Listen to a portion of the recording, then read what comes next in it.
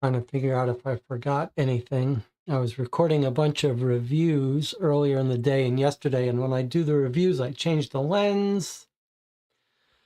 All right, but everything seems to be okay. Lighting is all right. You are watching Co-op for Two, broadcasting live from Champaign, Illinois, Monday, February 17th, 2024. It's 11 p.m.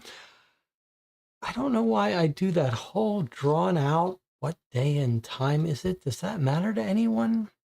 Maybe when someone's watching this in 20 years, they'll say, wow, that's what 2025 was like. It's not like you can tell. You can't see the outside world. There's no news. Maybe I should just get right to it. All right, tonight we are continuing our playthrough of the 7th Citadel. We're playing the second recommended threat in order, called the Drums of Desolation.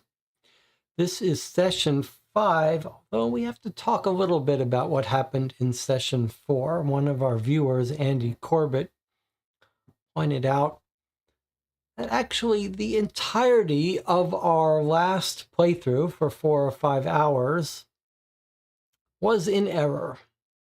Not mechanically played in error, but we should not have played that scenario. So we're going to talk about that a little bit. But let's check in with the chat. Andrew says, I'm mostly fascinated by you starting streaming nearly at midnight. I love getting on YouTube at 11 p.m. into the midnight hours. There's something very special about that. People are sleeping. It's all peaceful and quiet. It's like you got the people that like being out in nature when it's quiet and they can hear the birds and the trees rustling and no humans. This is my equivalent of that.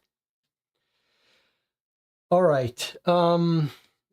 So let me know what you guys are up to lately. I am excited about this game, 7 Citadel. I don't know why, but it still captures me. It's that there's some, like, they do the studies of the squirrels or monkeys pulling slot machines. It's that random little bit of reward at unpredictable times gets them addicted to the slot machines. And I think that's what 7 Citadel is. It's the promise that one of these cards is going to be some new card we've never seen. I'm willing to play for hours just to get that little acorn. All right, so should we discuss what we did wrong at our last session? Let's do it. I mean, we've discussed in the Discord what we're going to do about it. I know what we're going to do about it, but let's discuss it as if we didn't know what we're going to do about it. So this was our third scenario component for Ambrasis. And then the way we've been playing these scenarios is that when we get to the end of it, we don't actually finish up the end of it. We do some of our upgrades on the next session. And well, I can see we got bit by that a little bit. Because at the end of our last session, we went to go find this, we went to go find this apprentice magician guy who might have these seeds that would be able to protect our buildings from the earthquake that's coming, we think. So we got to the end, and as with most of these, there are multiple conclusions depending on whether you succeeded at the main mission. We did, so we read conclusion B. And what Andy Corbett pointed out is that because we read B, because we rescued this guy, the rules actually say when you're ready to play the next scenario, turn to the Levitors on page 16. Instead, we just flipped over and played the next scenario, which is the Bindar seeds, which should only have been played if we failed to rescue the guy we went to find. And so we played this session for 4 hours. We did find the Bindar seeds. We used them to protect more buildings. It was not the most exciting scenario. It was a little bit of trudging home. We knew exactly where we had to go, but every step we took, these birds were attacking us. It was a little bit tiring, but we did make it and survive it, and then we did it. We got our upgrades, and now we're here at the proper next scenario, which we should have jumped to already. So you could make the case that we've got some extra upgrades from playing this scenario that we shouldn't have gotten. Because normally players wouldn't play this unless they failed. However, we're not going to worry about that. We worked for these Bindar seeds. You can never have too many. That's what I say. We earned our upgrades with our 5-hour playthrough, so we are going to we're not going to stress about it. We're just going to proceed to the next scenario when we start. And if we've got more buildings protected than we need to, we're already playing on easy mode. We're already playing with some house rules. I'm not going to stress over it. We're trying to get the most enjoyment out of this game. I think we know what gives us the most enjoyment, and I can say confidently that keeping those upgrades is not going to hinder my enjoyment. Autumn says, do you have Cantaloupe or Emerald Flame? I have extra copies of both. Oh, that's very sweet of you. I do actually have Cantaloupe and Emerald Flame. Emerald Flame still not played yet. It looks beautiful. I will be playing it at some point. Jonathan says, I guess we do have to worry about the endings of the Binard Seeds scenario telling us to go to some scenario besides the Levitor. So the Bindar Seeds, depending on how it ended, A and B. Okay, let's see. In both cases, you would shuffle off to the Levitors. So both conclusions, in fact, all three, there were 3 separate conclusions you could get at the end of the Bindar Seeds. They all send you to the Levitors. So in one, the guy catches you lying to him about having built a library and you lose some influence. In another, it just says, oh, well, you didn't get him. Just go to the next scenario. But no matter how you look at it, we're beginning at the Levitors. Now, let me remind myself about, this was our conclusion. We got B. So I believe this time we actually did everything. So we got 299 cards and we fortified buildings. Most of our buildings are now fortified. And we used our upgrades. Normally we've been saving upgrades, but because the last session was shorter than normal, we spent our upgrades. What did we spend them on? We spent them heading towards this number here, which we've agreed we're going to try to hit to discover what it is. We discarded 2 cards and then we built 3 more building points. And if we can just get 1, 2, 3, 4 more upgrades, we will have unlocked this 303, which I am very curious to see. So far, we know what 301 is, we know what 311 is, and we know what 307 is. We don't like these, and we love this one. So I'm very curious to see what's here. And then even after that, there's 2 more that we've not seen. What buildings did we build? I believe what we agreed to build was 1 mark in the library. Quite thematic, because we brought someone home into the camp who loves the library. So we spent 1 on the library. And we spent 2 on the tavern so we could get some side quests, which we haven't run into any side quests this entire game, really, other than maybe the curing people in that village, which we did right away. So that's what we spent our upgrades. Tavern and partial building of the library. We will get to take advantage of the tavern at this point, but not the library yet. All right, let me clean up here. I guess it's going to tell me to shuffle all these at the beginning of the next scenario, so it's not time for that yet. Return the objective cards. I've done all that. Okay, everything is just going to tell me to reset it when we begin the next scenario. Is there anything to talk about before we get started today? Jonathan, how are you feeling about playing the 7th Citadel? Jonathan is doing a lot of reading. Jonathan's got his mystery club on Discord. Jonathan, maybe you want to share the link to the mystery book club too. Malazan Book of the Fallen. I have no idea what that is. I've been reading a big long book on called The Coming of the Third Reich about Germany 1920s to 30s, the Nazi Party coming into power. It's been a bit of a slog, but I'm almost finished with it.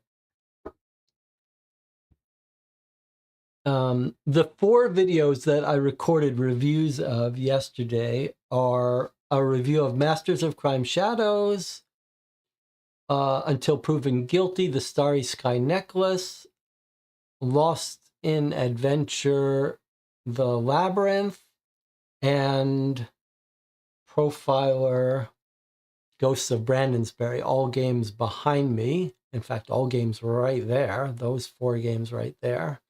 I recorded short little reviews of. If you're a supporter of the Patreon, you can access those videos now. Otherwise, they'll get released in the coming days and weeks. Andrew says, I've been dying to know if you've ever played Midnight Murder Mysteries. It's kind of cool idea. It feels like a micro SHCD. Midnight Murder Mysteries? I don't think I've even heard of that. It's a board game or a computer game? Midnight Murder Mysteries, huh? Small French publisher. Oh, let's see. Let's see what this is.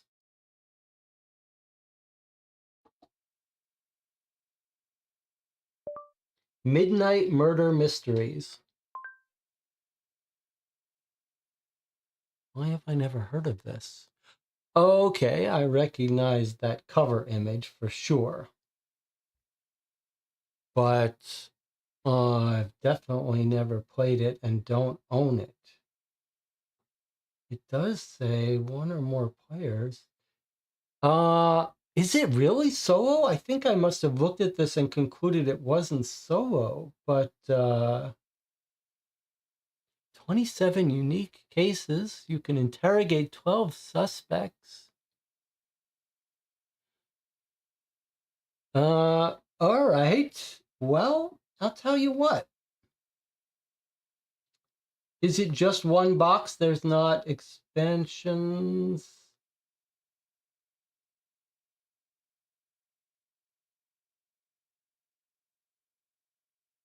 Not follow-ups. Huh. Okay. Well, I'll tell you what.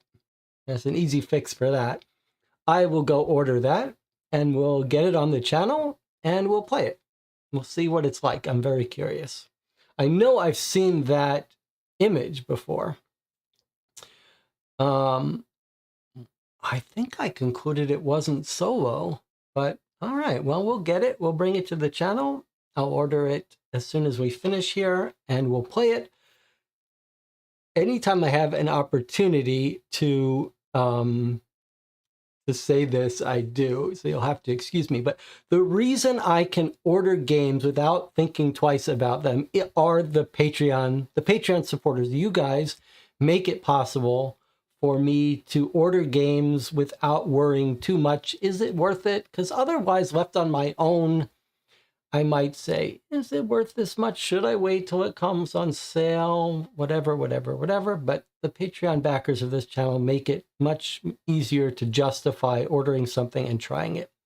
All right, Andrew says, don't set your expectations too high. Absolutely not. That's the fastest way to kill a game, is to have high expectations.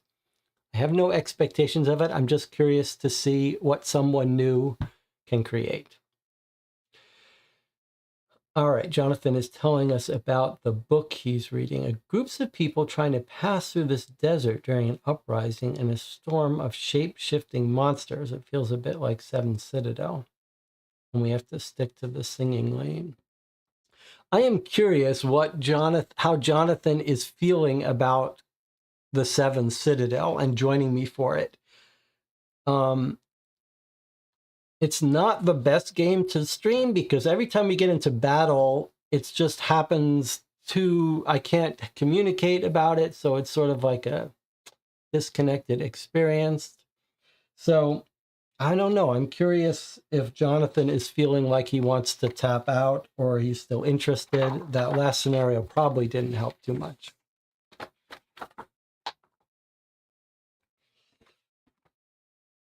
There is another Sherlock Holmes game that I want to play on the channel, a print and play game that was created by someone on Board Game Geek. I forget what it's called, but as soon as the channel's ready to play that one, we'll try to get that one played too. All right, let's read our introduction here. Enough chit-chat. The Levitors. Return all of your cards with the keyword temporary. Okay, so we had a bunch. We had in shape and focused, so those go back. 150 and 153. Unblock all your hand cards. Okay, so we had blocked a couple of our favorite cards. This is blocked, a blocked weapon, but it's not a blocked hand card, so it doesn't unblock. Got some glimmers too. Shuffle all your discard back to your action deck. Block all companions. Okay, so we had a bunch of companions. We have the apprentice engineers. We've got a Warhorned, who was amazing at fighting, that dog, although he occasionally can bite you. And then we have Inael, who we rescued early on and who's going to leave and die and never be seen again once we lose her. But thankfully, we haven't had to lose her. And the apprentice engineers are the people we got from building our Machinists Guild upgrade. And they're actually good at building. They've helped us so far quite a bit. Or they haven't helped us quite a bit, but they absolutely were essential when it came to building something. Not that infrequent that we have building. And the ability to use the flags, use them 3 times, pretty good. All right, so these are all blocked. We're going to have to pay to unblock them. By the way, I figured out a way to get rich quick. Oh, it's not that quick. I have taught my wife how to play poker, and we're playing for real money. So far, I've won $10. I have to give her 2-to-1 odds, though, but she's getting better. It's taken me longer each time to scratch out $5, but so far, so good. In the middle of the night, you're awakened by the terrible sounds of another series of powerful tremors. After what seems like an eternity, calm finally returns. You hurry out of your quarters to support the wounded members of the community. The task is made particularly difficult by the darkness, and you have to wait for the first light of dawn before you can see the extent of the damage. The Drums of Desolation. On the buildings page of the Citadel leaflet, you must circle 4 building boxes, starting with boxes on a built building that already has at least 1 box circled. Each box that you circle on a fortified building counts as 2. The boxes you circle must belong to the same building. If you've circled the last box of a building and you still have boxes to circle, circle boxes on another built building. When all boxes on a building are circled, it is destroyed. Cross it out. A destroyed building is no longer built. It has no effect anymore. So we have to pick a building. We have to start crossing off boxes on it until it's done. We can't do one here, one here, one here. After we finish a building, we have to move on to another one. If we attack a fortified building, each box counts as 2. This is pretty dangerous for us because we were hoping that we would fortify the important buildings. And now we're going to have to, it would have been better for us to fortify something we could afford to lose, really. 4 building boxes. All right, well, no one said the earthquakes were going to be fun. Let's see what we can do here. This is a little nerve-wracking. I don't want to lose buildings. So, for example, we could just kill off the tavern and we'd be done right now. 2, 4. Because it's fortified and protected, we could get 2 points for each of these boxes. That would be our 4. Alternatively, we could hit the academy, which would make our skill upgrades not so good anymore. We've done a bunch of those already, so maybe that wouldn't be the worst thing in the world for us if we're not going to go do too many more. This building is what gave us the Engineers Guild. I'd hate to lose them. We could get rid of the animal pen. That would be 2, 4.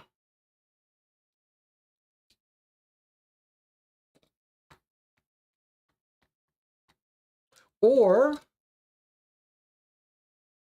we could get rid of 2 of these buildings, keeping the guild as a way to do most of our upgrades. That might not be the craziest idea. These give us 1 on each preparation phase. That's not a huge amount. We could pick the one that we need could pick the 2 that we need the least. Looks like we're doing fairly well on our production, knowledge, and influence. That is not a crazy idea. Actually, though, if I read the rules correctly, if you have circled the last, you move along. Okay, when all boxes on a building are circled, it's destroyed. So let me point out that we've got 1 3-box building that's fortified. We could, if we wanted to, kill off these 2 boxes, 2 building boxes, and this would still be working.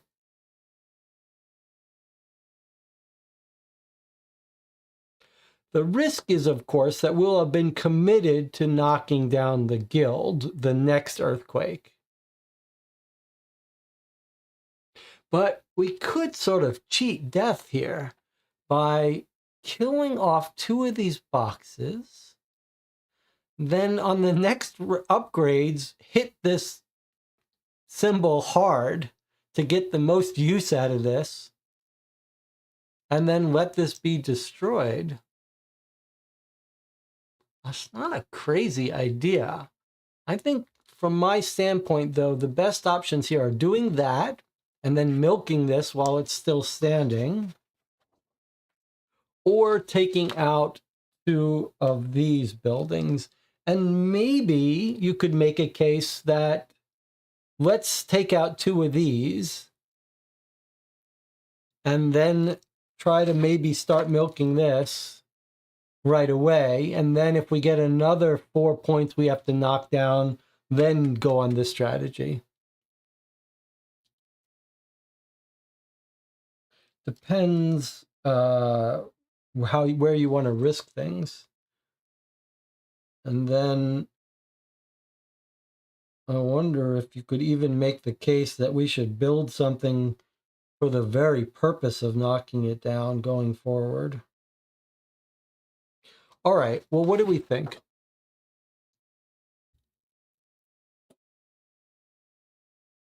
Cody and I were wondering how you'd feel about destroying buildings. We were pretty upset when we first got to that scenario, but now you know how fortifying works. You can plan ahead and fortify stuff you don't care about. Yeah, that's a secondary thing we could do.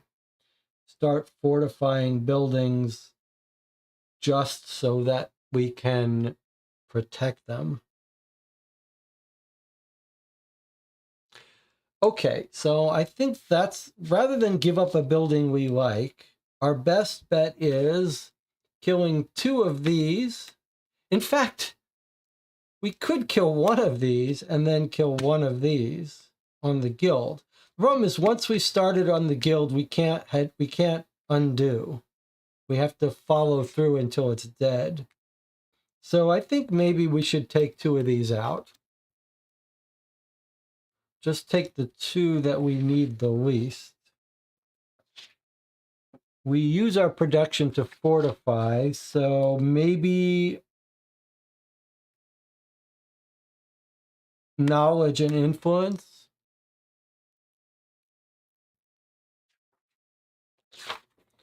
So if we killed this building and this building, then they're destroyed. 2 points each, that's our 4 points. And then we should probably try to work on this a little bit more than we otherwise would.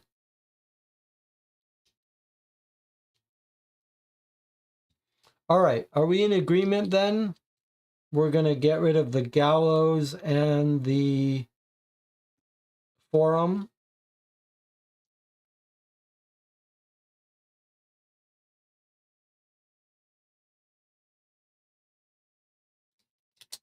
Okay.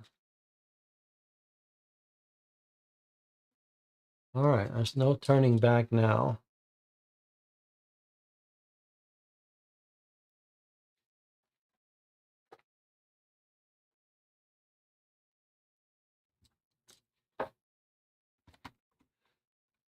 All right, a little tough. Let's make sure, do we do that right? We circled, right, so technically we circled this. We circled this as having been destroyed. That was worth 2 points. We circled this as having been destroyed. Those are our 4 points. When we finish them all, we destroy the building. Okay.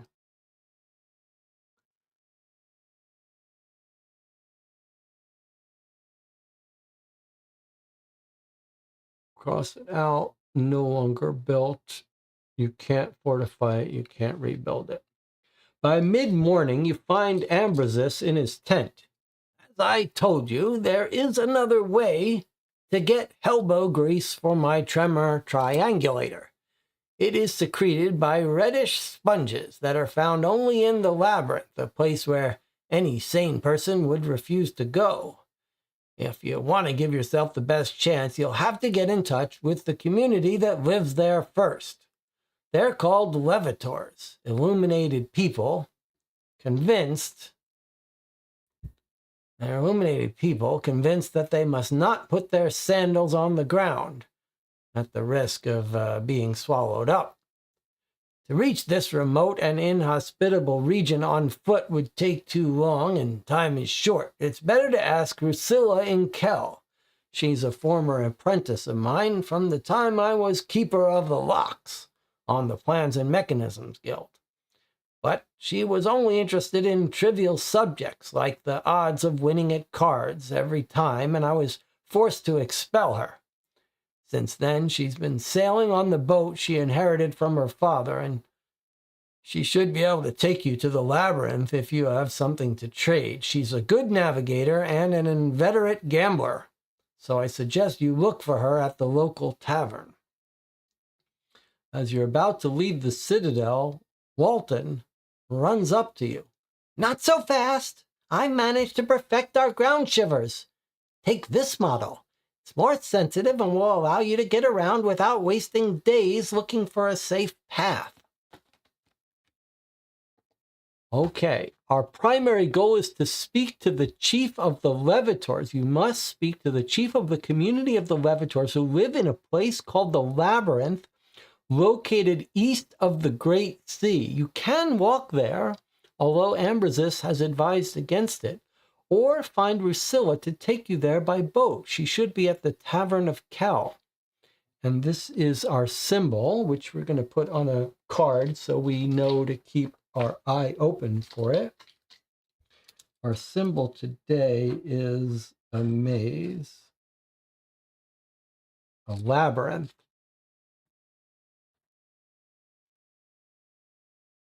Okay, keep your eye open for that symbol.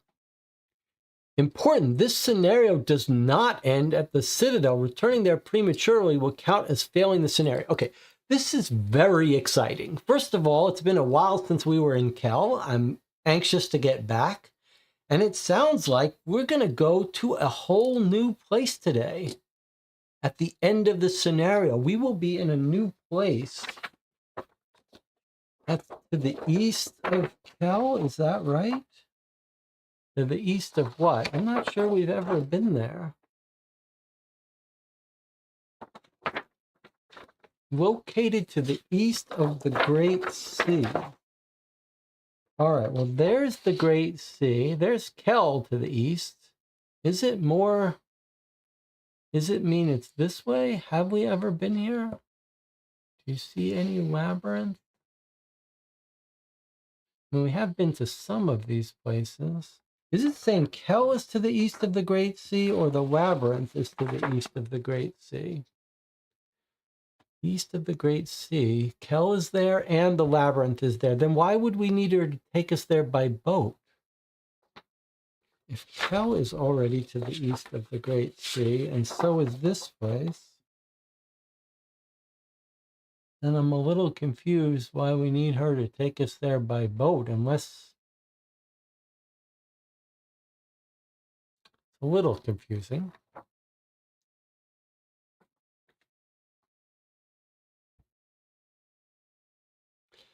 All right.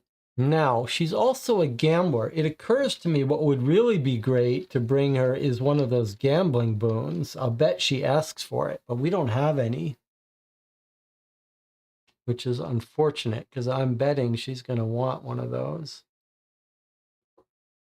Keeping some health might be important now because we don't end at the Citadel. We might need health for part 2 of this mission. That's an interesting idea. It's possible. Ground shiver level of 5 today instead of 3, so we can go to some new places.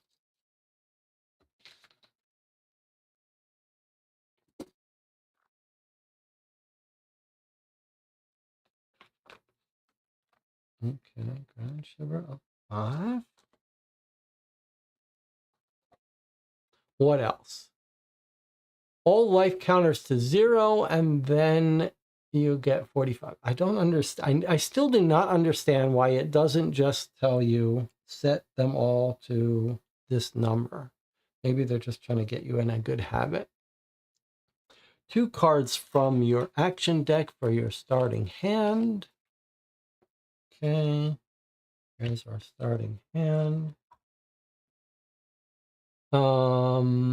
Now we can unblock our companions for 2 life points. All Hope Reborn cards that are blocked get returned. Let me do that. Side quests, world map, effects of buildings, and a 75 into play.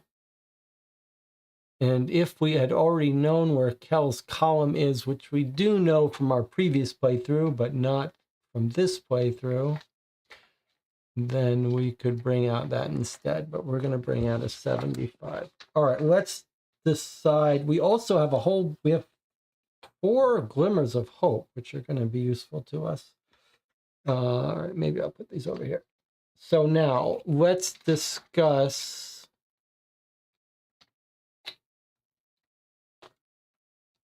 What are we going to discuss? We're going to discuss unblocking our companions. Here's our starting hand, though. Support and powerful. Not that useful. All right. So normally we just unblock all these people because we can't decide later.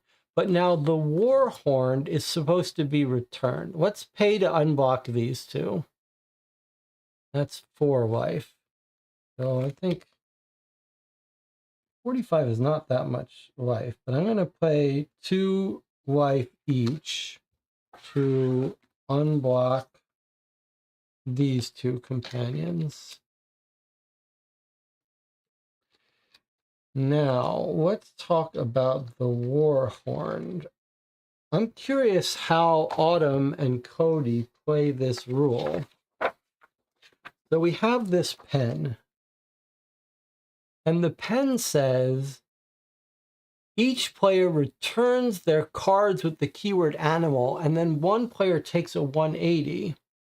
This is a very weird rule because theoretically, let's say you were playing with 4 players and each had an animal. This beneficial building that you've built would have all 4 of those go away and one random one come out. That seems totally counterintuitive, illogical, like a punishment. So I don't know how to rationalize that. The thing that would make more sense to me is if this pen said, if you're at the Citadel, you may choose to return an animal. You may choose to return your animals, in which case you get a new random animal. I don't know why it should be forced.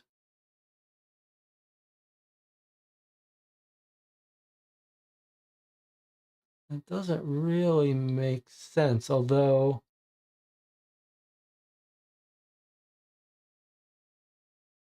yeah, I guess this assumes that they're going to be blocked.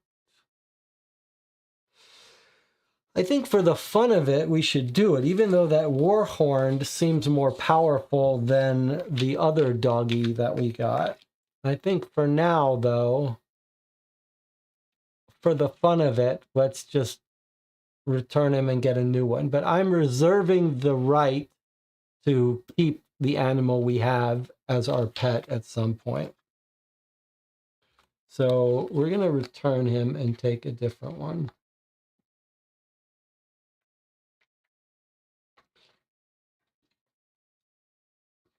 Let's see. 180, 180. There's only 3 180s. And in general, I've been doing these without shuffling just for fun. Okay, so here's the animal we're getting today. A hunting hound. I guess we got this guy before. Didn't we? I forget which dog we had. I guess they're all dogs. They're all domesticated dogs. So he's good at searching, a powerful beast with the brown coat and an exceptional sense of smell. He's good at navigating, trapping, and searching. If you roll a 1, he followed a trail and will never return. But these are pretty good abilities, like draw 3 less cards every time you're navigating if you need to, and 2 guaranteed successes. That's pretty good. Of course, you don't hit these that often, but all right, there's our hunting hound, and he's gonna come back to life unblocked. So we did get the advantage of the pen was we got rid of a worn out dog, and we got a new dog. A fresh, rested dog. All right, let's do our buildings then, and then we're ready to go. So We no longer have these two, so we don't get an automatic upgrade of those, but we do get an automatic upgrade of our preparation, our production. So that gives us one more there. We did the pen. Library's not built. The smithy is built, but we already have a 190. That was a totally useless thing. In fact, you know what? Oh, it's not fortified. That's why we couldn't have killed it, because it wouldn't have been good enough for us. We don't care at all about this. We should fortify this building next chance we get. Okay, tavern is going to let us get a 6. Do you want to fortify the smithy? It could be a shield for next time. I absolutely do. I absolutely do. Did I not read the part about how it let us, it's letting us fortify?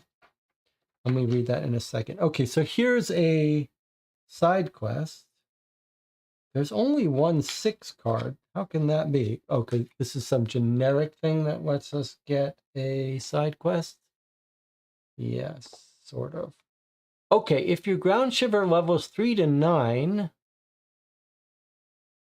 you may choose one of the following side quests or take a 250.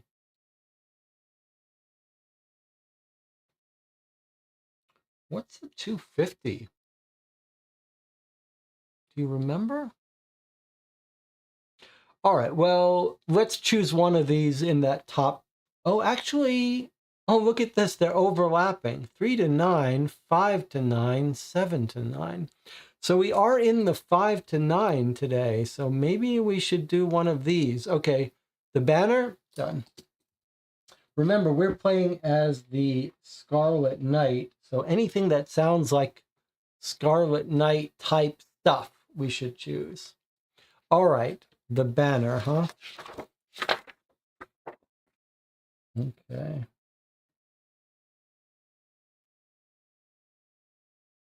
Okay, so we're taking the banner, and it is 65. And we're gonna go read this right now, 65. And then return this. Okay. We should have read this here. The room is simply but tastefully furnished, and members of the community chat or play cards while drinking a fermented fruit beverage prepared by Friss, the tavern keeper, an affable man who is in charge of the refectory at the Citadel, greets you as you cross the threshold. And then he told us about this little side quest. All right, the banner 65. Let's do that.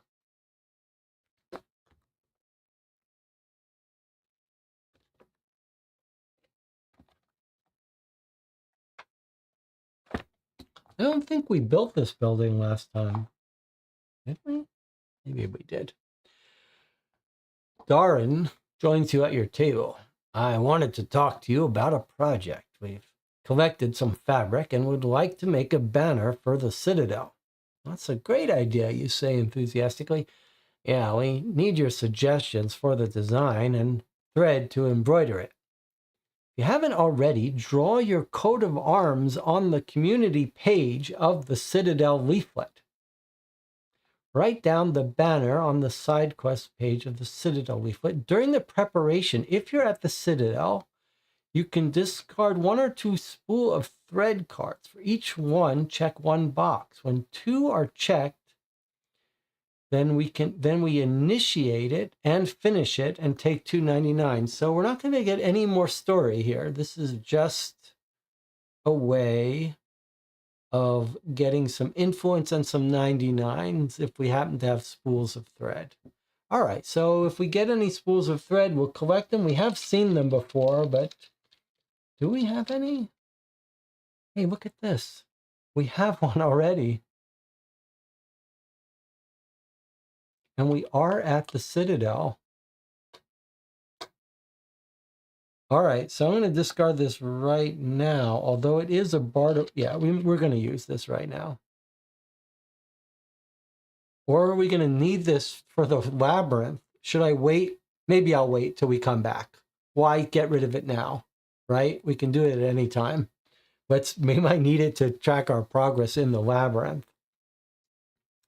All right, and it wants us to draw our banner. Now, the bad news for you is I'm not really an artist here, but let's see.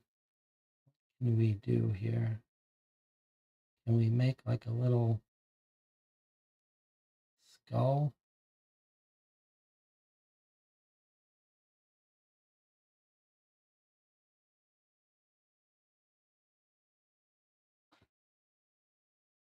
And then we're the Scarlet Knight, so maybe he's got a sword going through behind the skull. Yeah, I know. What can I tell you? If someone wants to prepare, is that how you do a skull? Does it have teeth on the other side? All right, well, that's what it is. If someone wants to draw a more professional looking banner for the Scarlet Knight, maybe I'll color his sword red. Yes, that's the hilt of the sword.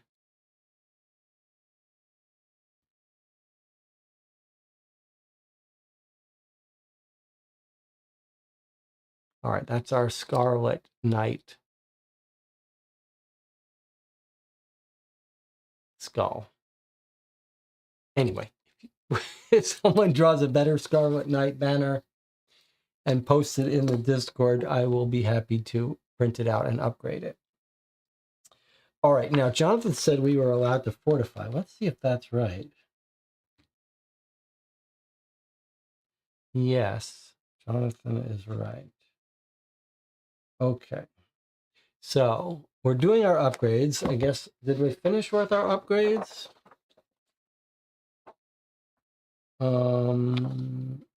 We did the tavern.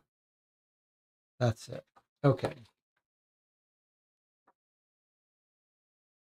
Oh no, hold on. We have the smithy. We could take the 190 Gladius, but we already have it, or unblock 2 cards with shield. So that's what lets us unblock our Targe.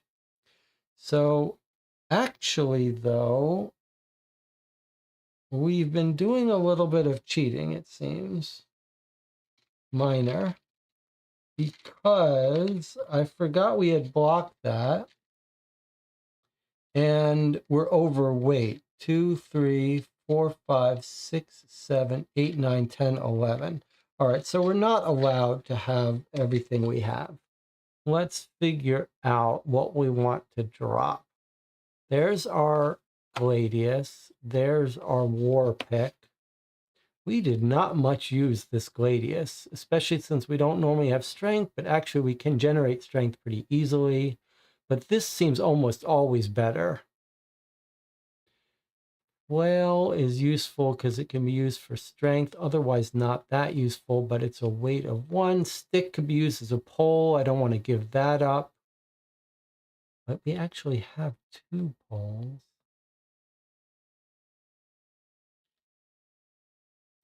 Sheep wool can get us one of our temporary blessings. So I'd be inclined to keep that. I think I'd be inclined to give up this Gladius. It's just hard to... Well, this +1 is pretty darn good. But I'm not sure we're ever going to be using it instead of the War Pick. +1's pretty amazing, though. But are we ever... We can get it back. That's the reason to get rid of the Gladius. We can get a Gladius every time we're in the Citadel. All right, let's drop the Gladius. On the other hand, let me just say something. On the other hand, like this, we don't care about at all. Why not drop this new thing that we unblocked? Yeah, that's what we should do, because this is terrible. I mean, it does protect us occasionally against some wounds. I guess each wound is like 3 cards. Maybe I shouldn't be so cavalier about it. All right, let's drop the Gladius. We'll carry around this shield for a little bit, but I really don't like that shield. All right, that's the Gladius back, and now we're underweight. We should have been counting that weight against us of the shield, but it's all right. 2, 3, 4, 5, 6, 7, 8, 9. Okay, we're at 9 weight. All right, so we just pretending we dropped that knife. I'm okay. We'll carry the shield just for fun. It's a good way to use up those extra symbols we have. Why not? Why not? All right. Now, as Jonathan was saying, we can spend production to fortify a building. And now is the time to do that if we think there might be another earthquake.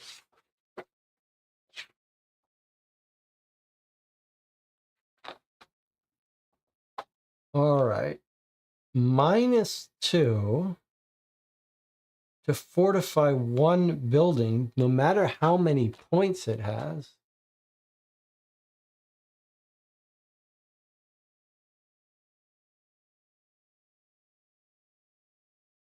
Can you fortify a building you haven't built yet? -2, fortify one building, circle the names. It seems like you can fortify a building you haven't even built yet. Maybe the library would be better off for us to fortify. That way, when we build it, we don't lose it, or we could kill it off and live with it being destroyed.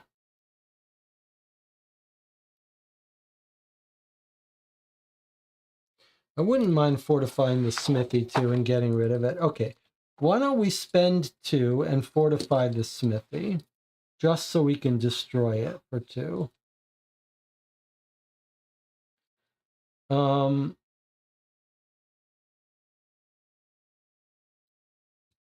And maybe we'll stop there.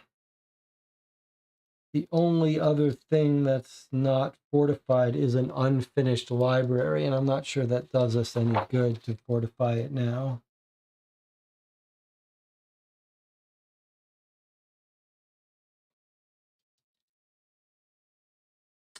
Autumn says, I'm pretty sure you can't fortify unbuilt buildings. Maybe it said it on a previous rule. Here, it certainly doesn't say you can't.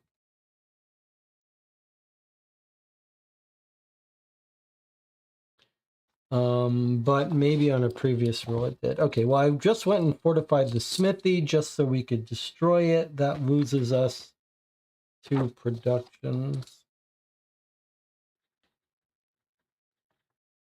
All right, well, let's stop there. We can check the rule about whether we can fortify an unbuilt building later. There's nothing else for us to fortify. Everything else is fortified other than the unbuilt building. Okay. I think we are now ready to get started.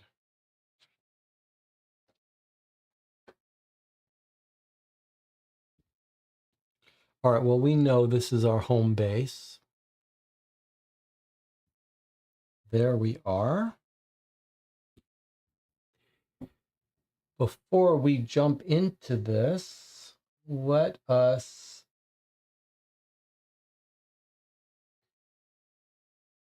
take a look at the world as we know it.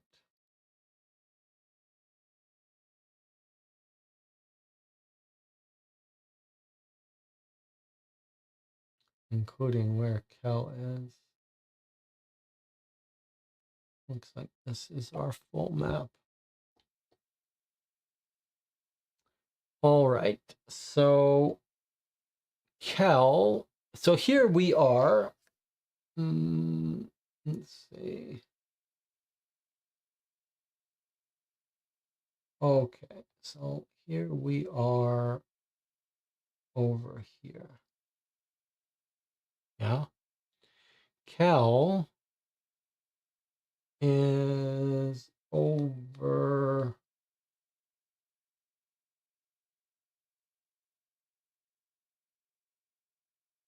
Where is the here? Yeah, Kel is here. Okay, so Kel is there. So you could go this way and get to Kel across their little bridge and bribe them. Or you can go and get a ride, if you're lucky, on this boat to Kel, which is not the same boat as this woman is telling us that once we get to Kel. They're suggesting once we get to the Kel, we can go in the tavern there. Kel is its own little mini map.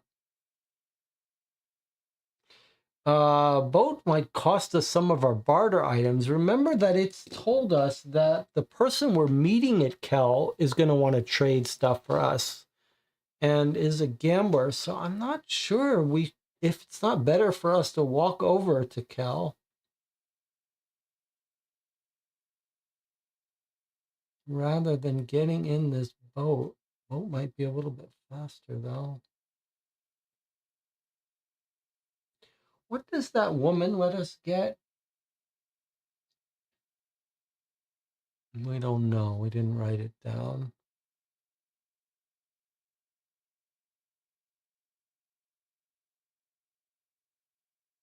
She doesn't let us get Gambor's bones, does she? Because I really would like to find a way to get Gambor's bones.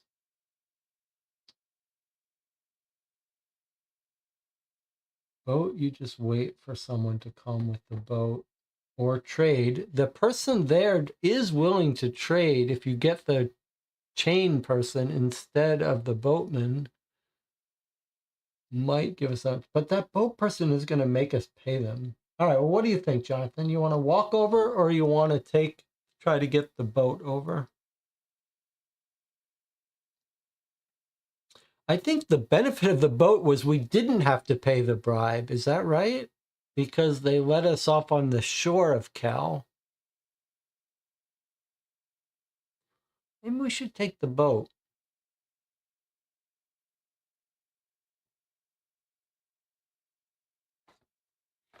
Let me put these out in the meantime. All right. Maybe we should take the boat. What do you think, Jonathan? I guess we'll take a break first. The other benefit of doing a little bit of walking is we could pick up some cards in our hand, but I guess by the time we get down there, we'll have gotten a bunch of cards, a couple cards.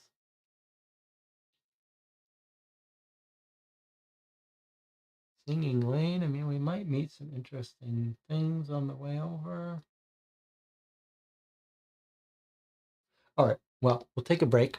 We'll come back in 8 minutes. We'll decide if we're going to travel by boat, travel by foot. I am excited, though. We are going back to the big city of Kel. It's fun there. There are things to do. There's stage performances, sheep. And then we're headed to the labyrinth, some new location above the ground. I'm very excited. I'll see you in 8 minutes.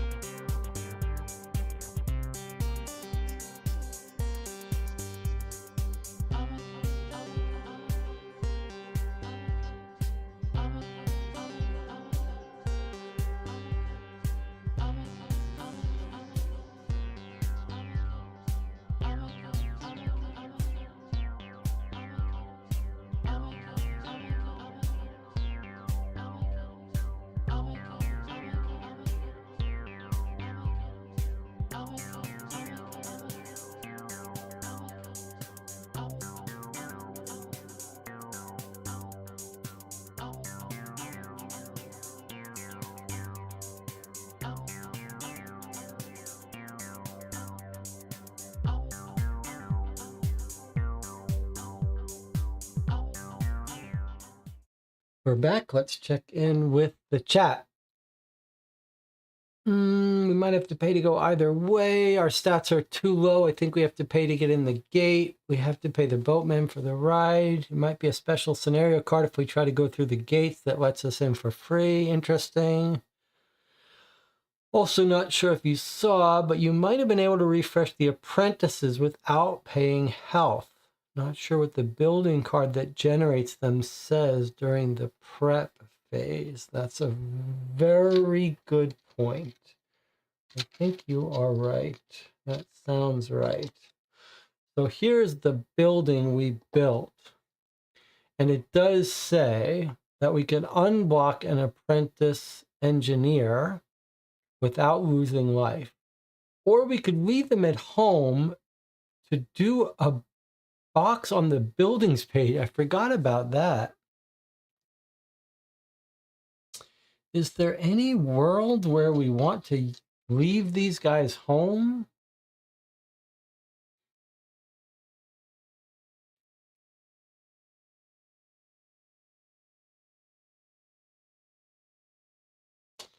Is there any world where we want to leave these guys home just so we can get an extra building box? Jonathan says it's going to cost us 2 barter to travel by boat. Unless our influence is above 7. Our influence is not above 7. That's pretty high cost to go by boat. All right, let's decide this first. So we're definitely not going to lose 2 health. So I'm going to take us up 2 more health, 2 to 3. Now, the question I have for you is whether we should leave them home to check off a building box of the library or bring them with us.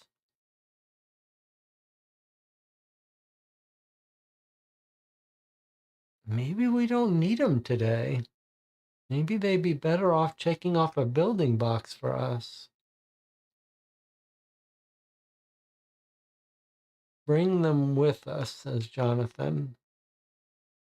All right, we'll bring them with us. So many things to get wrong. They'd be stuck there during part 2. Okay, good point. We don't know if there's a part 2. That's a good point, though. We may not be going back to the Citadel. That's a good point.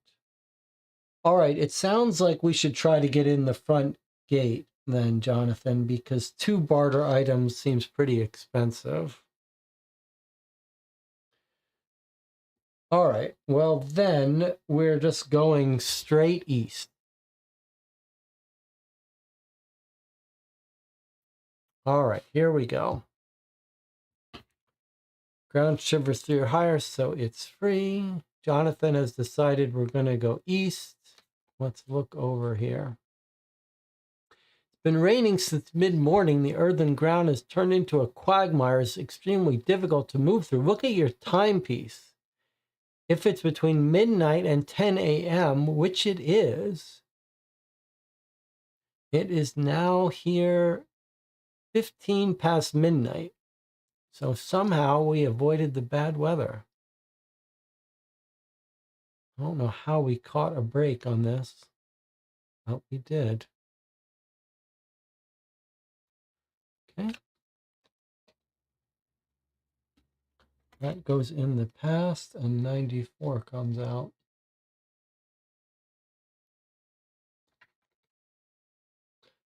Okay. A plank track winds through this desolate territory. Further north, a strange stone slab looms above the dusty ground.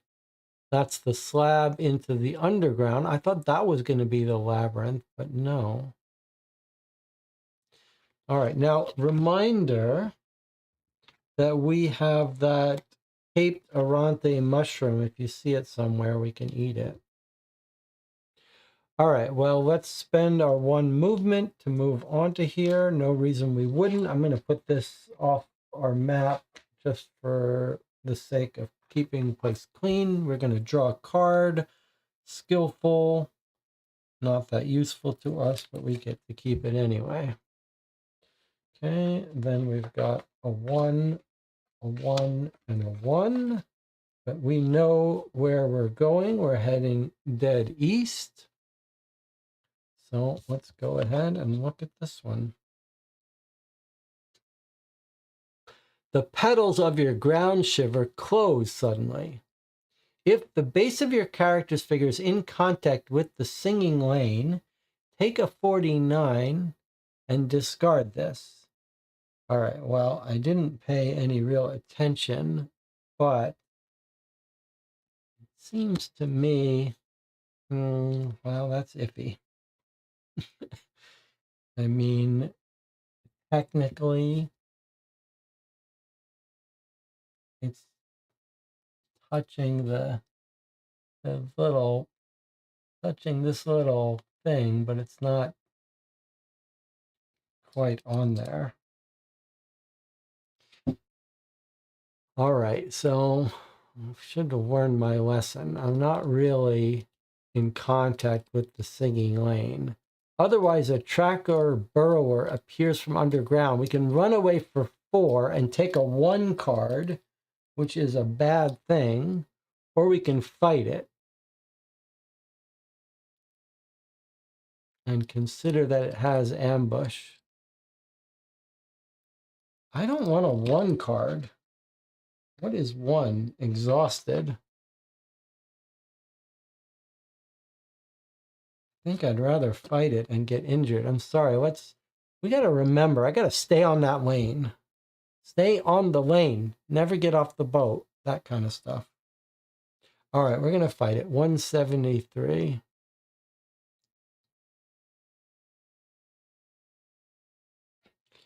All right, this is just to punish me for not staying on the lane. That's why we have to do this. Because we need to be punished. And it has ambush. Unfortunately, we don't have the hound. That would make this easier. All right. The good news is we're going to get a Hope Reborn out of this if we can survive it. So we're fighting a burrower here, and he has ambush. Ambush is the one that means we can't gear up on the first fight. So the first fight, what? We got to use our bare hands? We can't declare any of our items. All we've got is what's in our hand, which is not good. First of all, get on the lane. All right. Second of all, we can use 3 cards to do this. Fortunately, our cards are pretty good now. However, what's the chance that we're going to get 4 on 1 card? Can we use this to help ourselves?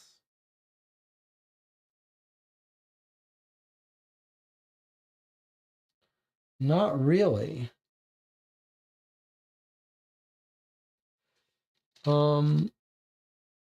So I think the thing to do, I'll tell you what I think the thing to do is.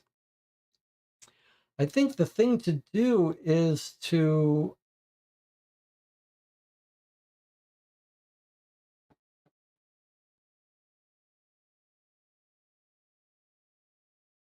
I was going to say just draw less cards and fail it.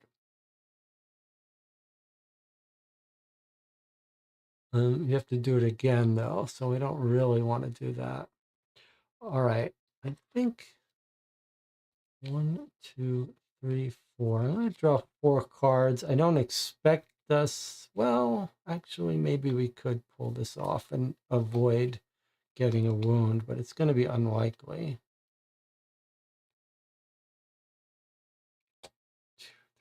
Okay, I'm going to draw 5 cards here. Let's see. Maybe we'll get luck. 5 cards? Actually, if we draw 6, we've got a pretty good chance. No, 3 cards, we don't have a good chance. We're not going to be able to do this. Well, we might, actually. All right, let's try it. I've drawn a bunch of cards. Let's see if we get lucky enough. It doesn't look like it. No, we're not going to be able to do it. Not even close. Okay, so we only get to use 3 cards. The best we can do with 3 cards is 3 stars. It's kind of unfortunate for us. Can't use any for any of that. So we've done 3 of the 4. That's pretty unfortunate. But we've failed it. So we actually took 3 wounds. That's a lot of wounds fighting these burrowers. And it doesn't move the die down. But we do get to keep one of these cards. I mean, reinforcement is a great card for us. So maybe we'll take that.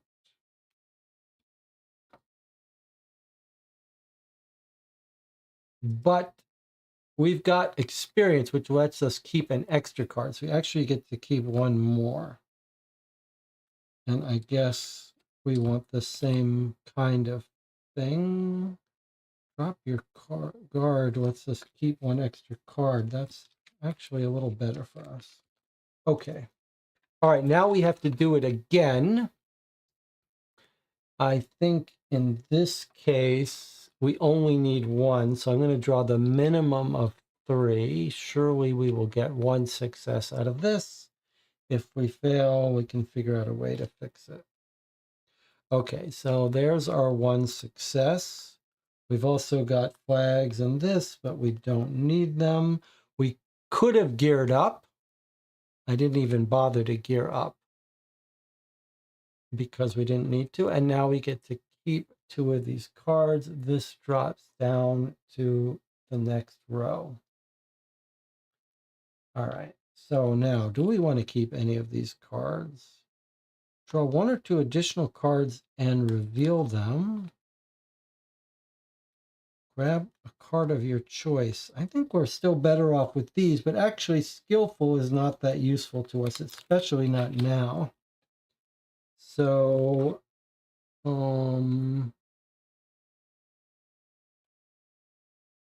I think this is the card Spare No Effort for us. That will allow us to be a little more conservative when we draw, knowing we can draw 2 more. All right, what have we got here? We can only use 1 card. We have to get 3. We want to succeed because 100 is one of the benefits, the blessings. So we want something that lets us use more cards. So we've got Drop Your Guard, which would let us use 2 cards.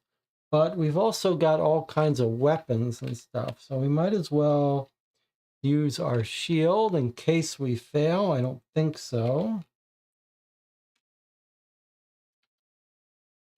Do we want to use this? It's only if it fails we need fists, but we can generate fists.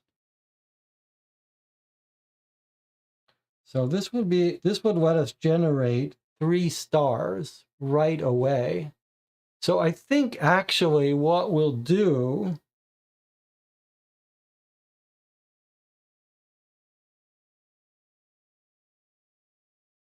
do we care about not using this? No, let's just use this. Well, actually it might be nice to keep it around for a bit if we can. Weapon, trinket.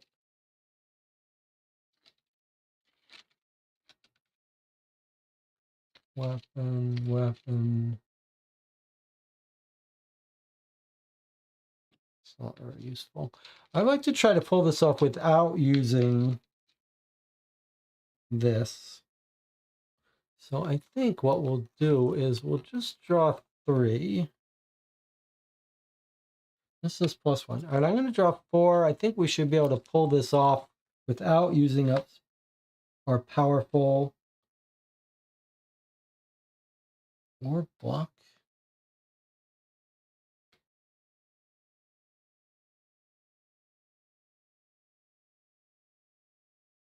Just trying to think if it wouldn't be better off to just draw 1 card and use this rather than carry it around.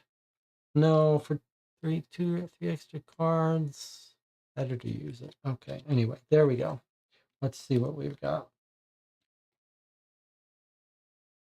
So we actually didn't get 3 stars.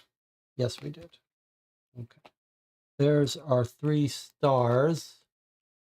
but we're only allowed to use one card plus two cards. I don't know what I was thinking here. So we didn't actually do it because we're not allowed to use more than two cards. And with two cards, we can only get 2 stars. So we need one more star. We did get 2 flags. So I guess we're going to use these 2 flags. And this. Reinforcement gets blocked. Sorry, hold on. We can get 2 stars with 2 cards. We're not likely to get any better. Okay. So I am going to use this for 2 extra stars. That gets us our 3 stars. This wasn't needed because I can get 3 stars without it. Okay. That's our success. We succeeded, so these are fine. And we get a 100 card. Oh, this is a 100 card. Roll a die. What is a 100 card? Some benefit. Okay, so we rolled a 5. After moving the die to the next row, lower its value by 1. So here's the cool thing. We just killed it. We don't have to fight it, which is amazing because we would have had otherwise draw 6 cards. So that's actually the best thing that could happen to us. We just saved ourselves from having to draw 6 cards. So we move it down to the next row and drop its value, which drops it to 0, which kills it. So we get our Hope Reborn. And we've killed this burrower, and we've learned an important lesson. We've learned an important lesson about staying on the trail unless you want to have a lot of extra work to do fighting things.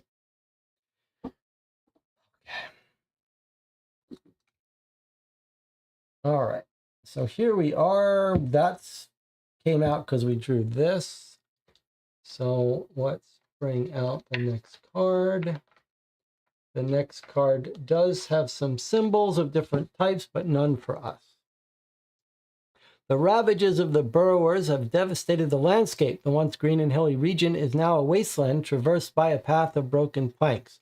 The Great Sea has taken the opportunity to spread out on all sides, pushing its northwestern shoreline all the way here. All right. So our new map. And we might as well walk over to that, staying carefully on the path. 1 card. We can keep this if we want. We've got room for it. So we might as well. Maybe I should put these. Maybe I should put our hand up here so that you can see it even in this view. Does that matter? I'm not sure it does. All right, get on the path, please. All right, there's a 1 here and a 3 here, but we know we're headed due east. So now this is a little rest stop, isn't it? 120, let's just rest here. Especially because even the things you know, they could be changed for the scenario. Remaining alert, you inspect the air. It seems safe enough to take a short rest. Discard all the 120s without looking at them. If there's an event shows a fight, you gotta fight, but it doesn't. So we can rest here to unblock a card or put 3 cards back into our deck, or we could just think about it to get 2 cards in the discard. Since we've got a full hand, we should rest. Do we have any other card that's resting? Yeah, look, here's a modifier. We have the sheep wool. Whenever we sleep, we take a 152. So let's do that. Let's take a nap here in our sheep's wool, sleep wool. And we don't have anything blocked. Is that right? No. I always forget to block these cards. We used reinforcement. So reinforcement is blocked. So we could get reinforcement back instead of getting 3 cards. What's better for us? I mean, reinforcement's pretty darn good. Is it worth 3 cards, though? All right, let's unblock reinforcement, which I think gets shuffled into the discard deck. All right, so that's how we rested, and we also did this modifier of resting, which gave us a 152, which is confident. A bonus star whenever we need it. That's terrific. All right, and then this is done. All right, that was our rest action. Now we're going to go over and explore this. The sleep wool just stays with us. Oh boy, another fight. Mouse rats. A kick is usually more than enough to send them running, but if they form a swarm, better watch your toes. When taking the following action, take a 13 card to try your luck. If luck is on your side, there are fewer mouse rats than you feared. Put the die on the second row. Look at this bullshit. It's just a pure fight for no benefit. All right, let's take our 13. Maybe we're going to give ourselves a little bit of luck here.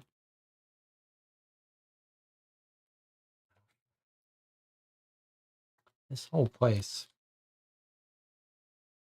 Lady Luck is on your side, and then return this. Okay, so at least Lady Luck is on our side.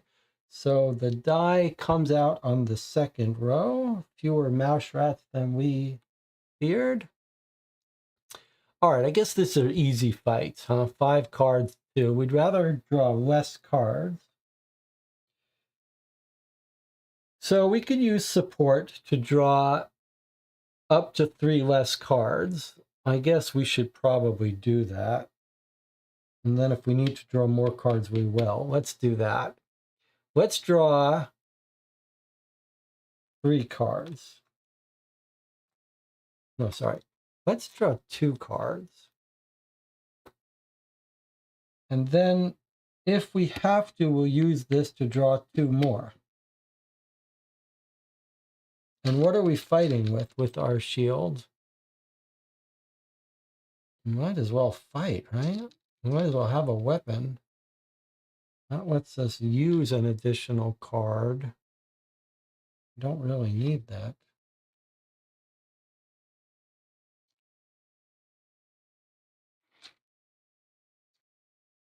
Don't really need any of these. I'm just trying to avoid drawing cards. All right, I'm going to draw just minimal 2 cards. I'm trying to be conservative here. So 2 cards, we only got 1 success. So I am going to use the spare no effort to draw 2 more cards. And that gets us the extra successes we need. So that kills that. We do get to keep 2 of these cards. I guess flag generation is pretty good. Okay. I used this for that. So we might as well keep 2 of these.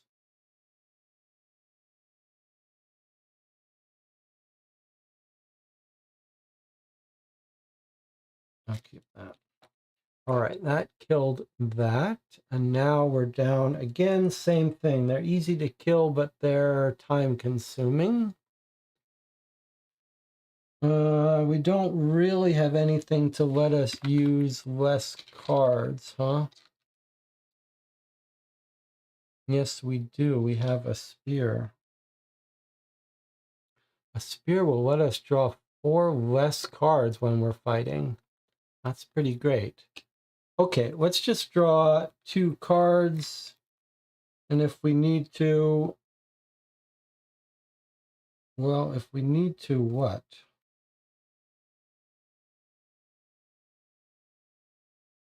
We'll just take a wound and fail it. Yeah, okay, here we go. So I'm using the spear. We don't want this to fail, though, because we don't want it to break. But I think we should be okay. All right, well, we've got our 1 success. That's all we needed. So that's a success, which gives us a wound. So even succeeding against these rats, you take a wound. I guess we should have used this shield. Let me see. If we had used the shield, we wouldn't have even been able to afford it, though, because we only got 1 symbol. All right. Let's try to remember about that. We didn't fail, so we don't have to roll that. We did kill the rats. They just go away. And out comes 119. So far, combat heavy here. All right, 119 does have symbols for different scenarios, but none for us. To the north, a wooden building overlooks the strata of cracked earth that rise up from the sea. All right, well, there's the little inn there. So we're going to walk right by the Red Goat Inn, or whatever it's called, sticking carefully to the path.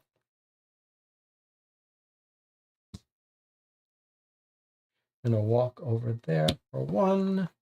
We could keep this if we want. Perseverance, that's a great card.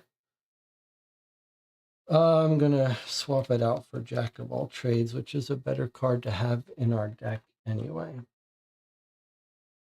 Okay, and then another 1 card comes here. Let me check in with Jonathan here.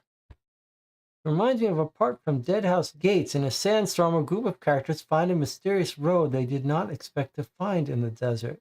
As long as they stick to it, they seem to avoid the battles the shapeshifters are having between themselves. One of the shapeshifters took the form of a giant swarm of rats. We're reenacting a chapter from the book. All right, so we're going to go past the inn. Now, in the inn, I think we've already searched the inn, so if we search it again, that card where we got some great loot is banished. So I don't think there's any reason to go search it again. So let's do this, and let's hope it's not another battle. Oh, it's definitely not another battle. It's an Unveiler card. All right, so we already have the 413. That's the information about the Unveilers. As you'll remember, we have 2 options when we see an Unveiler. We can magnifying glass to search for it, or we can dig. Now, it doesn't matter how many successes we get, so we don't need to use anyone for this. Well, Jonathan, what's it going to be? Actually, sorry, I did that wrong again. I bet you're trying to correct me. Yep, you are. Oh, yes. Okay, I remember this time before the correction. Okay, the new terrain card comes out. We take a look at it, and then the Unveiler goes on that. At the bottom of the steep hills, a path goes down to a rocky scree that obstructs the passage. So here is the terrain. No edible mushrooms. And then the Unveiler is on that card. Yes, I remembered this time, however. All right, well, we're approaching Krell. We'll put these creatures right down here somewhere. And we've got a 2 here and a 3 here. All right, so the question remains, though. Do we dig? Do we magnifying glass? Do you have to ask, says Jonathan. Dig, says Jonathan. Walk over here, staying on the path. Draw a card. It gives us 2 flags, but we already have a reasonable card for that, so I guess I'm going to throw that away. All right, here we are. We're digging. I have to admit, I am very nervous about this. We know there's some great stuff when you dig, and there's some very terrible stuff. But we are digging. So we got to draw 3 cards. However, do we have a card that's good for digging? Where's that dog? The dog is not good at digging. However, the war pick could be used for digging. But we don't need any successes, so that doesn't help us. Something that would let us draw less cards would be helpful, but we don't have a dog for that. We have elegant shoes. We have apprentices, thread, food, vigor, fighting potion. We should remember that we have some cards here.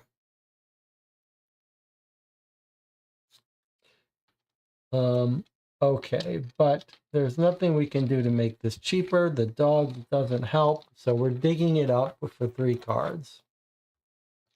Doesn't matter what we get. We can't keep any. We just throw these away. All right, so the Unveiler goes away, and we get out a 400, which there's 6 400s, and then a gold 400.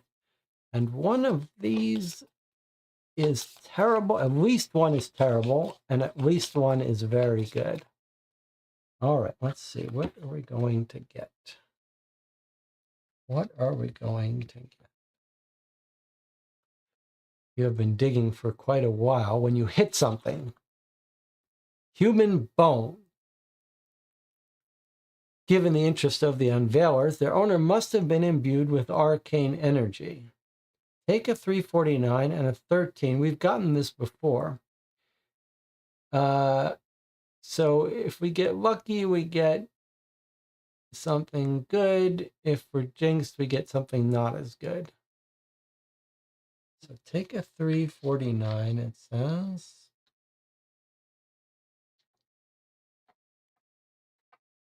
There are no 349s, so we don't even get the 349.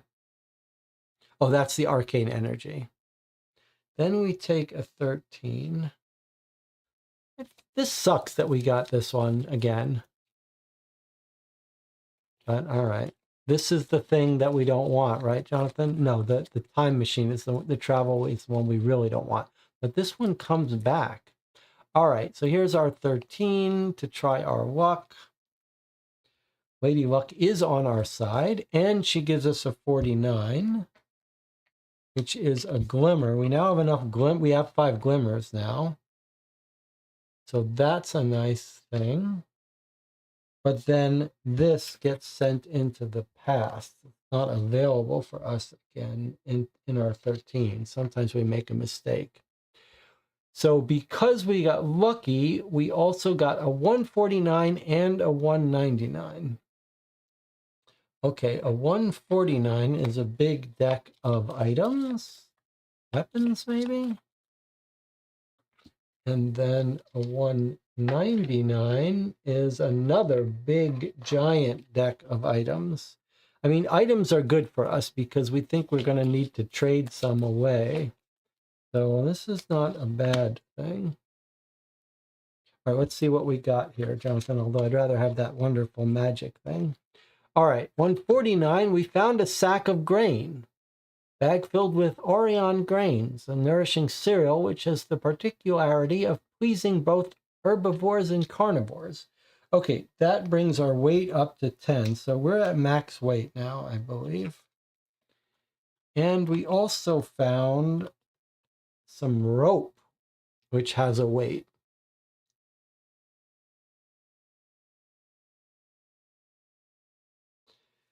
So sack of grain can be bartered. Rope can't. Rope is a trinket. We're now overweight. So we're going to have to drop something.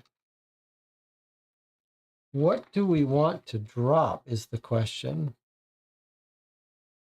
Any thoughts about what we drop? Should we drop that shield? I think we should probably drop the shield. We tend not to get too injured. And it's 2 weight. It'll give us a little bit of buffer. Rope could be useful in the labyrinth. It's also fun. The shield is not fun. All right, so I'm going to drop the shield. And we'll take the rope and the sack of grain. We're going to be trading stuff away soon. It's all right. So 2, 3, 4, 5, 6, 7, 8, 9. We're at 9 now. All right, so we even dropped a little bit down in weight once we dropped that shield. Then that gets discarded.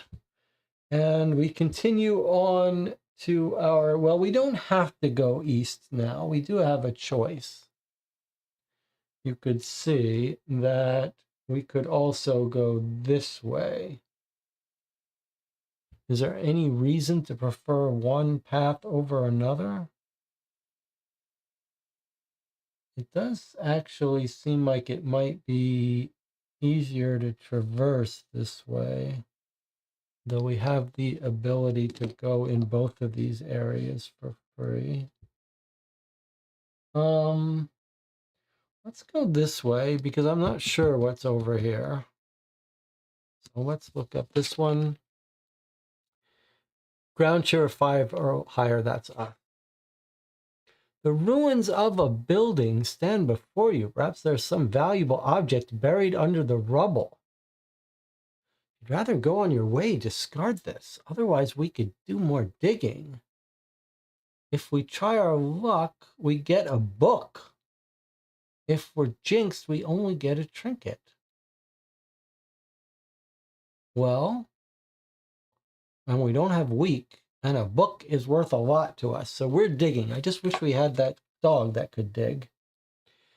All right. So unfortunately, we don't have anything to make digging cheaper. We can get more successes out of digging, but we don't have anything to make it cheaper to dig. Is that right? Is that really right?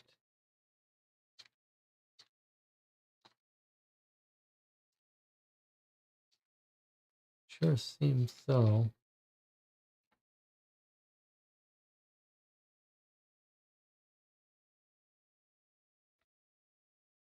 Maybe I should start looking for some cards to make random things cheaper. Jonathan says, I wouldn't mind a book. I have a button here. There we go. I should use that button more.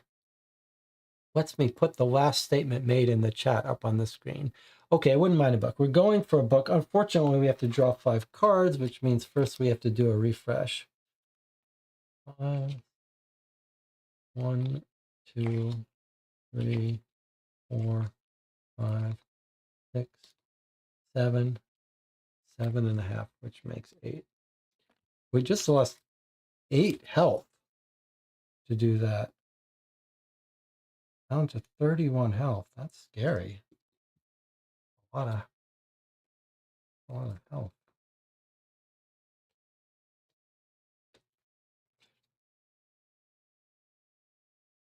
And then we got to spend 5 more. But for a book, it's worth it. I wouldn't mind a book. Put that on a t-shirt. I wouldn't mind a book.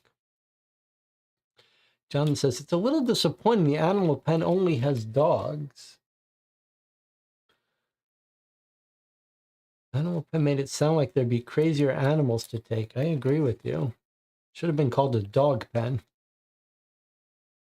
All right, 5 cards. Well, hold on a second. So we've done our refresh. This is not a forced choice. So we could do something else first if we wanted to see if we could get a card to make it cheaper, but I don't think we think that's likely. So let's just go do this.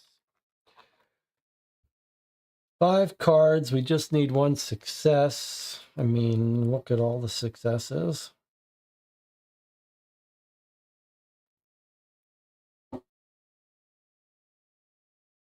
So we succeeded.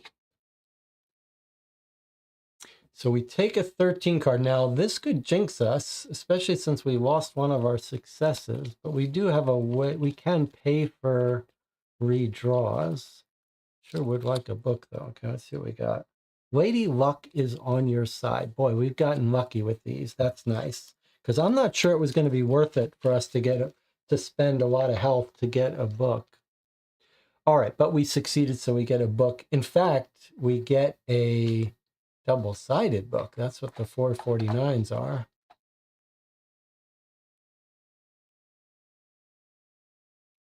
An old book. Here it is. Well, that is an interesting looking book. Look at this book.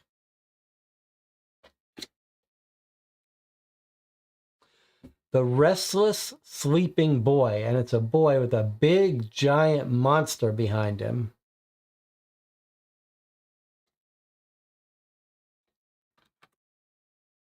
Once upon a time, there was a smiling little boy who liked to play and laugh from morning to night.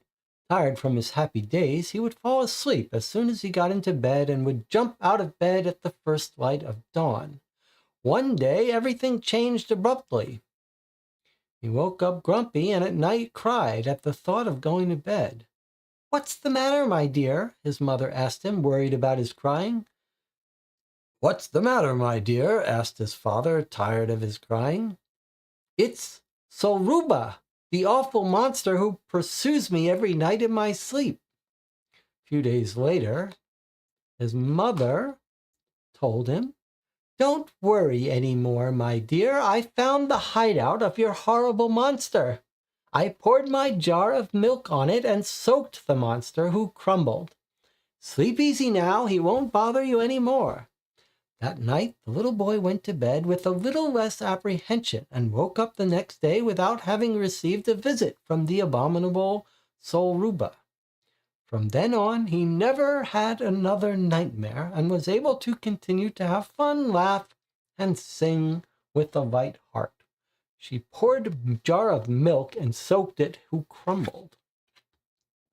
You close the book. The story is not very credible. It may be a children's story, but the author could have made an effort. Normally there's some like reward. What's going on? Okay, but we know that when the books are always useful in some way. So take a look at this good monster. What's his name? Is that an anagram for something? He says, the horrible monster is Solruba. Solruba. She poured milk and soaked it, and he crumbled.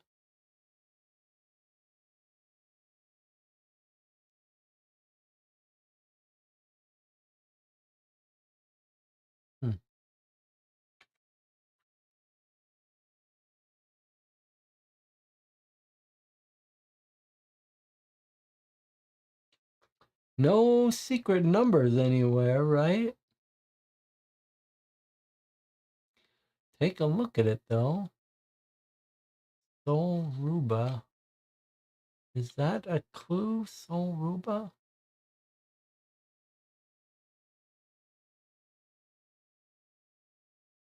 Okay. Well, if we build the used bookstore, we could trade that book in. Okay, 79. Okay, 79 has a flag, but nothing about our mission on it. The numerous stumps that litter the surroundings testify to logging work that's been done here. Further north, a bridge spans a wide crevasse. All right. No mushrooms that we know how to eat.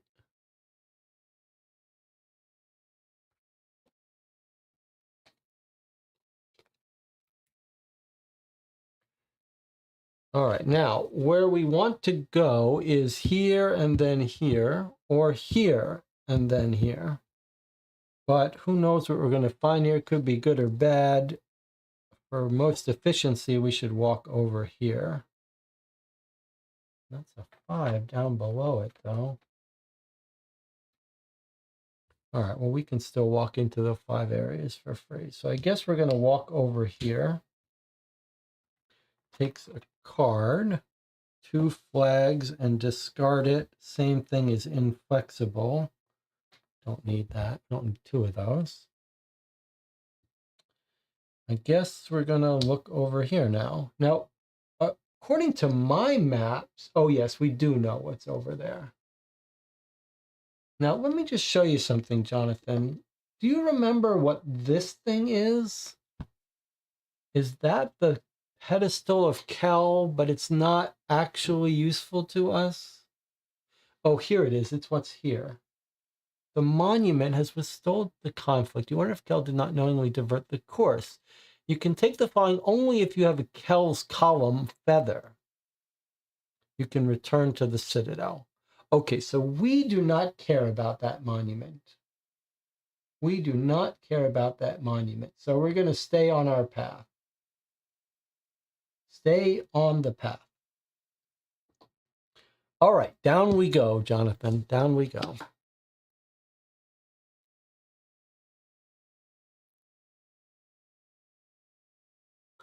Another unveiler.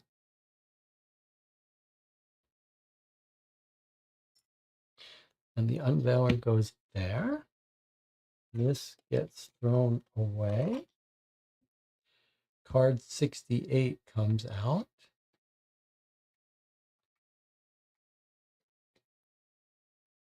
A plateau is covered with a multitude of large reddish squashes, which encircle a modest hut and its vegetable garden. I remember these. I know someone's in that little outhouse there.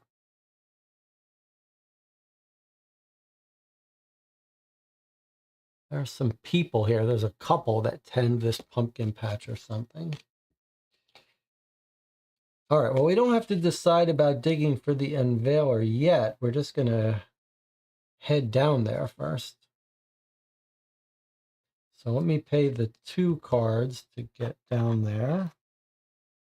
We could keep one of these if we wanted to. Keep a card you draw. Shields. I don't care about these. Well, okay. It's time to deal with the unveilers. We're on an unveiler hunt, it seems.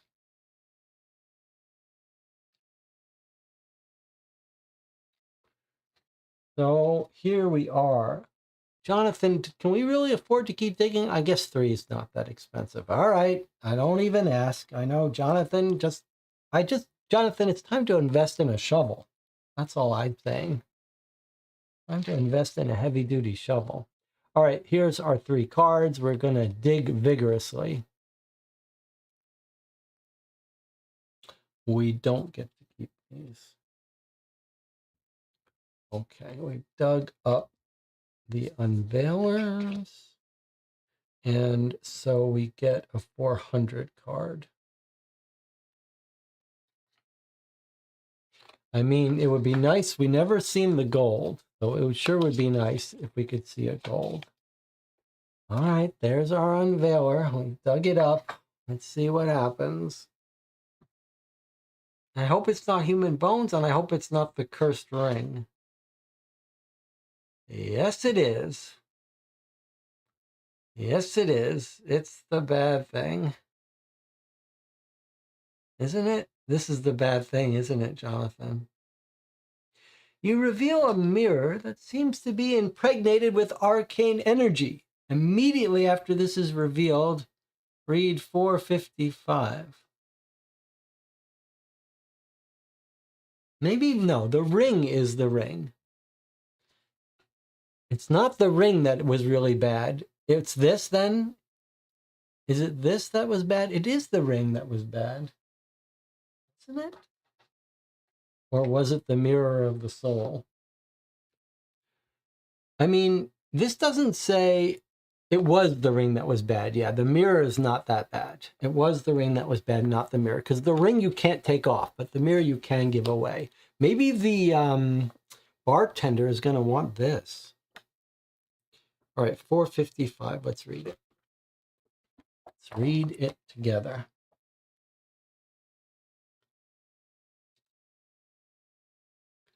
Muffled noises emanate from the mirror. Becoming clearer and clearer as you listen, a voice emerges from the unfathomable depth. You almost expect it to offer you 3 wishes. Look at you, poor mortal. Do you even know what I am? I belonged to the most powerful Darkanist this land has ever borne. You who have found me, draw from me as much as you like, but try not to break me. Write down Mirror of the Soul on the side quest page of the Citadel leaflet. So we've gotten a new side quest, which is exciting.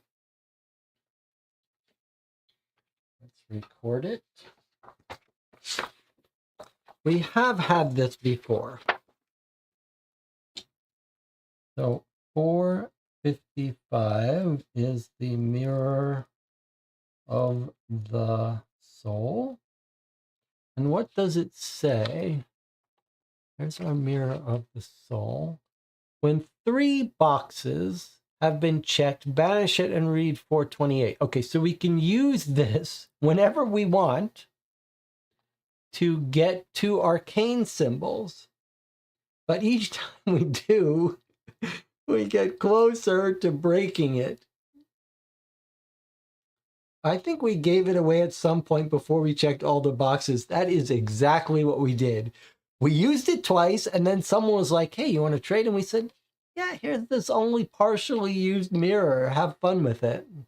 That's what we did before, and that's what we will try to do again. Stick someone with this cursed mirror.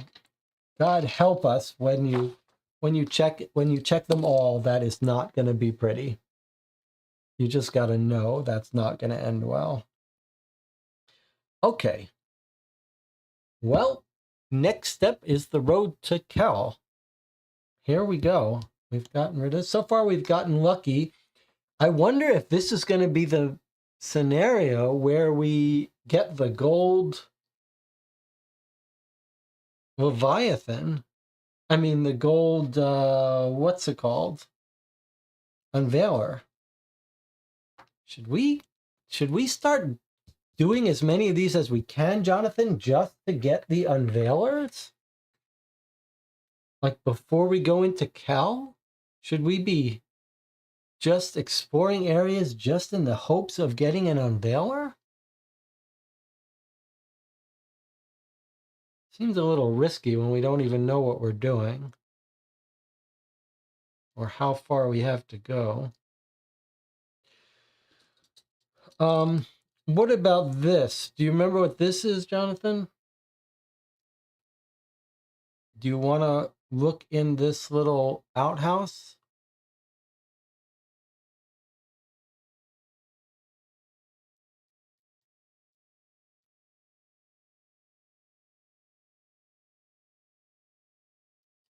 I'm inclined to do things when we're here. Sure, visit the farmer, says Jonathan. Okay, 165. Once we go into Kel, all this will be cleared from the board. So, may as well do this while we can. An elderly couple comes out of the hut. The woman, stooping with age, makes a friendly salute. Do you see this? We haven't even lived here for a cycle and we're already being invaded by these inedible squashes.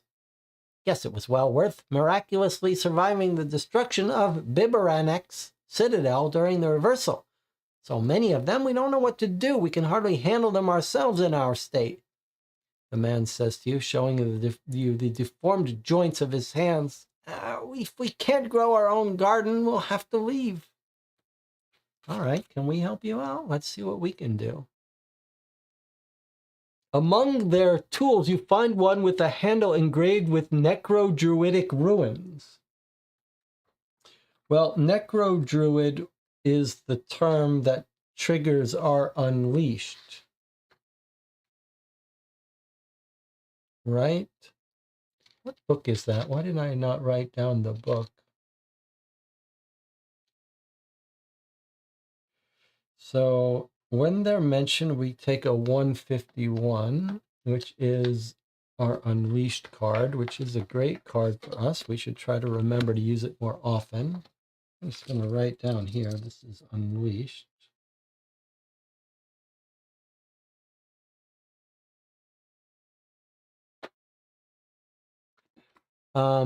All right. So we can go on our journey. Otherwise, we take a 39. We're going to help these people out, right? Because we want the rewards, not because we're nice people. So we get a 39. 39 is an axe. It's a weight of 2. We can't move around with it, but we can use it while we're here. Then we'll have to decide if we want to discard it.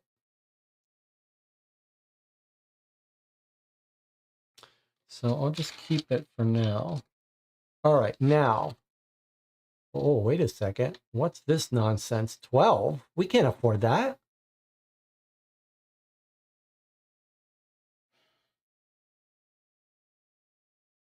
12?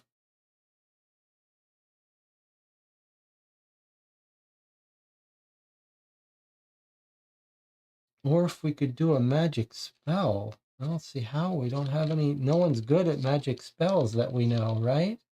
That woman isn't, is she? The dog isn't. Ouch. Well, we could fail it. We could fail it. And keep the axe, which is too heavy for us. All right. I mean, I wouldn't mind that Hope Reborn, but Jonathan, 12 cards? We really need a spellcasting helper. What are we supposed to do about this?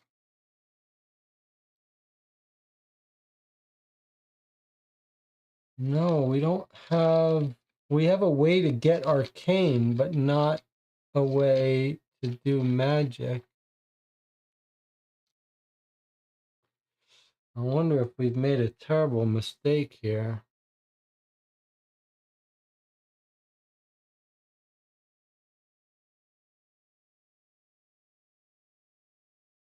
We don't even want this axe. And a 1 would make us exhausted. Should we just give back? I think we got to give back the axe. We can't afford this. Just take your axe back. I'm sorry. We overestimated our abilities. Let's be honest. We can't do this for you. I'm sorry. I'm sorry. We can't help you out here. We can't help you out here. Good luck. Good luck on your own. We're ruthless. We don't have time for this nonsense. We've got stuff to do. I apologize. All right. We gave back the axe and we're on our way now. Oh, that's a 2 here. Right? We can't do that. We need to find someone who's good at magic. We need to build that building that lets us take the sorcerer. All right, I'm going to walk down here and we're going to look at this card here.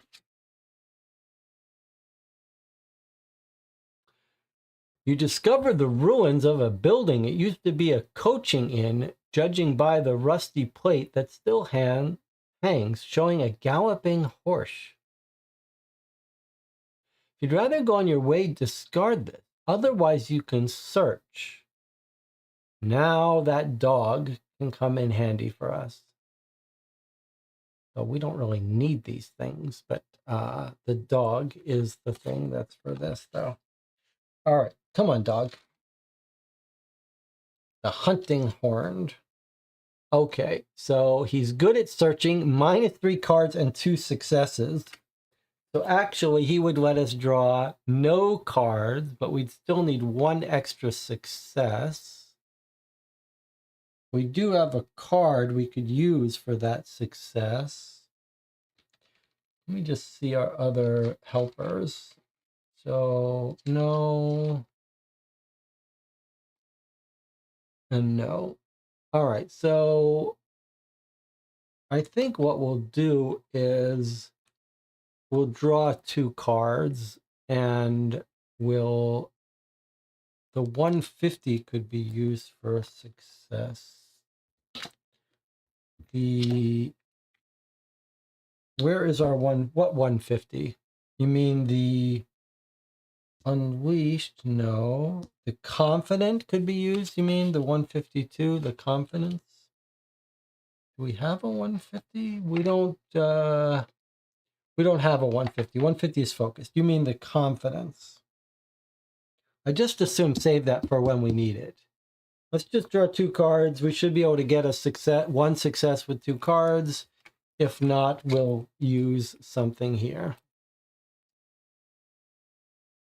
All right, well, there's our success. Sorry, everything's... Okay, so we got a success, and the dog's 2 successes. That's fine. You eventually find a valuable object. Take a 13 to try your luck.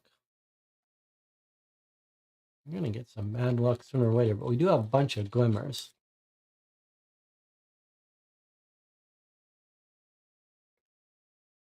Okay, and here's our luck.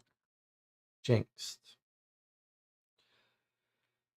All right, now let's decide what we want to do here. If it's on our side, we take a 50, which is a book, I believe. So we want a book. We want a book. So we're going to defeat the Jinxed. I think we're getting a little low on health, so maybe we should use one of our 5 glimmers for that. We'll get another glimmer later. I'm going to return this glimmer to draw a new card.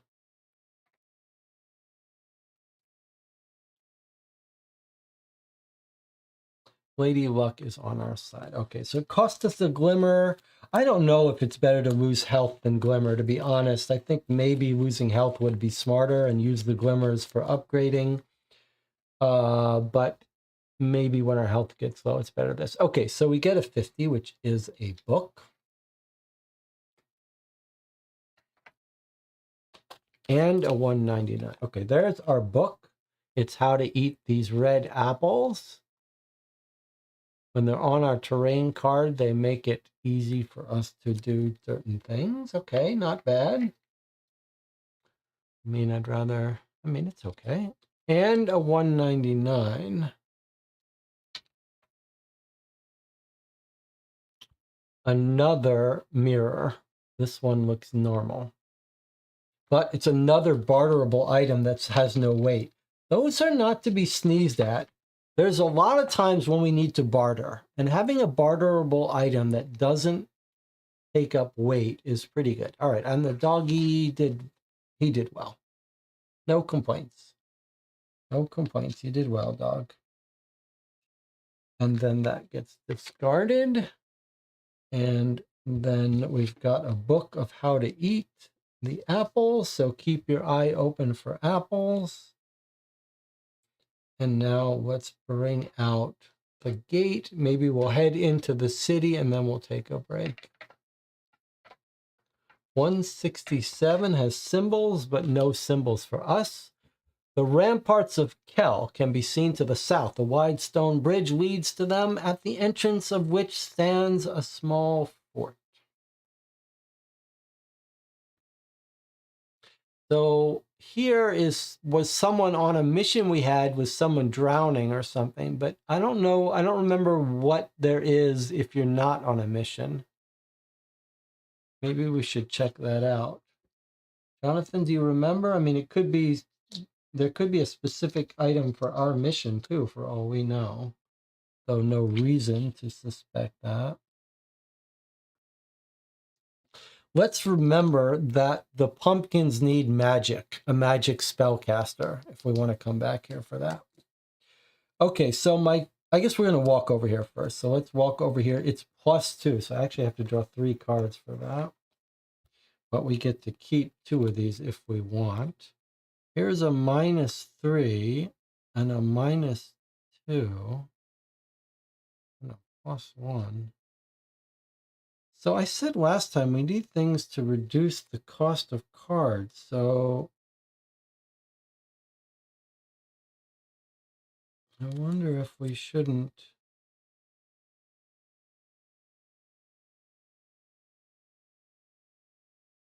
No, still not worth it, I don't think. This is a shortcut that doesn't affect us. It lets you skip one exploration. Okay, so we don't care about that. All right, we're headed over to talk to these people in here, 139. Maybe this is going to be mission specific. Nope. Several strong men-at-arms guard the bridge leading to the capital, whose roofs rise in the distance. Nearby, a man sits in front of a small fort on which flies a flag bearing the arms of Kel. Here we are trying to go in there. No number on that card, right? Okay, here we go. Let's try to get into Kel. One of the guards, slumped on the parapet, stifles a yawn before beckoning you forward. The official behind the table immediately straightens up while smoothing his hair with his hand. All right, we're going to talk to him. 168.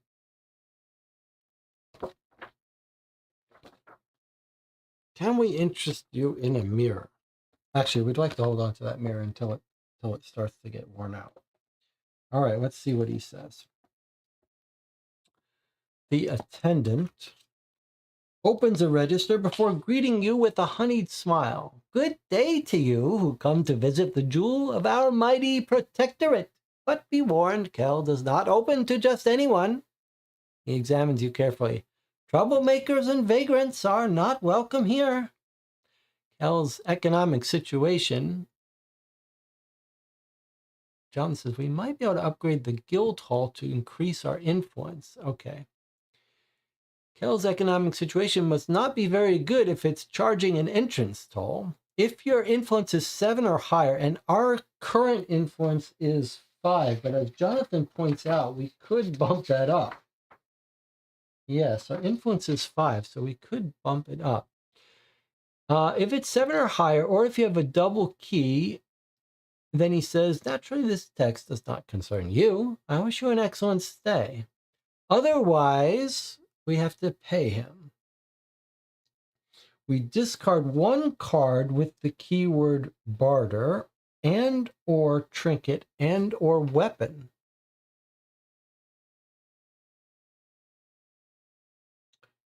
Replace it with a 139. What does that mean? Replace it with a 139. Discard the card. Oh, I see. We're changing the... Whatever we do, we change this terrain space. Okay, so here's our situation. Jonathan is absolutely right. We could upgrade our influence. We do think we're going to need to barter with this woman inside. We do have a lot of barter items, though. But I would say, Jonathan, that we do have a Hope Reborn. It's likely we're going to use it. We've already decided that we want to use the guild.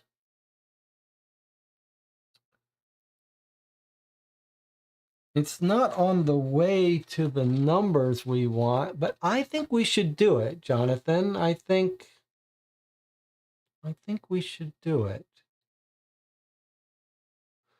The next number we might head for is this 317, so I think maybe we should do it.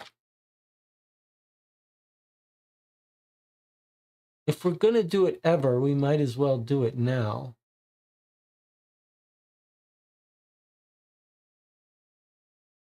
Yeah, let's do it. Let's do it. So we're going to spend our Hope Reborn. Hopefully we won't need it for health.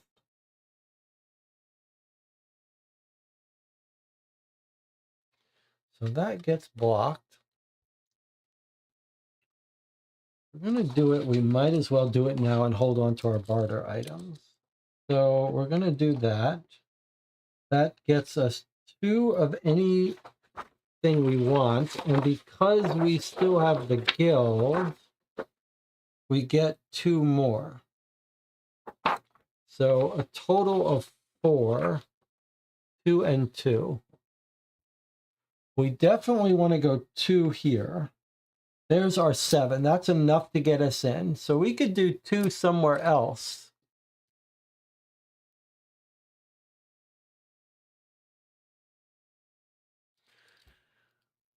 I suppose you could argue we should do production in order for us to do more fortifying. On the other hand, getting knowledge up to 10 is useful, we know, in certain quests and stuff. Where do you want to put the other 2, Jonathan? I feel like we fortified enough. Knowledge or more influence?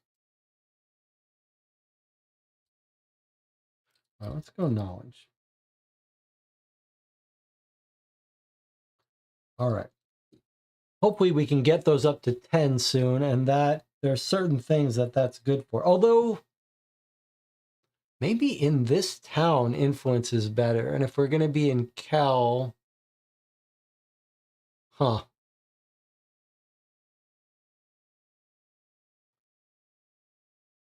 I mean, Kel likes influence. Maybe we'd be better off doing influence. We still can't get up to 10. Let's do influence. Let's go all in on influence. Just because the Kel people really like when you're rich and stuff. All right. Better to go all in on one. All right, I think that makes sense.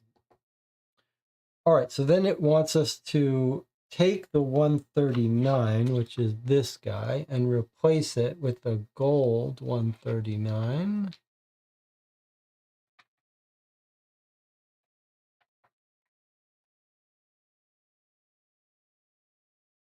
Kel stands at the tip of a rocky promontory that plunges into the great sea. It seems its suburbs were razed during the War of the Worms. The rumble of the city reaches you, although still muffled by distance. And here we are in Kel. So it hasn't told us to get rid of every other card yet, but it is going to. I think maybe when we do 243 or 181, I forget. No, 181 is how we get out of here. 243 is to go inside the village. And 261 was a way to get the sheep, I think, if you have grain, and we do have grain. Do we want to go get a sheep with our grain?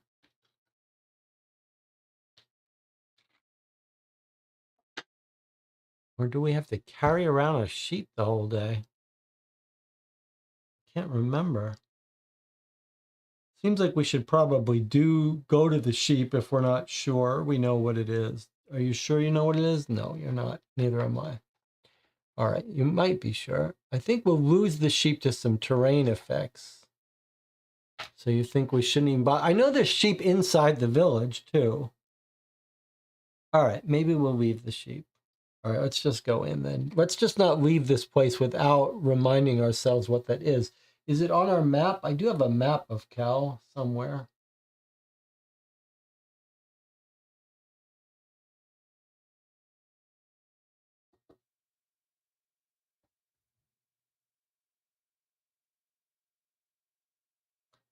Let's see if I have the map of Cal up.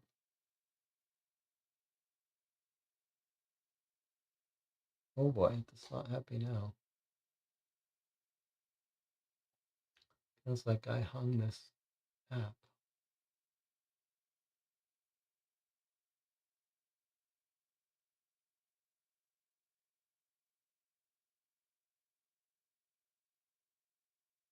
We're going to want this map of Cal anyway, so I might as well get it out if I have it here.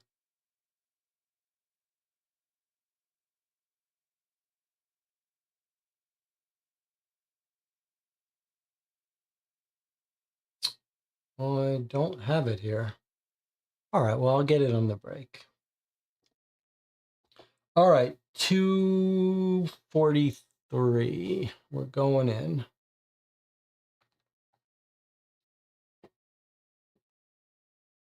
Been a while since we were in Cal. Let's see. 243 does have flag, but not for our mission. You quicken your pace. John says 181 is the woman who wants Gambler bones. I think you might be right, but she's not the person we're looking for, right? No. But she can't, if she could give us Gambler bones, that would be a different matter. Does she want to give us them, Jonathan, or take them from us? Maybe we should visit her if we're not sure. Because she's not going to force us to, right? And if she can give them to us, even better. All right, let's visit her just to be sure. 181.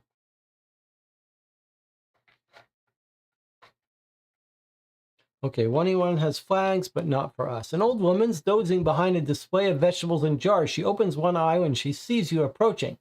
You're not from here. You wouldn't happen to have any spare gambler's bones, would you?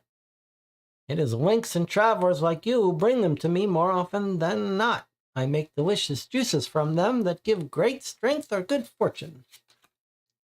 Well, Jonathan was right. We can try to discard a gambler bone to get vegetable juice, which was a silly quest. We don't want it. Or we can discard a gambler's bone to give us a potion. But we don't have any. All right. Well, this stays out here. All right, let's go inside now, 243. It was worth a check. It was worth a check.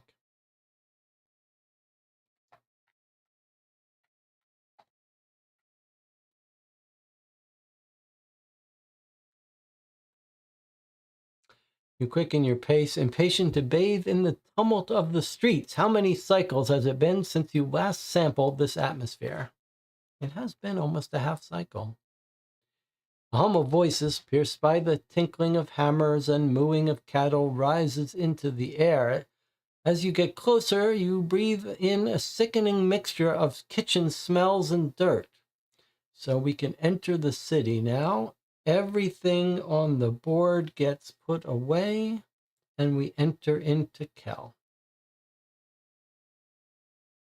All right, well, we're going to go into Kel. So we'll take a break. In the meantime, I'll do some work, clean up the board, and when we come back, we'll go right into the city. I'll see you in 8 minutes.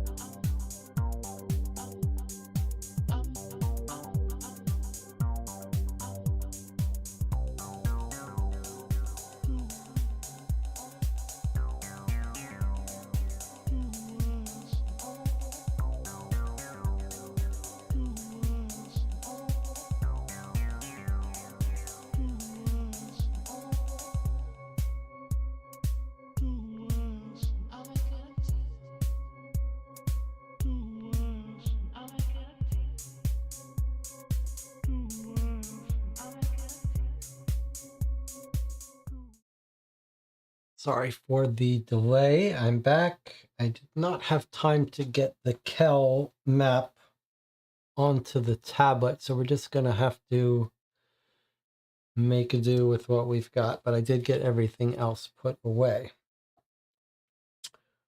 All right, so we're entering the city. I put everything back away, and now the Kel map comes out. We'll have to go by our memory of Kel. 252. You stand at the entrance to Kel, where several onlookers are going about their business. A foul smell assails you, though you have no idea if it's coming from a cattle pen to the east or from the gutter that divides the main thoroughfare into. I guess this guard is meant to go back.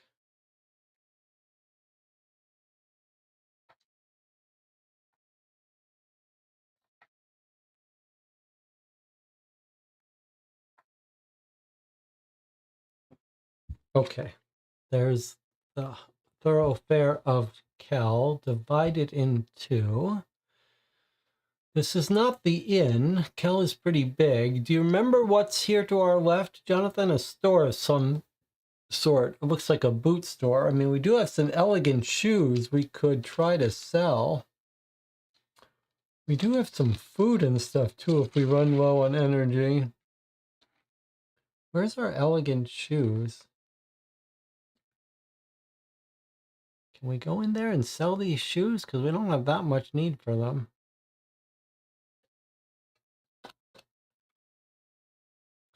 Tavern to the south, you think, huh? I think you're right. I think 253 is how you leave, but I'm not 100% sure. There's an animal pen. We do have grains. We could get an animal, but Jonathan and I agreed we're going to focus on our mission first. Okay, we're going to focus on our mission first. So let me bring out the places, and then we'll go to our tavern first, and then if we want to mess around afterwards and look around, we can do that after we know what we're up against.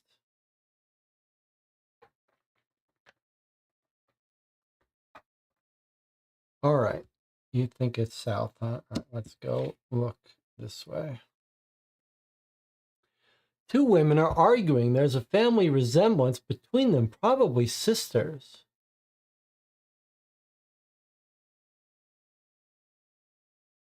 I mean, how can we not get involved in this family spat, Jonathan? I know we said we were going to go focus on our tavern, but I gotta have this discussion to see what these people are arguing about. I can't very well just walk away. I'm sure you understand.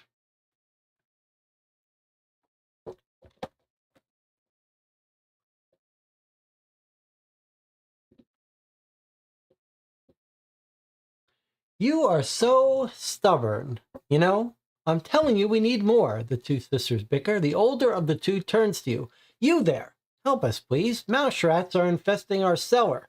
Since the burrowers left us in peace, the vermin have multiplied faster than ever. I've ordered 14 dark squash seeds, which can each kill 6 of the rodents. A link is supposed to deliver them the day after tomorrow in the middle of the afternoon. Every evening, each pair of mouse rats gives birth to 3 mouse rat pups, which can reproduce the day after the next. There were 7 mouse rats this morning before yesterday, so I think I ordered enough seeds, but my sister claims otherwise. How many seeds do you think it will take to get rid of all the mouse rats? All right, a little puzzle. It would be more enjoyable if we didn't solve this puzzle on our previous playthrough, which we obviously did. We definitely did. But I don't remember. Okay, so dark squash can kill 6, each kill 6. Okay, they're the day after tomorrow in the middle of the afternoon. Every evening a pair gives birth. They think I ordered. There were 7 mouse rats the morning before yesterday. Yikes. Okay, so we have today, we have yesterday, and then we have the day before. Can we just walk away? Do you want me to just walk away and not do this, Jonathan? I don't know what we're going to get from this. Otherwise, I'll just work it out. Okay, so she says there were 7 mouse rats the morning before yesterday. So there were 7 the morning before yesterday, which is the same as the day before yesterday. John says, I don't mind if you walk away if you don't feel like doing it. I don't mind doing it. I just don't want to slow us down too much. Okay, and then the seeds are coming. And if we get it wrong, nothing terrible is going to happen. All right, when are the seeds? He's supposed to deliver them the day after tomorrow. Okay, this is when the seeds come. So at this time is what we have to know how many there'll be. Every evening, they give birth. Okay, so they give birth on the evenings. So they give birth here, here, here, and here. All right. In the middle afternoon, each evening, each pair gives birth to 3. So there's 3 pairs. So we'll have plus 9 here. Each pair gives 3. 3 pairs gives 9, yes. Which can reproduce every evening, each pair, which can reproduce the day after the next. So these can't reproduce on this day, but only here. Kind of weird if that's right. So on the next day, there's 7. There's 16, but only 7 of them can reproduce again. So here we have plus 9 again. I wonder if we got this wrong the last time, because I don't remember it being this complicated. So now here we have 16. That makes 8 pair. So that's 24 extra go here. And here we've got 25 because of this plus 9. That's 12 times 3 is 36.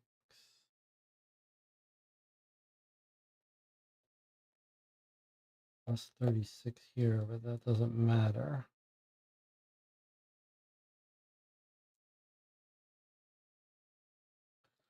So the way I calculate it, there's 25 plus, I calculated that there are 49 mouse rats on the day after when the seeds arrive.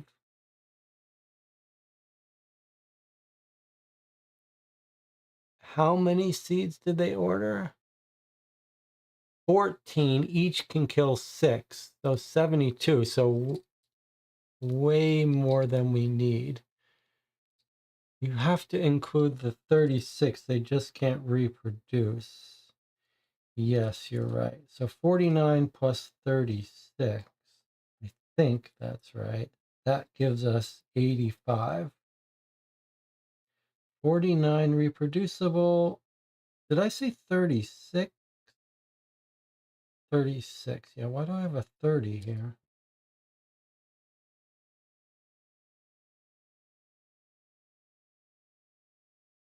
$36. Okay, so 36, 70, 85 I get. I think it's 36. It's 12 pairs times 3 is 36. Each pair gets 3. Yeah, 36. I don't know why I wrote 30 here. So 85 total. And they've got 14 dark squash, which can each kill 6. So 14 times 6, 60 is 84. So I believe they're off by 1. I believe they're off by 1. So what do we have to answer? How many seeds do you think it will take to get rid of all the mouse rats? Okay, so you're going to need 1 more seed than what you ordered. So 15 seeds to kill, to get up to 85. Okay, so 15 is my answer. We're not going to double check it or worry about it. The logic is sound. If it's wrong, then it's wrong. 15 seeds. We're looking up to 10.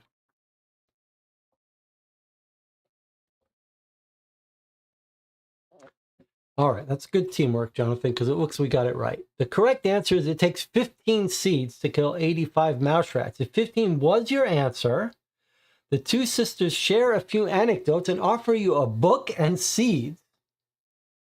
Increase our book knowledge by 1, our provisions by 2. We get a book and we get a 150. Well, if I knew the reward was going to be this good, I would have double checked. So production times 2, book times 1, plus 1, and we get a book, and we get a 150. I don't remember. A 150 is the focus that you wanted before. Grab a card from our discard, and then let's see what book we got. You leaf through the book you just found. A mysterious sketch. Ah, we've been here before.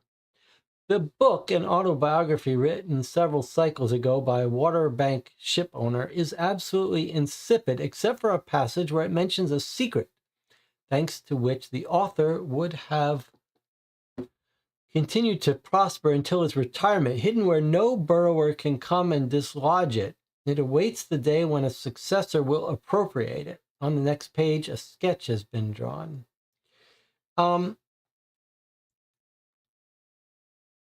So yeah, we've done this before. We know where this is. Do you want to get a different book, Jonathan? I don't know if we want to do this again. I'm willing to grab another book if we want something different. Just tell these 2 sisters, look, I love that you're so generous with your books, but I see you have a couple more, and I happen to already own this book. So would you mind terribly if we got a different book? And they say, sure. We're feeling generous. Here's a different book. This old grimoire contains a spell that tricks others into seeing your silhouette a few inches away from where it really is. We had this book too, but maybe we'll keep this one. This was pretty useful. So you conduct a spell. You need to get 3, but you can turn arcane to +1s. You take a 53 card, which you may immediately give to a character on your terrain card. If it's not available, the spell does not work. And the 53 is some invisibility. All right, do you want to ask them for a different book, Jonathan, or keep this book? It's kind of a difficult book to make work. Maybe we ask for a different book too. 3rd time the charm. Okay, look, ladies, you are being so generous. I really appreciate it. But I read a lot of books, and actually, I've read that book too. Here we go. She gave us a different one. She says, all right, you guys have read all the normal books in this area. So I'll tell you what I'm going to do. I'm going to give you a double-sided book. I'm going to give you one of our deluxe books. Surely, you don't have this book. And even if you do, you can't have it back. All right. What does it say? Big treatments, little cures.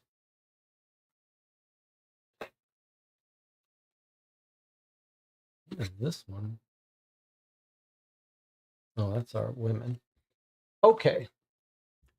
Applying a bandage, bring the edges of the wound together after cleaning with vinegar. Then compress. You can't really see me, can you? Then compress it with clean bandages. Be careful not to compress the wound too tightly, as this can cause swelling, inflammation, or even gangrene. Poorly irrigated tissue will result in necrosis within a few days. Remember to change the bandages if they are stained with blood or pus or are simply dirty. Now, as for amputation of a limb, if the limb cannot be saved because the bone is too decayed or the flesh is torn away, apply a tourniquet over the wound. If the tissue shows signs of necrosis, cut it away to avoid rotting. Once the limb has been removed, tie off the vessels and bandage. See chapter on applying a bandage. Some people will use cauterization, which I refuse to do. That's the burning. Besides the violence of the treatment from which the patient may die, gangrene tends to get under the scab, which may peel off, thus causing a hemorrhage. That's all the flavor text, but what have we got here? Immediately after this is revealed, write down causes and cures on side quests.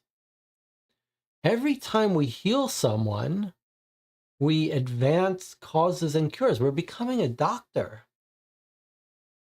And after we finish healing 5 people, we get a Hope Reborn and a 496, whatever that is. Well, our side quests are starting to add up here. And this side quest is quite literally becoming a doctor. Causes and cures.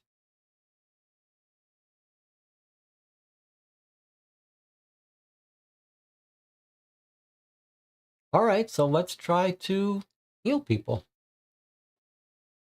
Give this to our healer to make them better. Yeah, give this book to our healer woman. But she's not going to, we're going to keep possession of it because looks like she's going to make a run for it at some point. All right, well, that was a little fun diversion. Back to business, though. 265. We do have someone we're looking for in this town. Most of the houses in the neighborhood are made of wood and raised on solid stone foundations. The clinking of a hammer on an anvil drowns out the conversation in the street. All right, well, we've got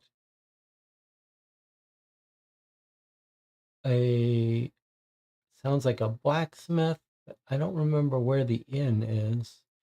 Maybe the inn is on the left. No, we can't go there. Can you look up what word we're looking for with regard to our personal quest? Yeah, sure. We're looking for people that know about us.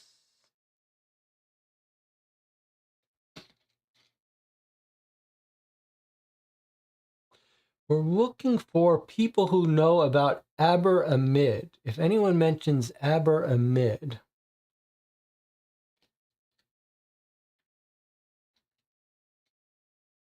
Aber Amid.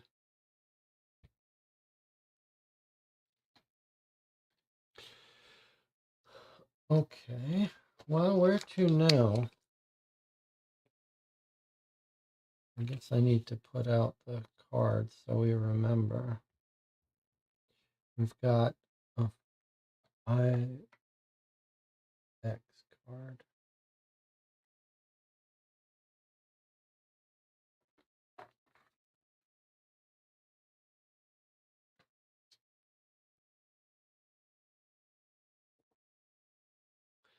I can't remember if one of these is the tavern. Maybe this is. Should we go here, Jonathan? Guess we got to walk here first. Flag. Adding a card.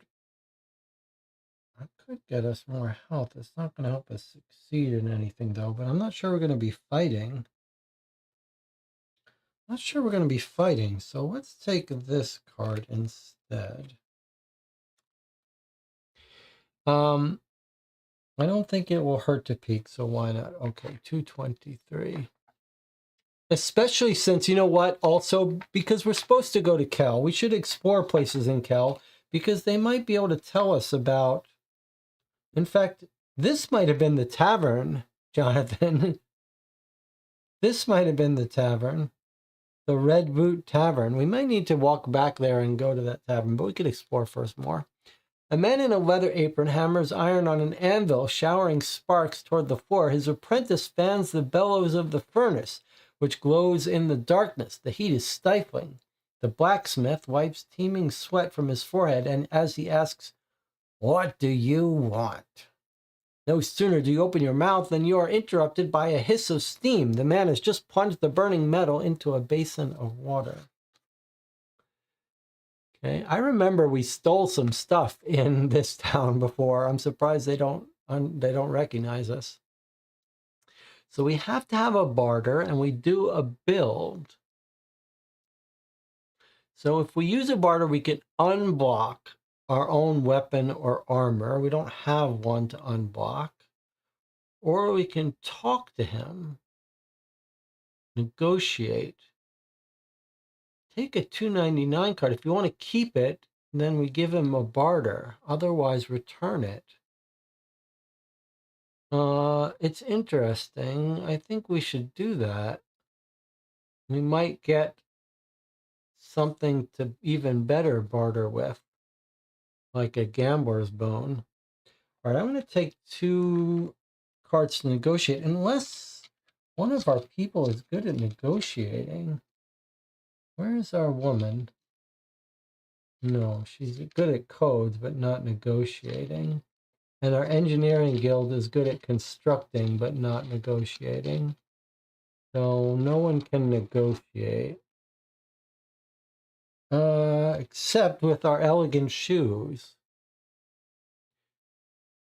With our elegant shoes, we can draw 2 less cards and turn those into successes. We don't need any successes. Perfect. That's it then. We can do this for free. We don't need any successes, and this takes 2 off our draw. So we don't have to draw any to get our 299. All right, let's see what we got from him. A slingshot. Has no weight, and it can turn dexterity into stars. And it's a projectile. I mean, we'll take it. Oh, we have to pay for it if we want to take it.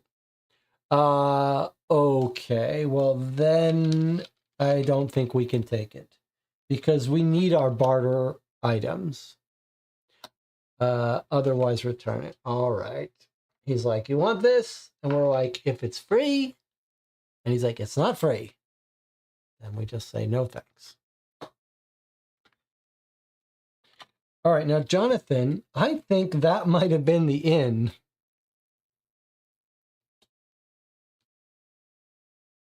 I don't think we can give up the barter item, Jonathan, because we don't know if we need them yet. We do have a mirror, actually. That's a very little value. But what if this woman wants like 3 barter items? I don't think we can do it. We can't afford to give up any barter items until we know what the woman wants. And that's what your point was, why we have to go right to our place. I think this might be the inn. So I think before we move on, we're going to have to come back here and do it, unless you're sure it's not. I wish I had the map on my tablet. You don't think so, huh, Jonathan? All right, Jonathan. I'm going to keep going, though, but I think that's the inn. I'm just getting on the record. All right, let's keep going. Let's keep going.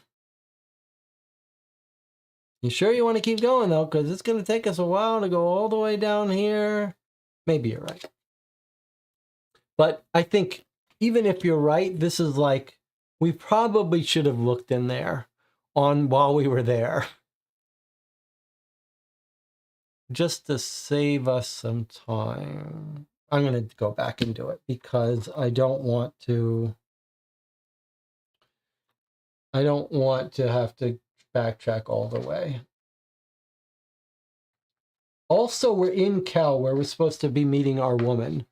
So I think it would behoove us to do these things first.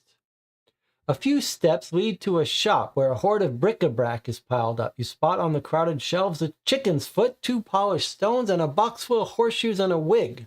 All right, you're right. It's not the inn. Welcome to the best shop in Kel. I'm sure I have exactly what you need. Will you haggle or try to steal something? I guess that's not him asking. That's our conscience. Okay, so we can negotiate for free. That's what our elegant shoes let us do. They were built for Kel. They were built for the big city. We could do that for free. We could read a 209 for free. Or we could just try to steal a 149, which is possibly a barterable item, including a gambler's boon. But this might let us buy a gambler's boon if we read his dialogue. All right, let me see, though. If we wanted to steal it, we know we can get a success, right? It's a hand item. We can surely make that happen a success. It's not like a mystery what will happen to us. We can... Well, we don't have... I'm not sure we do have hand items. Where's that dog? He's not good at this? No, the dog isn't good. We'd have to make a success, but we have enough cards to make it a success, right?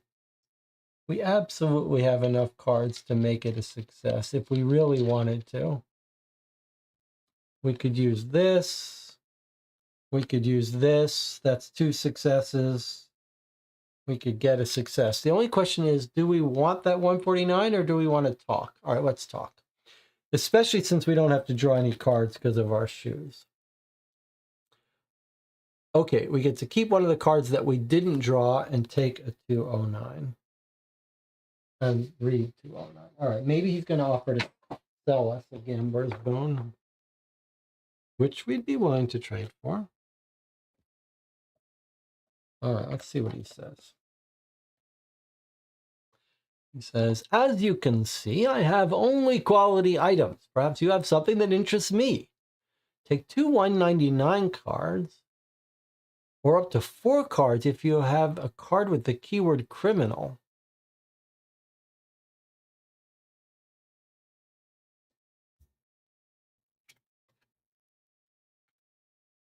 All right, well, 199 cards, okay. The involved characters may return a total of 2 cards with barter to keep one of these cards and must return the others. Or give him trinkets, fabrics, or secondaries to get a 149, or return a shard of Carolyn to take 3 149s. All right, well, we don't have any shard of Carolyn, but we should remember that he wants it, that someone wants shard of Carolyn there. Just going to make a note in case we ever get that. All right, think about what you want to do here, Jonathan.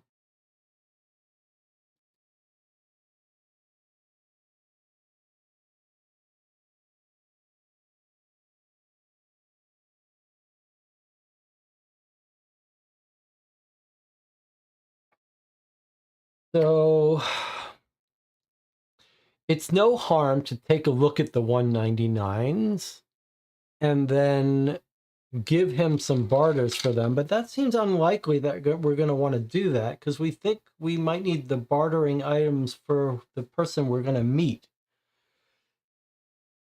But we could try it. Or we can get 149s, which seem a little worse. And we could give him fabric or trinkets. I'm not sure. I mean, our mirror is a barter item. We have spool of thread, but we don't want to give up that. I don't think we have trinkets to give him. I think the best we have is, well, we have rope. I'd rather not give up our rope, but maybe... No, I'm not going to give up a rope blind. All right, let's take a look at the 199s. All right, we're taking two 199s, and we have to give 2 barters for one of these. So leather armor, we don't want that, and it's got weight. Or a poultice, I don't remember ever seeing this. Paste to apply to the skin to relieve pain. It's a trinket and it's a cure. I mean, it's good for our doctor's mission, but to get this, to get that one poultice, we'd have to give him 2 barter cards. I just don't see us doing that because we don't have that many. We've got a mirror, we've got a spool of thread. We need them for our thing. So I think we just got to say no thank you. No thank you. I appreciate it, but no thank you. Jonathan was right, though. This is not the bar. So now I got to spend another card to come here. And now we're going here, I assume. John says, don't think it's worth it. I agree.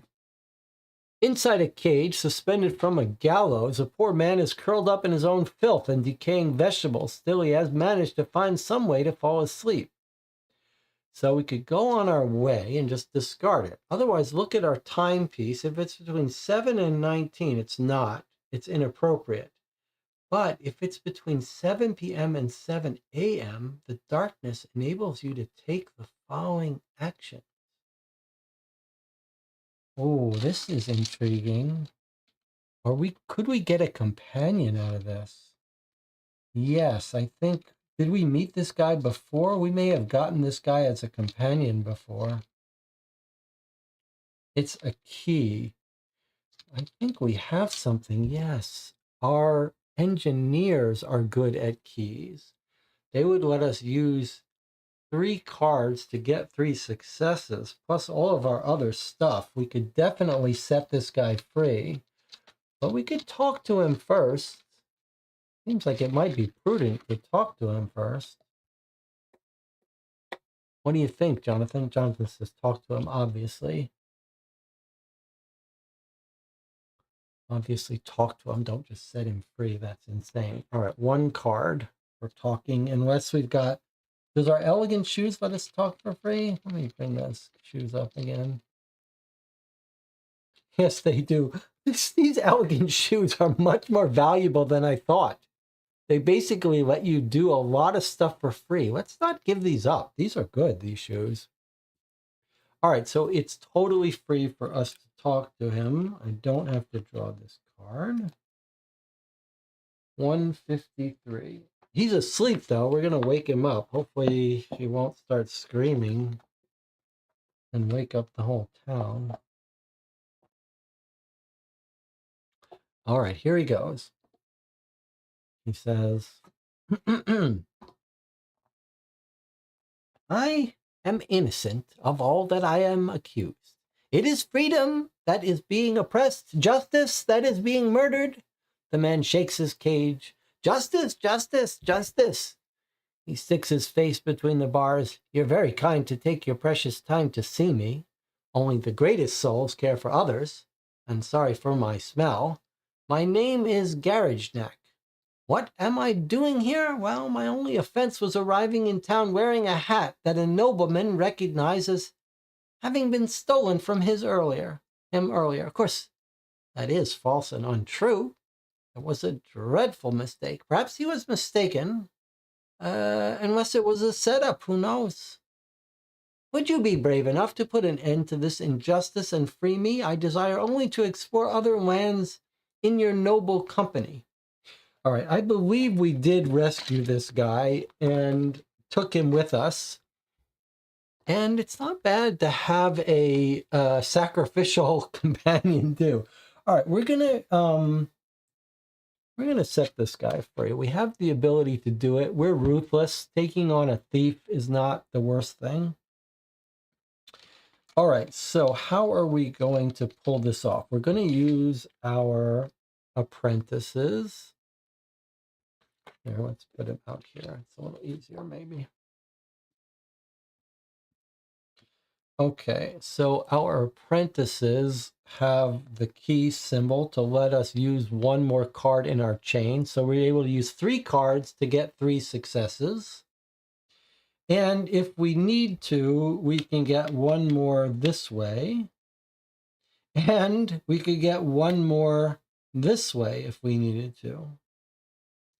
So let's draw 3 cards to play it safe, and surely we will succeed in this. Half a star, 1 star, 2. Okay, so we've got 2 stars. We can use all. No, we can't. Ooh, did I mess this up? I sort of messed this up. We're still going to be able to pull this off, but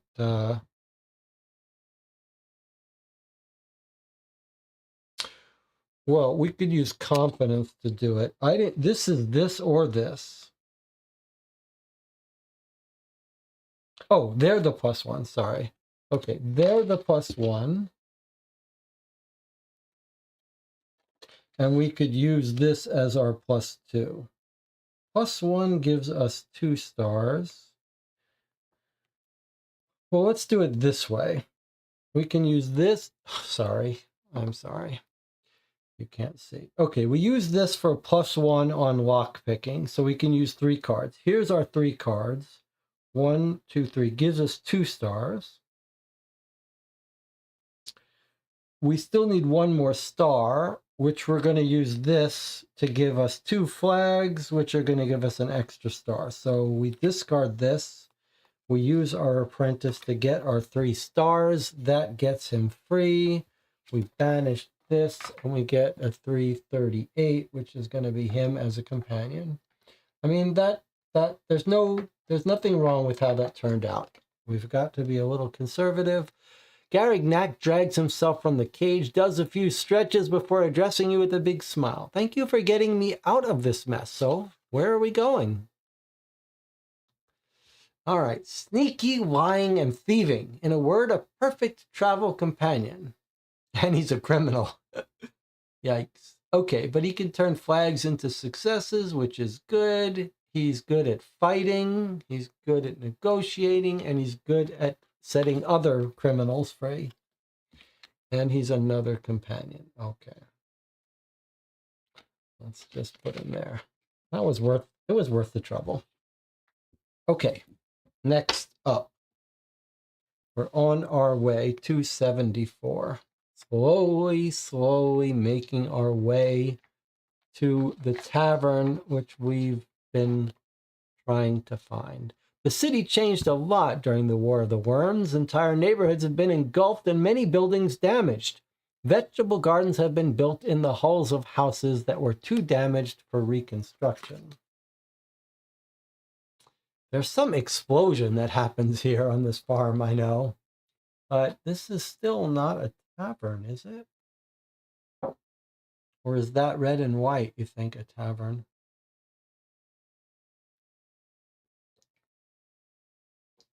I remember there was an explosion on this farm. So where did we go here? There. Boy, that coffee's good. That is Papua New Guinea coffee from Mad Goat. Jonathan, do you drink coffee? I can't remember. I know that most of the time when I ask you, you're drinking a tea. I'm sort of a latecomer to the coffee game. Only as a middle-aged adult did I start drinking coffee, but I've embraced it wholeheartedly. Tea is healthier for sure. All right, well, we already looked there. That was the blacksmith. So we're going to walk over here. That's 1 card. We might as well keep it. So, and then we might as well put the other cards out so we don't forget them. All right, so if we're all about business, maybe we should just head down here. The only other thing to look at is the garden, which I'm sure is about to blow up. So let's go south and look at this. A gang of thugs blocks your way. Their leader addresses you. You're not from here. You're not a local. You have to pay to get through. If a 439 card is available, discard this. What's that all about? 439 card. There's no 439 card. That's weird. All right, so we're not going to discard it. We're going to fight or give them a barter card. I think they're going to have to be killed here because I don't want to give up any barter items. And I wouldn't mind that influence. Well, okay, time for these people to get killed. Let's see. It might be time for our war pick. In fact, I think it's time for our war pick here. And we might as well use these unleashed that build up. So my suggestion is that we're going to use the war pick with these 3 fists. That would get us 3 stars. Then we only need 2 more. First, let me refresh our health. Let's see.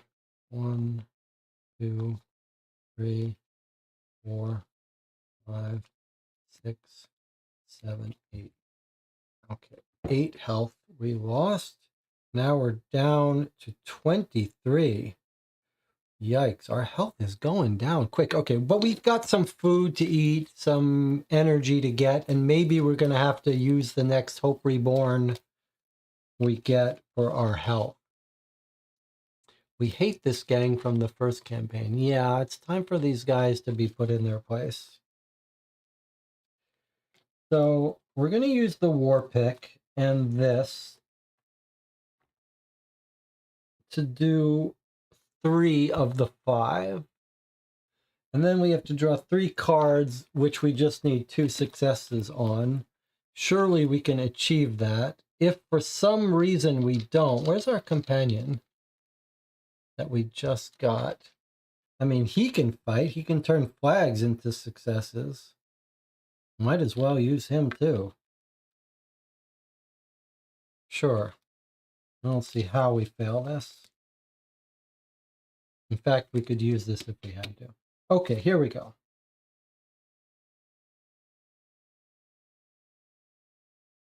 So 3 stars of our own. We need 5, huh? Well, we've already chosen to use this, right?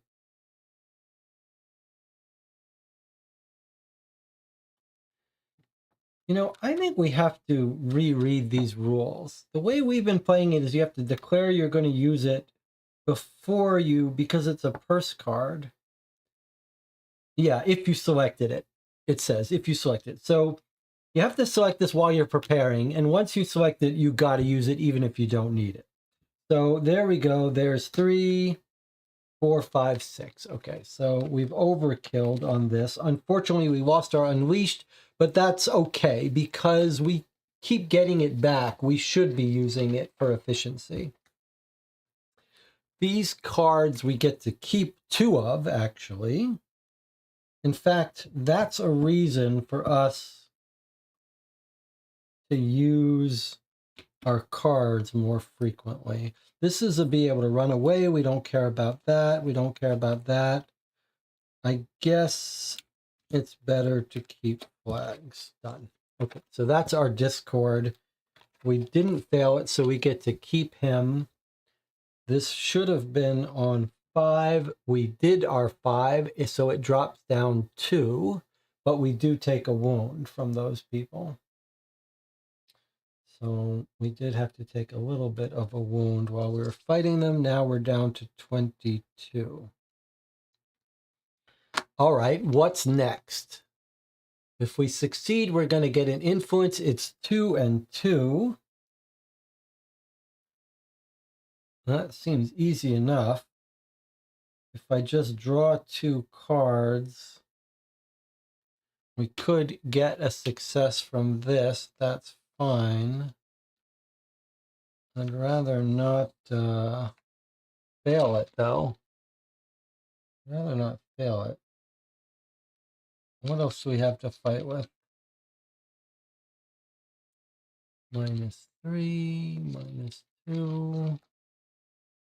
I don't have anything else really good for fighting that wouldn't get used up.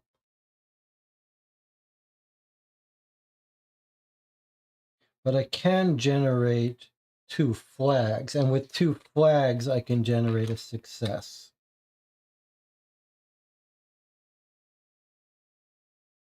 And actually, I could use the war pick to generate 3 successes if we needed to from this.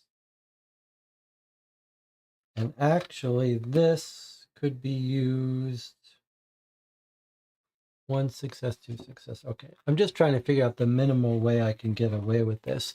I'm going to draw 3 cards. Hopefully, we won't need to use anything.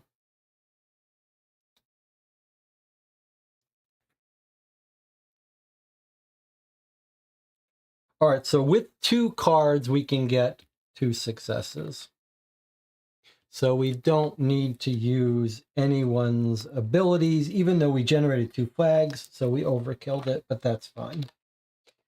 That's a success. That kills that. We take another wound. We're down to 21. Not great. But we did go up in influence. And in fact, that puts us to 10 influence, which is pretty good. That's a meaningful upgrade.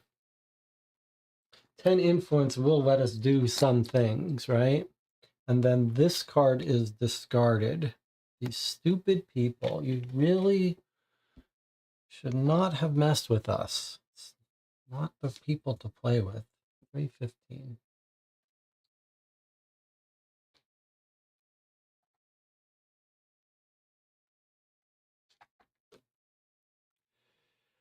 Living, lively conversations come from a half-timbered building where a tavern sign is hanging. Well, Jonathan was right. Tavern was in the south, and now we found it. Well, it's been a long trek, 3.5 hours to find this tavern. All right, we're going to walk down there, draw a card. We might as well keep it. Ready for anything. We could get up to 3 cards from our discard or our action deck. Well, let's wait till we see what we need. Maybe we can use them to do the tavern. All right, well, there's the tavern right there. Are you ready, Jonathan? Let me bring out the other exploration card so we remember. All right, so there's a building we can look into here. There's something to go here, but let's focus on our job. 1 card, 0 success, 283. Here we go. I wonder if this is the tavern we robbed at some point. Remember, Jonathan?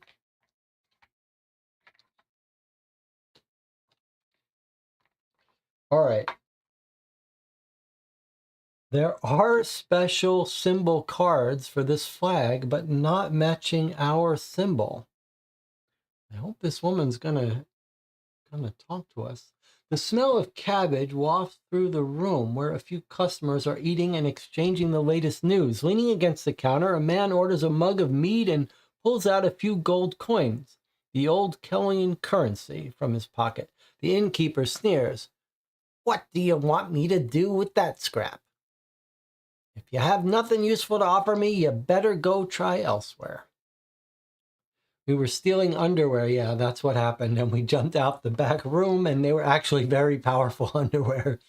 All right, here we go. "You made the right choice coming here. There's no better place in the whole city for food, drink, or a bed," boasts Bertha, the innkeeper. You're about to ask her a question, but she's already gone back to scolding the little man cleaning the tables. Now, we could mill around listening for interesting information. If you're playing the labyrinth scenario, read 180. Well, that's us. We have found our mission. And we're going to listen in. We can't use any benefit of that. Listening in, it's already free, but I keep thinking someone could let us draw cards on that. Like, look, this could be used to help us listen. Oh no, only if the plants are there. All right, here we go. 180. We're on our scenario. Is there any chance there's a well in Cal? We do need to find the burial of the knight. Yeah, but he's buried somewhere outside, I think.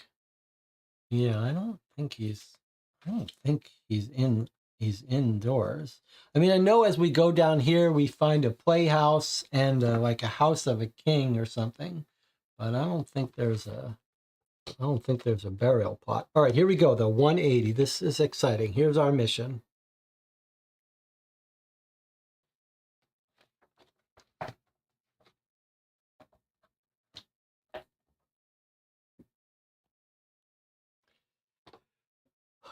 You spot a group of people playing cards. You approach them and ask if they know a certain Rusilla. A woman with a sharp look on her face puts her cards on the table. Lost again. I'm Rusilla. What can I do for you? I need to go to the labyrinth. I was told you could take me there. The labyrinth? I think I know where that is. You have a better chance of surviving an encounter with a blue giant than walking a mile in that gloomy swamp, comments another player sitting at the table. A guy from my neighborhood went there and was never heard from again. 5 of his family members went looking for him. They were never heard from again either. As far as I'm concerned, Rusilla continues, as long as you have something to barter for the crossing, I'm in. If not, well, let's play a game. If you win, I'll take you with me. If you lose, I'll keep your stake and you'll help me repair my boat. It really needs it. All right, so if we can trade for her, all the better. Otherwise, we're going to be spending a lot of energy helping her build her boat, although we do have the engineers. So presumably we could do it reasonably efficiently. Okay. Now look at this interesting thing. If you want to visit Kel and postpone your departure, just put this back and we can come read this whenever we want. But if you're ready to leave the city and have something to trade, we need to give her 3 cards with barter. Or we could play cards. Even if we want to play cards, we still have to give her a barter or a trinket. I don't know that we have 3 barters. 3 barters? This is why we didn't trade any away. Okay, let's see what we got. We have a trinket, a fabric. We have a sack of grain. That's 1 barter. We'd rather not give that up, but we could. We have our powerful mirror. I'd rather not give that up either. We have a regular mirror. That's 2. I'd rather not give up that grain. We have a spool of thread. I don't want to give that up. We need that for our mission. We have some cures. We have a fighter's potion. Yikes, that's a very valuable thing to give up.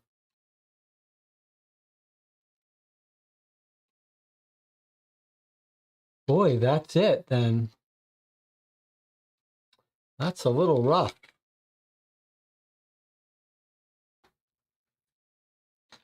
I guess we don't care about the mirror. The sack of grain is very useful for getting animals, though. Spool of thread, that's important for our mission. Are we willing to give all these up?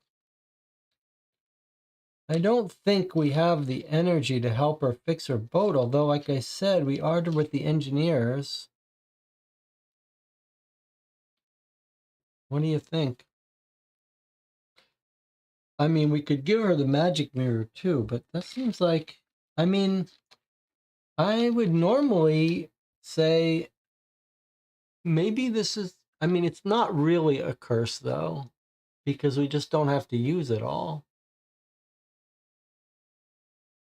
So surely it's better than a regular mirror. But is it better to keep the spool or the grain? And we don't even know what the card game is. It's true. So if we want to play the game with her, we could just give up one mirror, one stupid mirror, and play the game with her. Game of luck. It probably will be drawing 13 cards. In which case, we can beat that fairly cheaply. What do you think, Jonathan? Do we do this and try to play the game with her and use our glimmers to beat Lady Luck? Or do we give her some of our valuable stuff?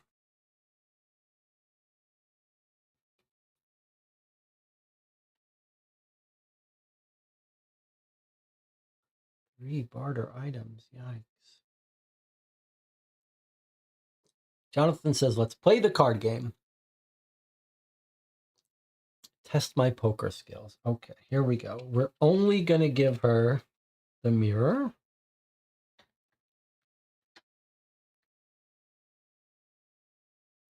Okay, so we're going to win a game of cards. We're going to give her... We don't actually have to give her the barter or trinket. We just have to have at least one card with the barter or trinket. Okay, 308. So we prove that we have a mirror to barter with, and now we read 308.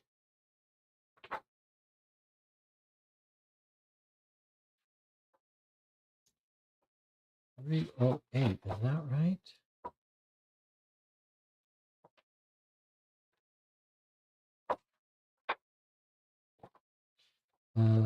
Sorry, I didn't want to jump around, but 308 is weird. It says if you have no objective cards, I just want to make sure I was reading the right thing. She was 180. Then she said to read 289, which she said if we want to play the game 308. Okay. All right. Well, 308 says if we have no objective cards, read 322. That's us. I guess it sounds like we're going to have to play multiple rounds of this. 322. Okay, here we go. This looks a little involved. Okay. Make room for our new friend, Rusilla announces to her partners, making space for you at the bench. You join a game of Grub, a popular card game you played long ago. As you notice the bad hand you've been dealt, you catch a knowing wink between Rusilla and the card dealer. Obviously, you're surrounded by cheaters, and your only chance to win is to do the same. Soon it's your turn to deal the cards. During the result step of the following action, and for each objective card you have, just asked us if we had objective cards, and we said no, though. Did I read that wrong? I'm sorry, I keep doing this. Let me just make sure.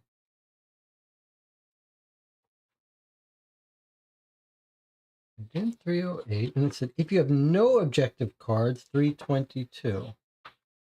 All right, I don't know why it's asking me if we have objective cards now, because it already checked it, but okay, maybe we got there some ways. Okay, so we've got this ability, and then it says, here is the action we have to take. We have to take a stealing action and get 4 successes. Without any hands, you lose out on the pot. Yikes. All right, we need four successes here with a hand card. Maybe our criminal can come in. We do have this, though, and now it's time to use our mirror that we almost gave her. That could give us 2 of those, which would give us a +1. And where's our magic? I think it's time to use our... Didn't we have a magic for this? Or am I thinking of something else?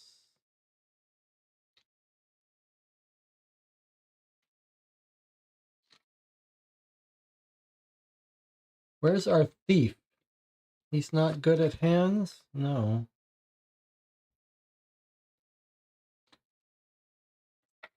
I thought we had something to give us a whole bunch of those arcane symbols. Or dexterity. We could throw out cards to get arcane. Let me go down here. I thought we had some potion. We have the fighter's potion with this, stars.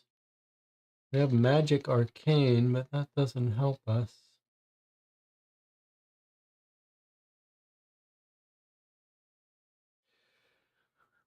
Okay. This may be a little more difficult, but it is a forced action, so we can't prepare for it better. Let's see what we can do, though. There's our thing. Okay. All right, so 1 and 4, and for every 2 arcane, for every 2 of these, we can get a +1. So here's a +1. Here's a star. So 2 stars, 2 successes. Okay, then we can pull that off. We can pull that off. And then we could use this. We can use this guy so that we can throw away 2 cards to generate a dexterity, which would let us use a 3rd card.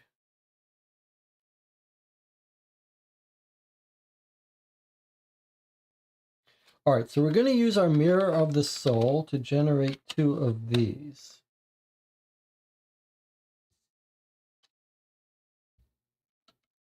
Just make sure I'm not missing any other things we can use. We're going to be able to succeed in this. Now, whether we have to do it multiple times, I think we are going to have to do this multiple times, unfortunately. We could do this, though. Bring a card into our hand in the middle of this battle.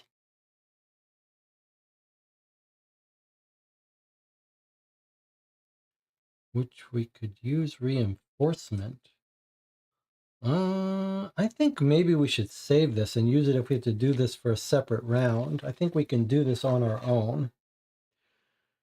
Okay, this is going to get us 2, which is +1. Now we can get 2 cards. We're going to use this to give us a success. So 2 cards we can use to get 2 stars. So how many of these do we have to draw to guarantee we can get 2 success on 2 cards? We can't afford to miss this. So I'm going to draw 5. No, 4. Surely 4 is enough. Okay, here we go. We need 2 successes. No. No. Whoa, no. Wow, that's very bad luck.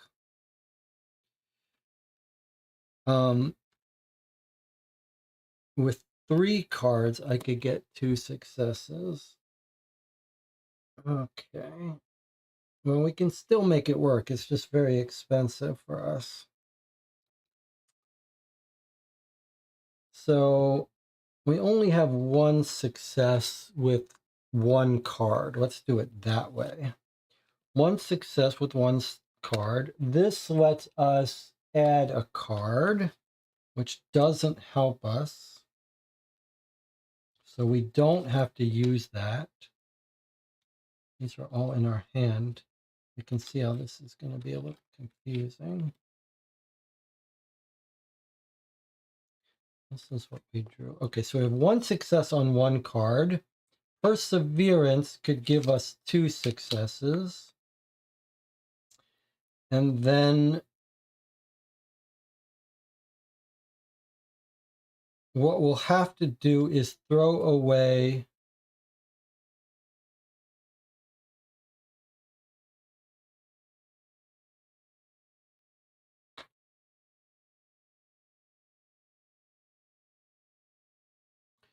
oh, it's really terrible. I still think we'll be able to pull this off, but it's not pleasant.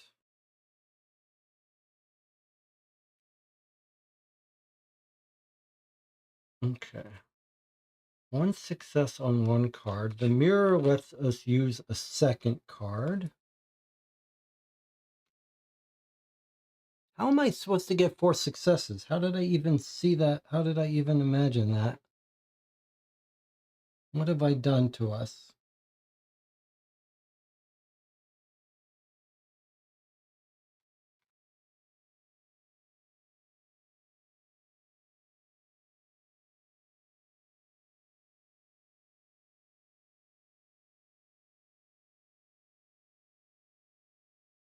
So if we can get ourselves up to 3 cards, we have 2 successes. That's 3. That's still not enough.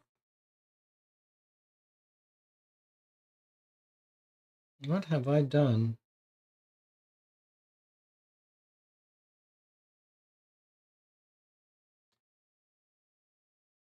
The only way to get us to 4 successes is if I can use 1, 2, 3, 4, 5 cards. It's just not possible.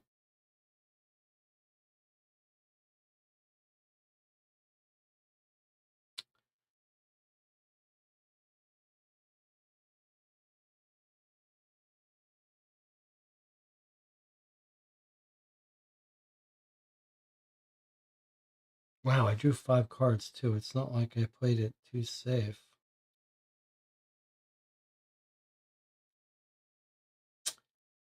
Clean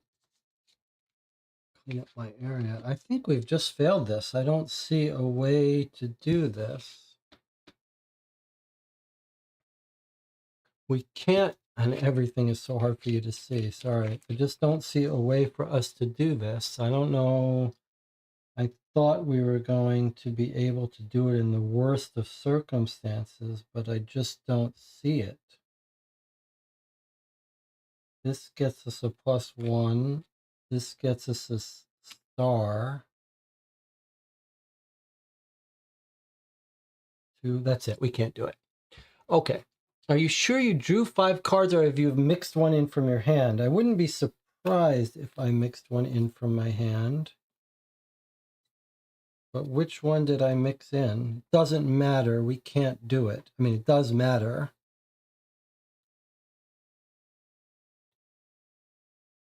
But it doesn't matter enough.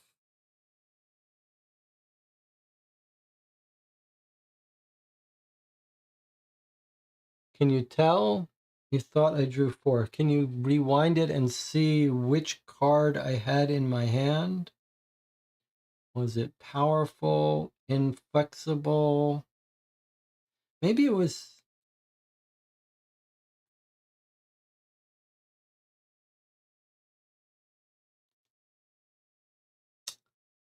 It would be nice to know, but I don't think it's going to make much of a difference.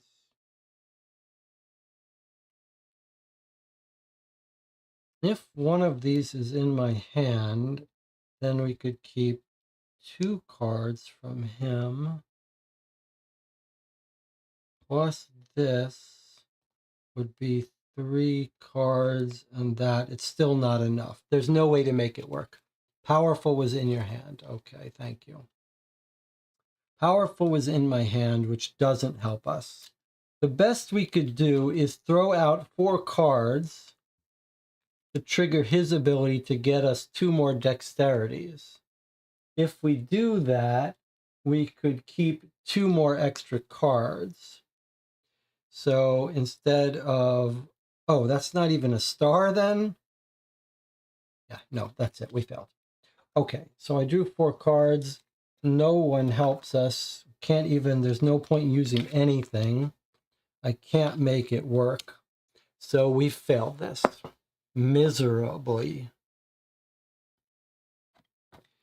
All right, so given that we failed, without any cards, you lose out on the pot. Keep 1 card, which means we could keep 2 cards. I'll keep this card.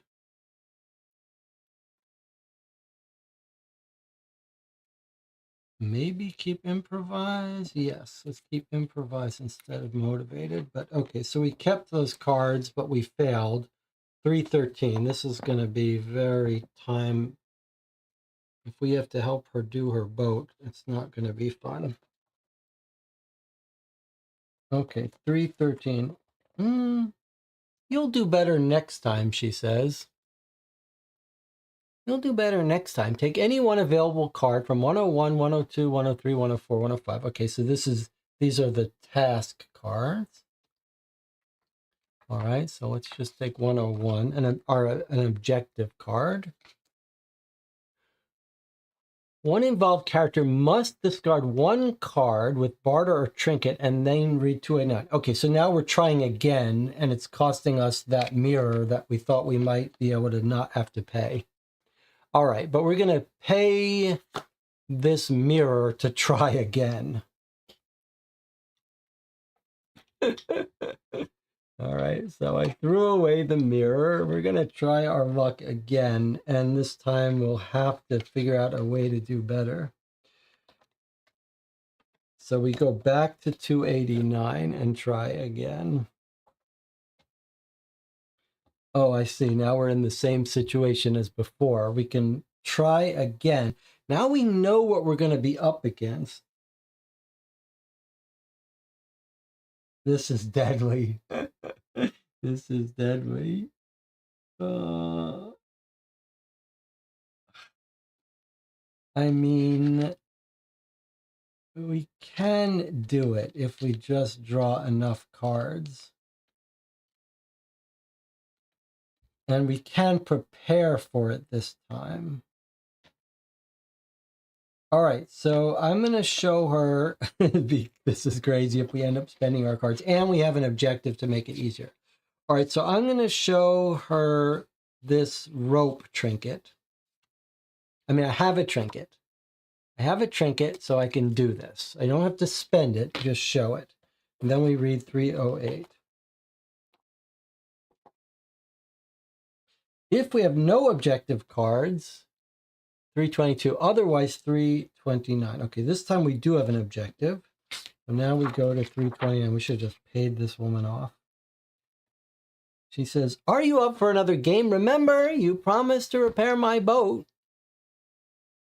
If you accept her offer. So I guess if we accept her offer to build the boat, we go to 322. Otherwise, we go to 389 and try again to win this. Should we just repair the boat? Ugh. It's going to cost us a lot to win this, but who knows what her boat's going to be about. It's just going to cost us a lot of cards. How good are the apprentices? They're actually not that good. They don't save us. Okay, we're going to try to win this. 289. We're going to try again to win this hand of cards. Okay, here we go. 289 all over again.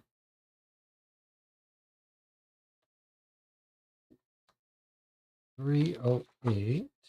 If you have no objective cards, 322. Otherwise, 329. It's not letting me do it.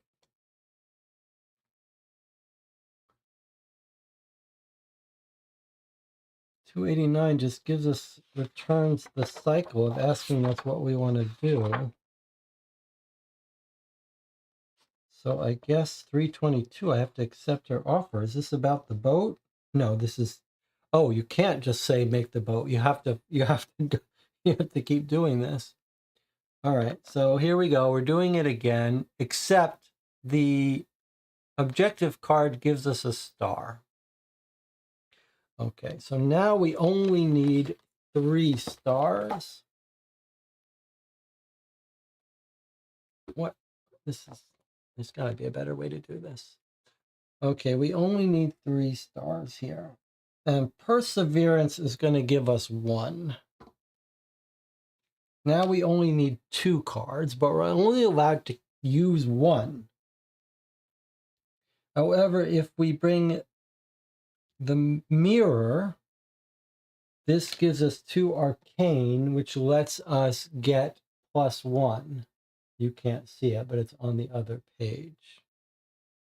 So now we can use 2 cards to get 2 successes. And if we need to, we can discard 2 more cards to get a 3rd card. So we could theoretically use 3 cards from here to get 2 successes. 2, 3, 4, 5, 6. We can't afford to mess up. So this should overkill us.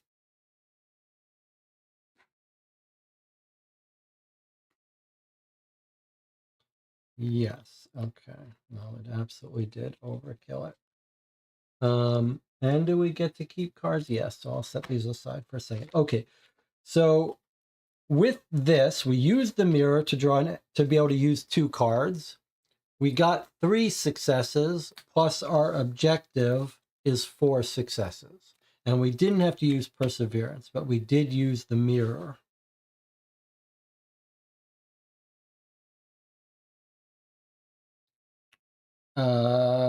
We don't have to use the mirror. We could use this instead, but we might as well use the mirror. Might as well we use the mirror.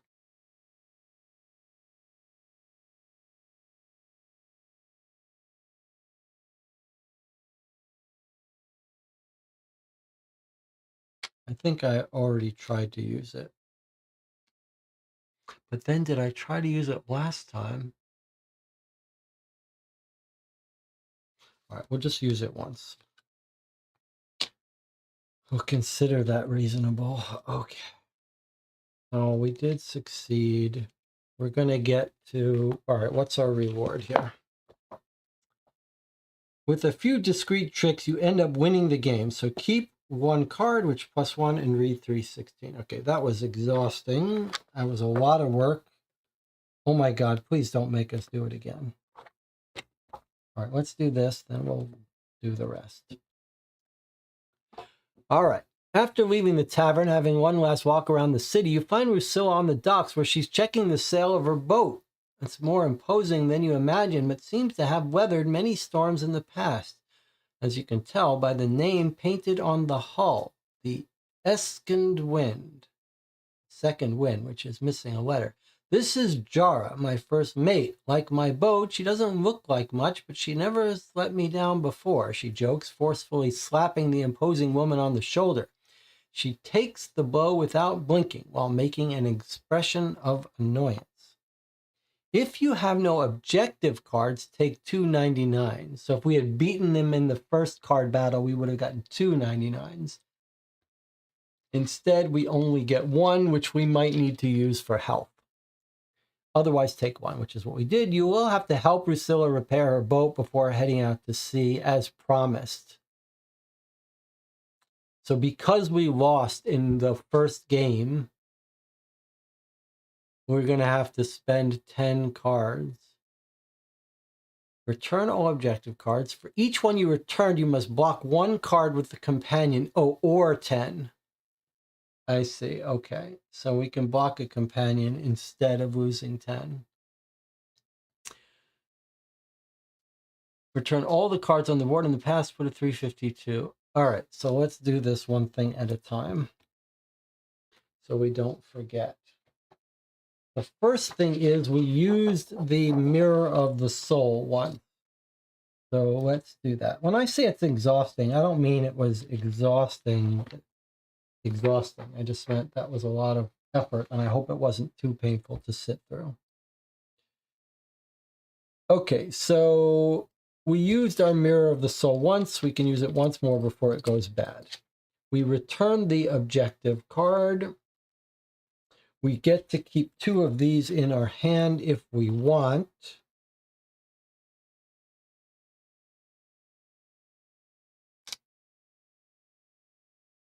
We could turn flags into successes, which is pretty good. I'm going to keep this.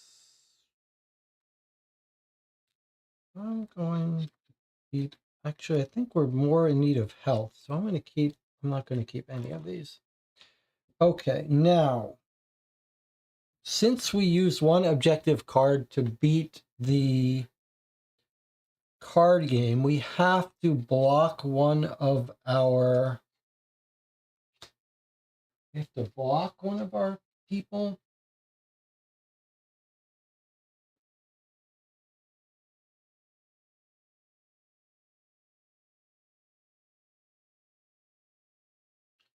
Where is that?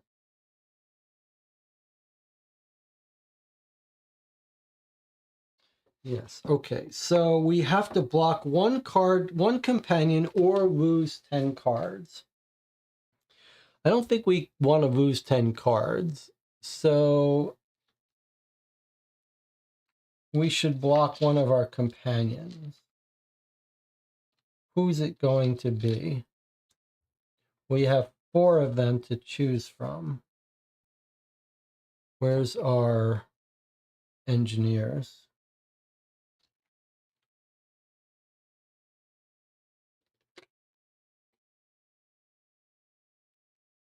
Jonathan, you got a recommendation for which?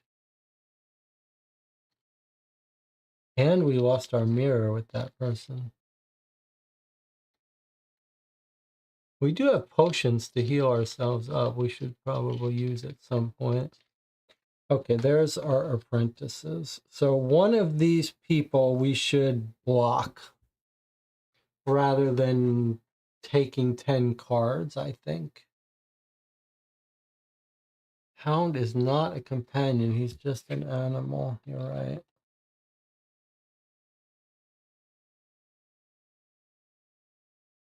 Remember where we're going. We're going into the labyrinth. So locked doors we probably need. So let's not block them. I mean, we could throw away 10 cards. It's just a lot of cards.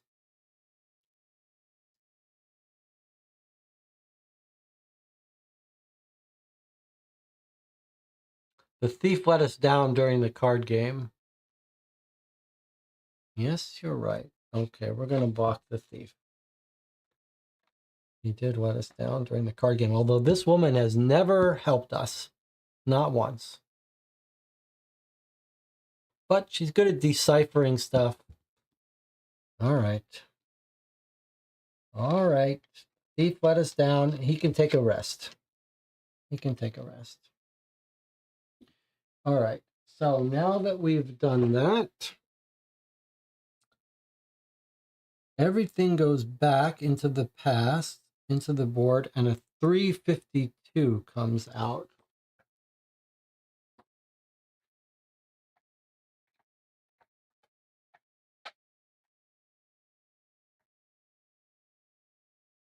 The second wind is sailing at high speed on the open sea. You've taken your place between the barrels and crates that clutter the deck. At the stern, Rusilla holds the helm, one eye on the bow as it cuts through the waves, while Jara tacks the sail.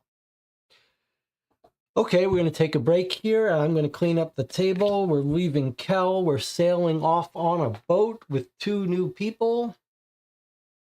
Our criminal is in the brig.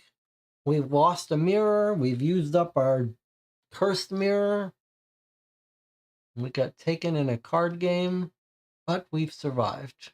We're on our way to the labyrinth, a new location, which we've probably never seen before when we come back.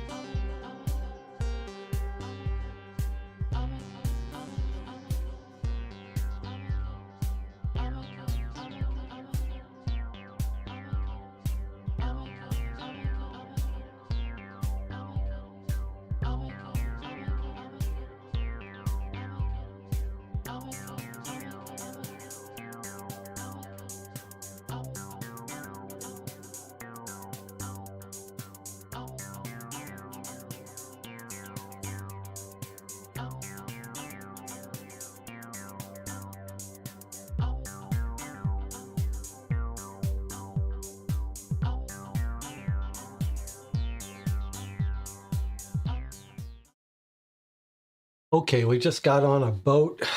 One of our people has been locked up in the brig.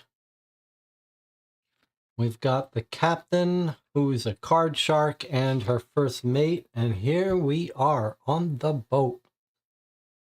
On the second wind. Keep your eye open for numbers. I see some rope. I see a harpoon gun. And looks like all we can do is look out on the bow.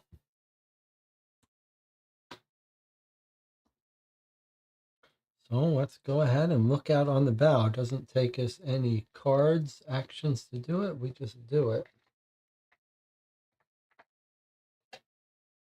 Unless you see a number. Dark clouds are gathering on the horizon, and you can feel Rusilla's nervousness growing. We should point out, this has been everyone said this was a very dangerous place to go. So it is a little nerve-wracking. It's going to get rough. Hang on to whatever you can. As if in response to her comment, a gust of wind violently shakes the sail and the boat pitches sharply.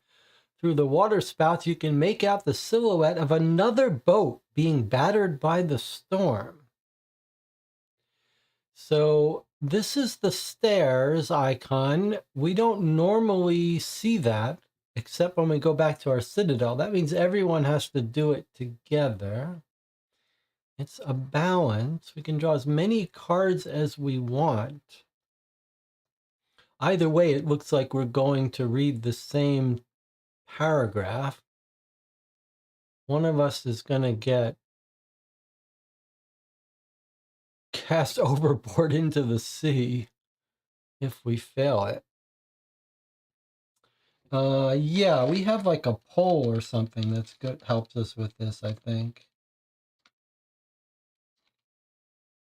We have a long stick, which has got our dexterity balance, but it just lets us draw less cards. But this is what we want. Keep an extra card and a success. All right, well, that's very useful. And then we probably, no, we have no benefit.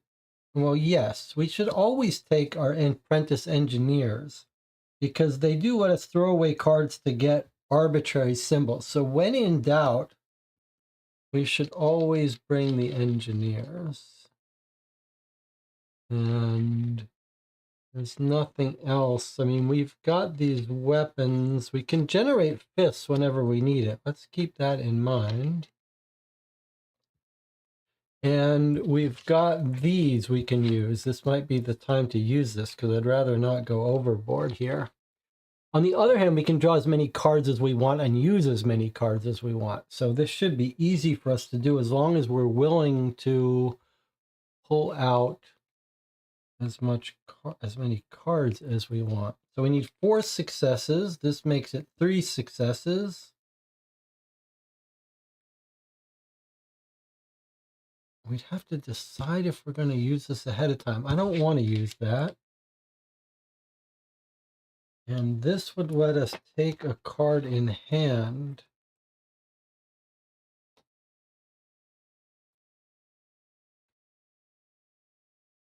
There's nothing we really need here. This is a forced action, okay. Okay, this would let us draw 2 extra cards. This gives us an extra success. So 1 success, 2 success. We just need 2 successes. We can use as many cards as we draw. I'm going to draw 1, 2, 3, 4. And if we need to,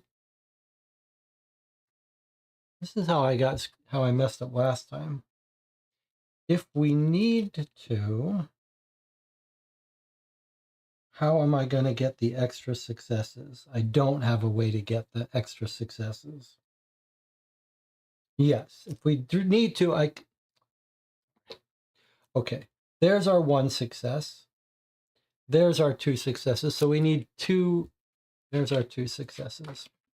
1, 2, if we need it. So we just need 2 successes in all of these cards combined. If somehow that fails, then we'll use this to draw more. Okay. Okay, so we've got a total of 3 successes on our cards. Plus 1 from this, that's 4 successes. Done. You hang on as best as you can until the... We didn't need to use this. Until the storm subsides. One random character takes a 1 card, which is here. We're exhausted. We can rest to get rid of it, as long as we have a rest action. Take a 49 card, which is a glimmer of hope. And read 276. Okay.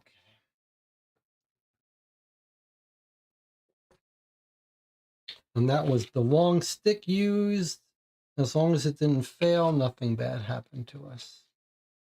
Okay. 276. We should think about whether we want to use those glimmers.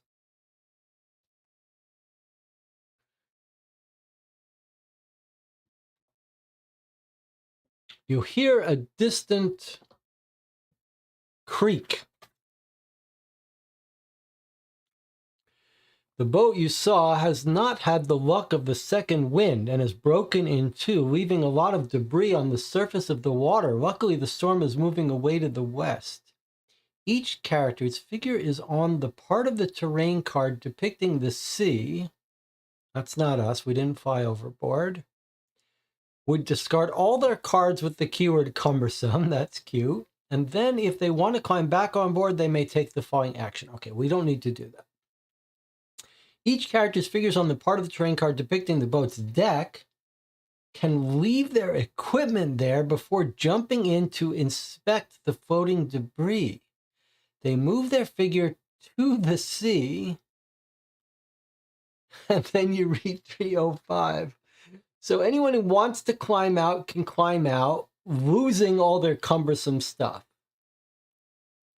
But then you can choose to jump into the ocean, leaving your stuff on the boat in order to try to find something interesting in the debris. Well, surely we're going to do that, right, Jonathan? We're going to jump in there. We're leaving all of our items on the boat, so we can't lose them, but we can't use them. Unfortunately, we are exhausted. It's a little concerning to be jumping into the water while we're exhausted. But we must do it now. We can't take the rope. May leave their equipment. I don't think...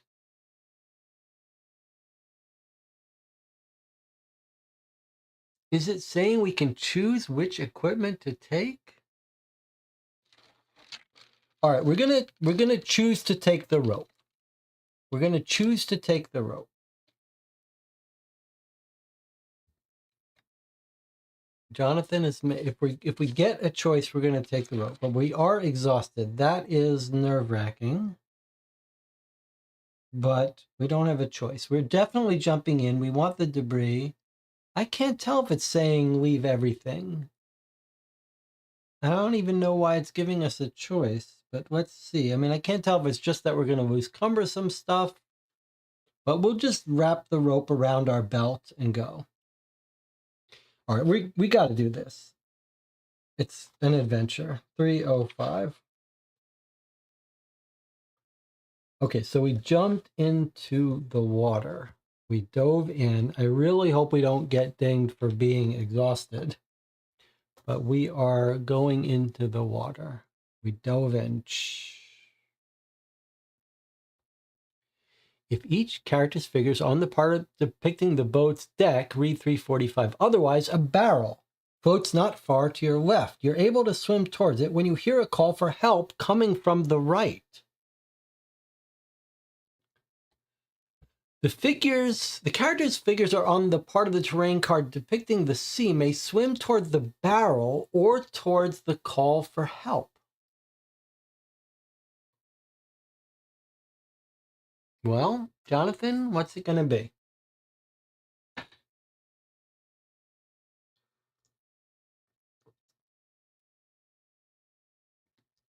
Head towards the call for help. It's not ruthless, but we like companions. Yeah, I agree with that. Okay. 337. We're gonna we always try to help a little bit until we get burned, and then we burn the place to the ground. Let's see if we can help this person. A panicked young man is struggling in the waves. He's about to drown. He was probably a member of the crew of the sunken boat. A single character whose figure is on the part of the terrain depicting the sea must take the following action. Okay, so remember we said exhausted? I knew that was going to bite us, but that's realistic. Okay, we need to get 8 successes on a ship action. We don't have anything that helps us with that, but we're not locked in. So you pull the sailor toward the second wind, take a 99 and read 345. Look at this sucks, but because look, it's the same paragraph whether you get them or not. All right. But it seems like we're not going to get him. I mean, we're not getting any benefit, but we're just going to get a hope reborn. All right, well, we're this far in. I guess we want to succeed. I don't like that we're reading the same paragraph on a success or fail. That doesn't sound like we can actually... He's unconscious, seems out of danger. That's weird. All right. I'm curious how that's going to work out. It sounds like the same thing happens no matter what we do, but let's try to succeed. Okay, we can draw as many cards as we want. We need 8 successes. Well, I think it's probably time to use our stuff.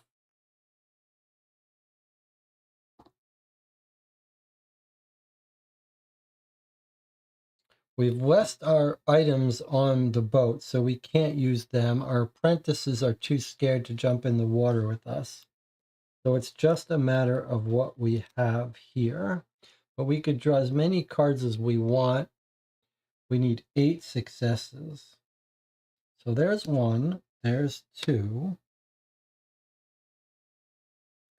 These are irrelevant.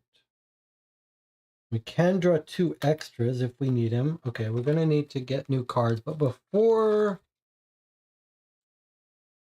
Discard pyro action deck. Okay, so let's get our health back first. 3, 4, 5, 6, 7.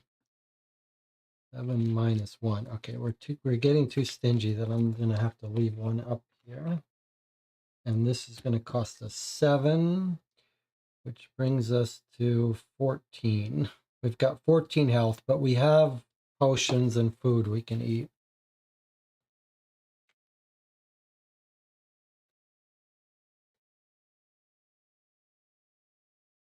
All right, now, if we use our focus, we're allowed to go get a card that we might need. What would that card be? Turn 2 flags into 2 successes. That's pretty good.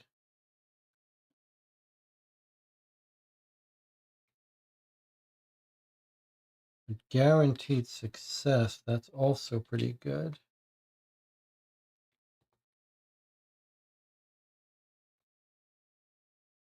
I mean, in one sense, you could say, why should we use our special abilities?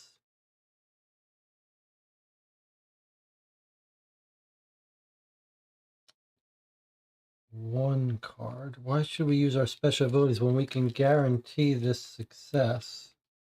But I think that determination is the card to get. All right, so I'm using focused as part of this action. That's gotten used to bring determine into hand. I'm going to swap it out with powerful, which we don't need. Okay, so now we've got, and we're going to use confidence. Now we've got 1, 2, 3. So we need 5 of our own.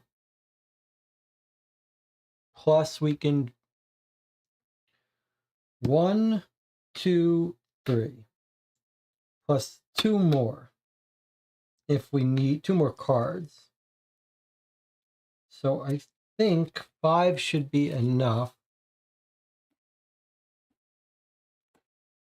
for 5 stars. No, 6, and then we could get 2 more if we need it. But we'd like to not use all of these if we don't have to. All right, let's draw 6. I don't want. I'm nervous, so I'm going to draw 7. I don't want to do this again. What is the card in the top corner of the screen with the 2 successes on the? Is it on the hound? No, it's on this thing. But it's only useful when you're on a terrain with these. I should put that off the board. Okay, here we go. So we're looking for 8 successes total.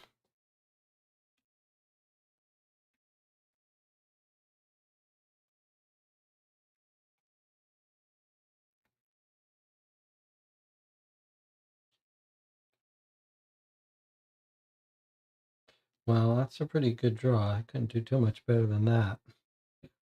Let's see. 1, 2, 3, 4, 5, 6, 7, 8. So we didn't have to use any of these. We got our 8. These all get discarded. Do we get to keep any of these? We used up confidence and focused. So these get put back. 150 and 152. I really hope that this wasn't, well, we did it for an upgrade if nothing else. All right, so we succeeded. We got our 8 because we were exhausted. We get a 99 for that, a Hope Reborn. So that is a nice reward. And we get back on the boat's deck. Oh, I see. Look at the difference here. This one, you don't get back on the boat's deck. All right, so we get ourselves back on the boat's deck with the body. We lifted it out of danger. 345. Let's see if that was going to be worth it. Ah, barely recovering from your emotions. Come on. Barely recovering from your emotions, you make out a body among the debris, clinging to what appears to be a wooden coffin that glistens strangely, as if encrusted with precious stones.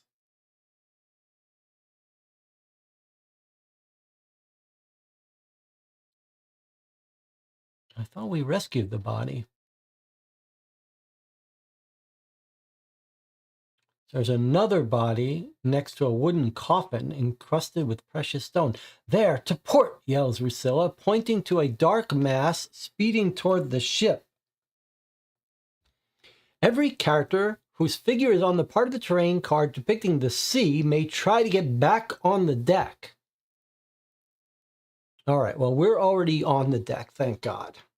So we don't have to do that. Now, each character's figure is on the part of the terrain card depicting the deck may leave their equipment before jumping in to save the person clinging on to the floating coffin. We're going to try to save another person? Then move their figure to the part of the terrain depicting the sea.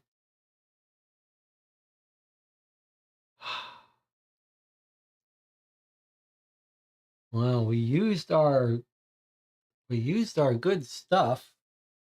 On the other hand, when we jumped into the sea last time, we were okay carrying our equipment with us, so we should definitely take the rope. Is there anything else we need to take?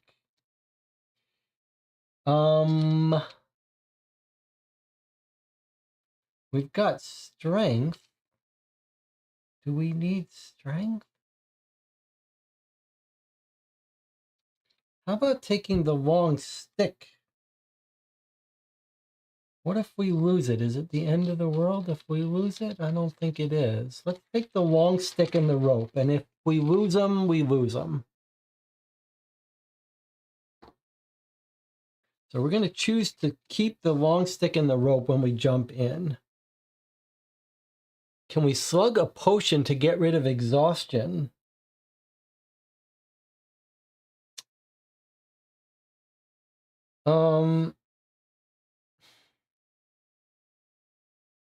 I mean, we are at an item. We are here has an action that we can take. So maybe this is an action step. What do we have by way of potions? We have a potion of vigor, which lets us get rid of our exhausted and share 10 life points. Let's do it, Jonathan. It feels like we have time to prepare. Let's do it. I think that's a great idea. And because this is letting an action happen here, and it's not a, I don't know why it's not showing it. Because this here is not a red action, it seems like we're now at a point where we can do our own actions. So let's go ahead and eat this. We need the life points anyway. So we're going to go up to 24 and get rid of exhausted. I think that was a great idea. And then this gets discarded. Now, the other thing is we have upgrades. Is there any reason for us to do an upgrade now? Probably not. All right, let's not push it. Are you okay with us taking the stick and the rope in, Jonathan? I feel like maybe we could use the rope and the stick to bring up the coffin if we need to. And the stick is also good for strength if you need to. All right, so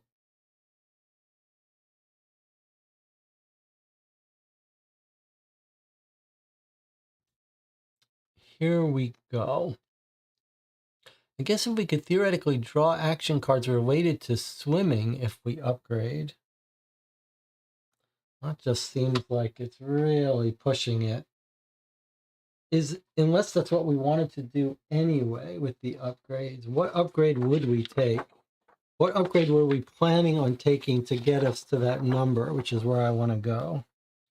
So we were planning on getting a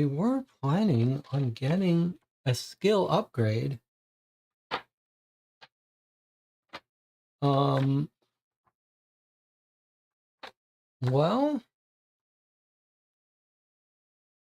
are we really going to do this, Joel, for the chance of getting one card related to swimming?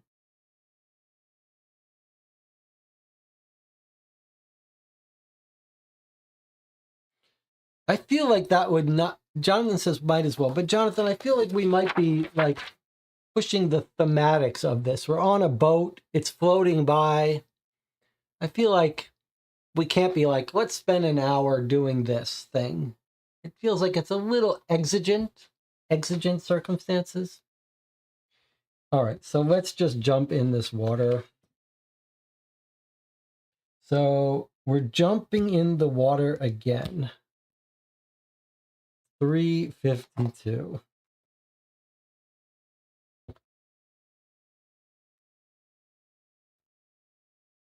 This feels like it's jumping steps. Each thing I read feels like it's jumping steps a little. Like when we jump in the water to save the person, the next dialogue we see is this. The sea creature violently hits the hull of the second wind, which lurches upward under the shock. A long tentacle emerges from the water, whips around the deck, trying to grab one of the crew members. If all characters are on the part of the terrain depicting the sea, read 363. Well, it is. We're on the sea, so I guess we're not going to get hit by the tentacle. So we're jumping to 363.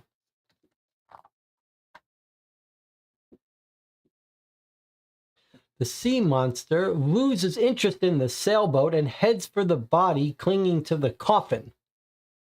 A tentacle wraps around the unfortunate man's leg before dragging him into the depths. You hope the man was already dead. If at least one character's figure is on the part of the terrain depicting the sea, read 357. Well, we jumped into the sea. That guy got brought down into the depths. We weren't able to rescue him. But now we're on the sea. Here we are on the sea, trying to save the man on the coffin, but really we wanted the coffin all along. Okay, so 357 now.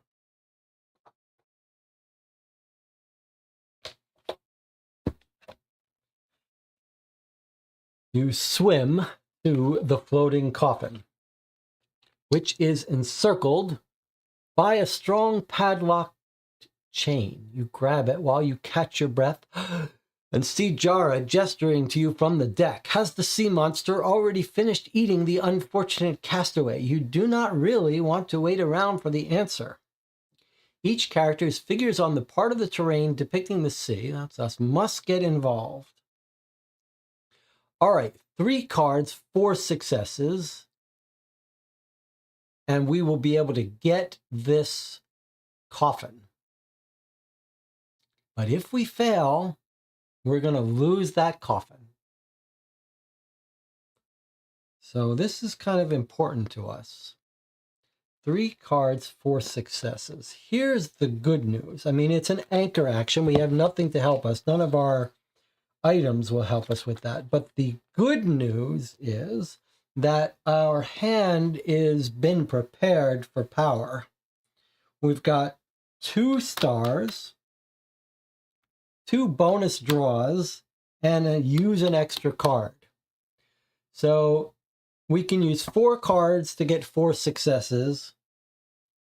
And this gets us 2, and this gets us 2. So I think we draw 4 cards. We need 2 successes on these cards in the worst case, but if we need to, we can draw 2 more. This seems like these must have been our discards. Okay, so I think with 4 cards, we're going to be able to pull this off. Even if we get 0, we'll still be able to... Actually, this is a +1, so let me draw 5. Even if we get 0, though, we'll be able to draw 2 more.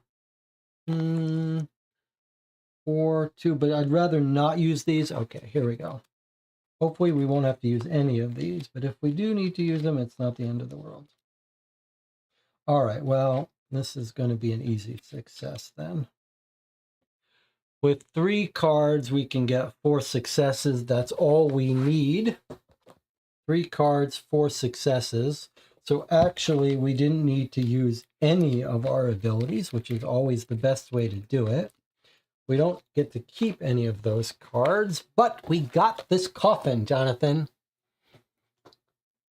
Is it a vampire? I hope not. Okay, we got the coffin. That's exciting. You push the coffin to the sailboat where Jara helps you to hoist it on deck. You get back onto the boat.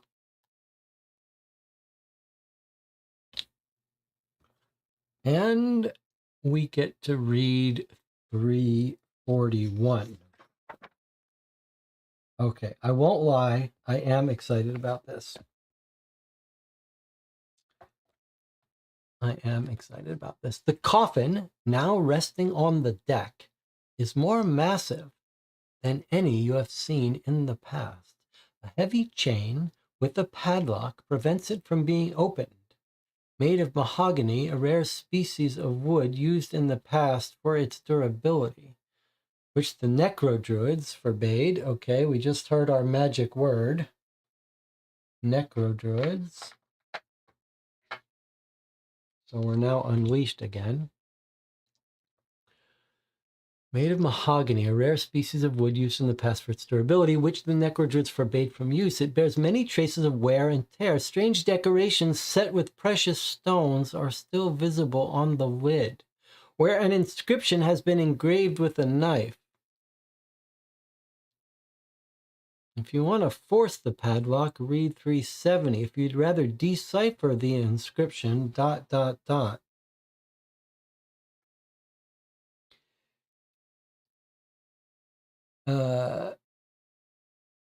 Jonathan, you want to break that lock open and not read the inscription? Really? Let's see what we're prepared for. Unfortunately, our guy who's good at breaking locks, we've locked him up in the bottom of the ship. So he's what's good at opening locks. We do have lots of strength, so we could for sure break that thing open. And now our apprentices are not good at deciphering. However,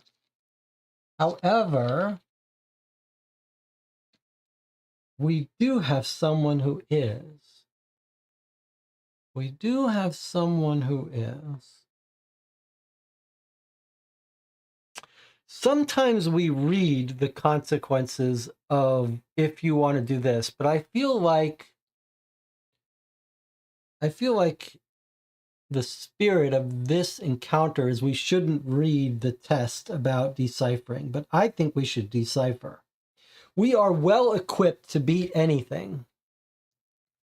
We are well equipped to win whatever challenge we're given with these cards. So I think, what if it is a vampire, Jonathan? I think we should decipher the inscription. I think we should decipher the inscription. How do you feel about that?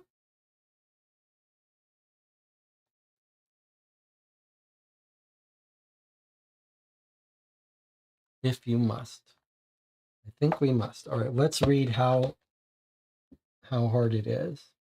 Okay, it's not very hard. 1 and 2. If we fail it, we're in a lot of trouble, though. Oh, you must immediately take it at guess, otherwise we could break the padlock, haggle over the coffin with Rusilla. Okay, we're going to try to decipher it. We've got her. She's good at deciphering. She lets us use an extra card and turn flags into successes. We have enough cards in our hand that we could guarantee this no matter what, even if we draw nothing. So I think what we should do is try to beat it without using our cards. I'll draw 3, and then we'll go from there. All right, so we're going to be able to use 2 cards in our hand to get 2 successes. Okay, so I drew 3 cards and we got 3 successes. So we still have to use her ability to let us use 2 cards, but we overkilled it with 3 successes. We get to keep one of these in our hand if we want to. I think we're better off with the cards we have. We already have an amazing set of hand at this point, except for this, which we're just not using. If we're not using it, well, none of these cards are any good. We should use this card, though. It's silly to keep this in our hand. All right, well, she did a good job for us. Oh, we get to keep one of these cards in our hand, but I don't want one. Unless we think it's good for what's coming up against us. These are just not that good. All right, here we go then. We've deciphered it. Also, the other reason to decipher it, Jonathan, is this woman is like, I'm bored. Let me do something helpful. 324.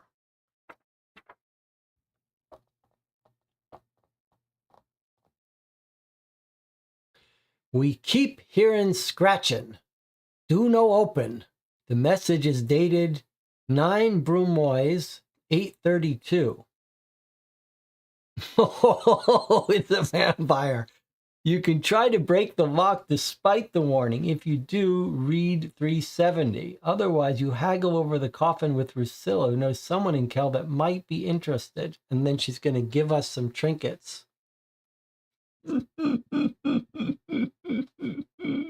We keep hearing scratching. Do no open.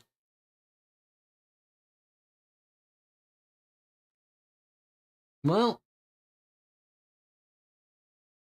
What are we gonna do here, Jonathan?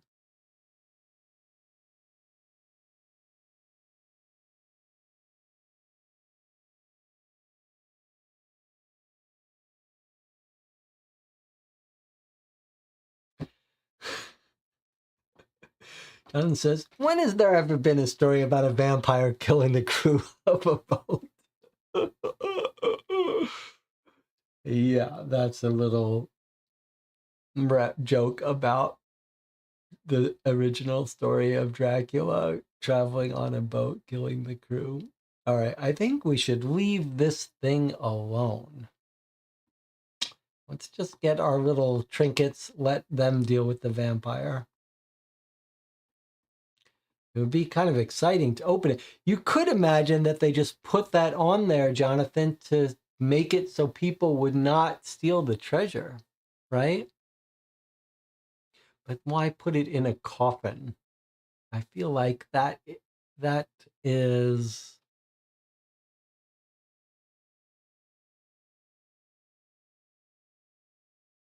John says, I want to see the vampire art.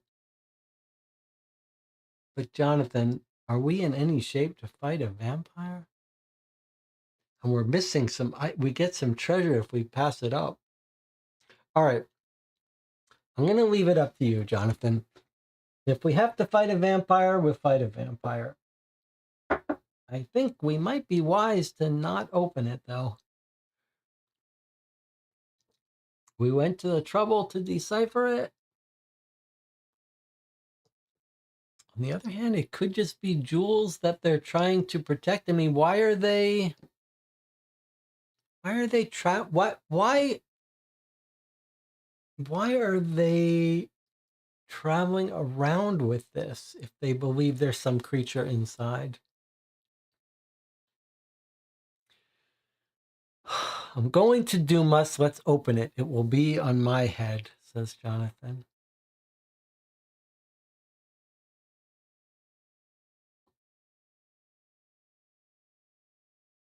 The message said, don't open it, there's scratching.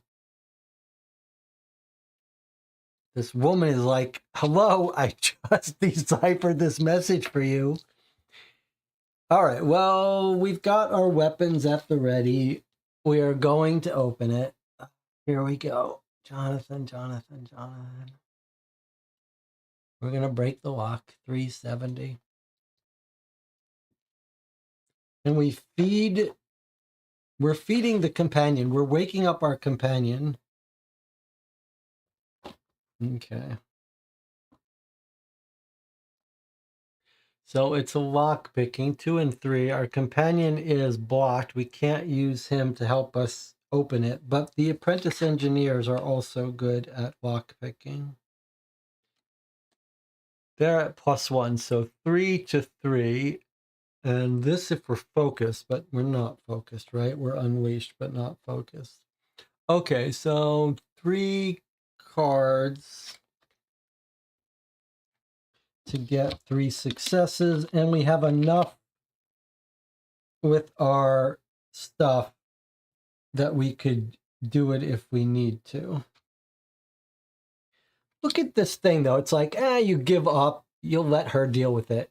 It keeps on giving us options to not do this. All right, that's it, though. We're done. We're committed. We're doing it. So we could generate 1, 2 stars on our own. We need 3. We can use up to 3. It would be nice to keep. We're going to have to fight this monster, this vampire. So probably better if I can get this on our own without having to use too many of our cards. So, but then we need our health. Okay, 4 cards. 4 cards for 3 successes, better get 5. I'm trying not to use our cards so that we can use them to fight the vampire.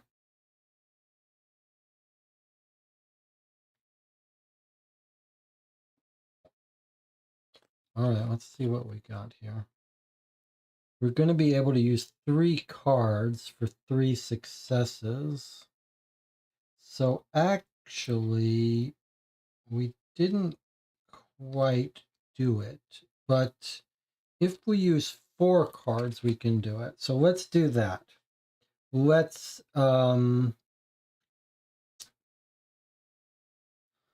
use improvise to use 4 of our cards.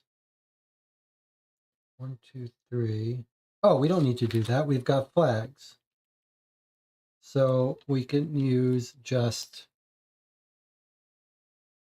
2 of our cards plus 4 flags gets us 2 more. Okay, so that's our 4. That's our 4 successes. We didn't even need 4. Okay, here we go. We succeeded. We lift the lock of the coffin.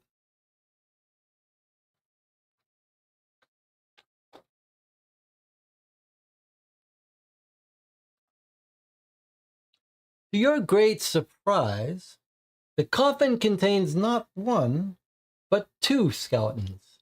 The first one is dressed in simple black clothes, showing his low status. A gravedigger, perhaps. The second is wearing what remains of a rich silk suit. You're inspecting the many scratch marks on the inside of the lid when you hear a clatter.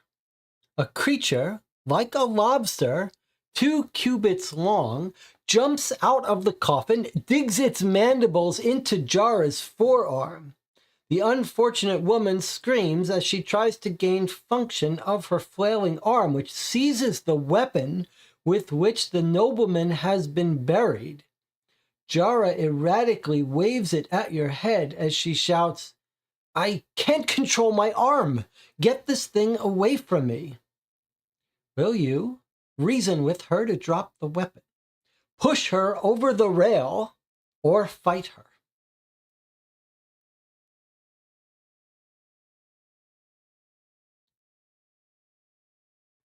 This is wonderful.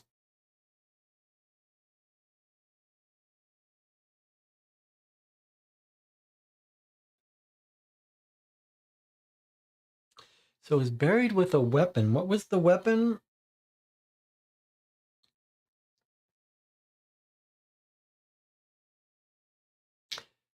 Seizes the weapon with which the nobleman had been buried. So he might have some good weapon.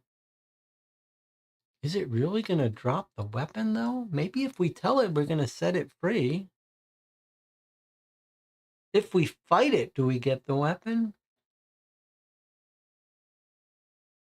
Might be a powerful weapon, though.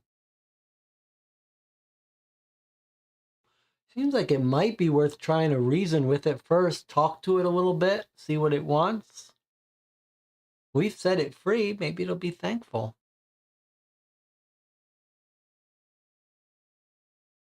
Jonathan says, I made us open the coffin. Your turn for a decision. I mean, I feel like we should try to reason with this thing first.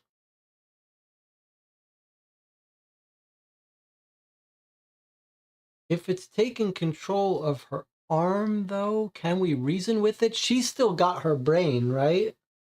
So, what does it want?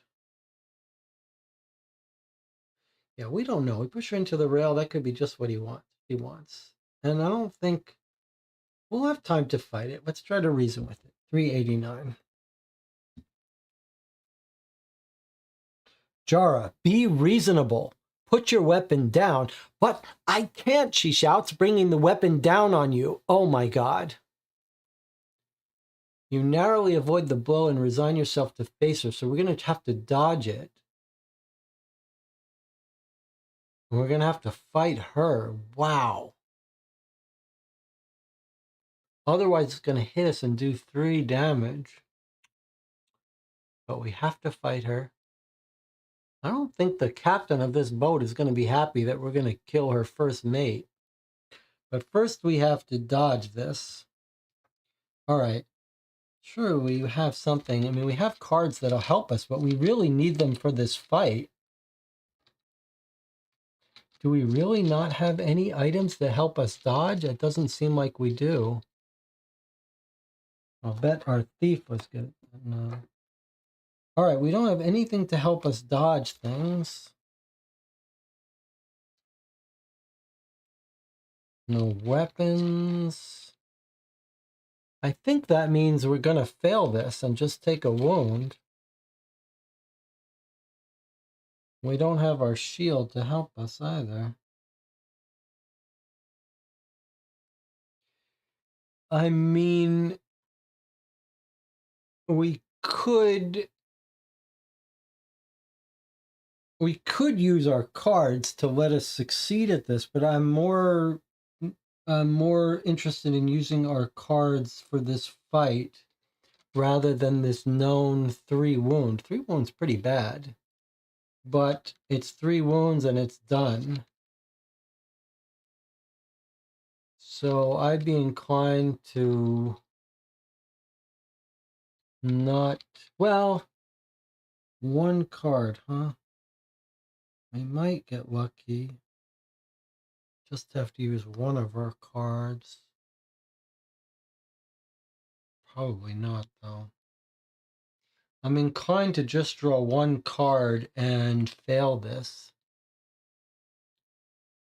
This is the part where part of you is like, why were we going to the labyrinth again? What happened to our focus on our mission? Here we are fighting vampire crabs.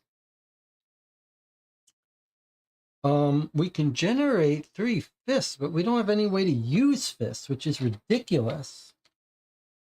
Yes, we do. That's for fighting, but this isn't a fight. All right, so we are just going to take this hit, I think, is what we're going to do. I think to succeed at this... Wow, 3 wounds is actually 9 cards. 3 wounds, 3 health is 9 cards worth of energy. So if I can do this without 9, it would be better to succeed. I just don't want to use our good cards here. I don't know what this reinforcement is. It must have been a drawn card. All right, let me see. I guess we have to build our health back up again.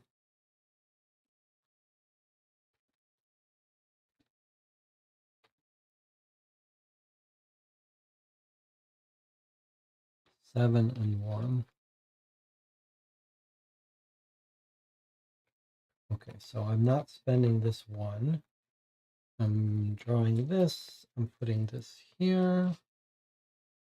I'm using up our 7 life.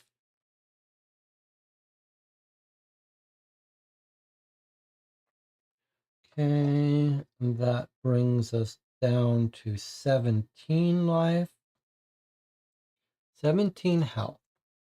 Now, what have I said? If we get lucky, we could do it with 2 cards and I just use 1 of these. But the most likely thing is that I'd have to use multiple cards, and then I don't want to do that. I don't want to do that. I want to save it for this battle, which could be deadly. I'm just going to take a strategic loss here. I'm going to draw 1 card. I'm going to let us lose this and take a wound.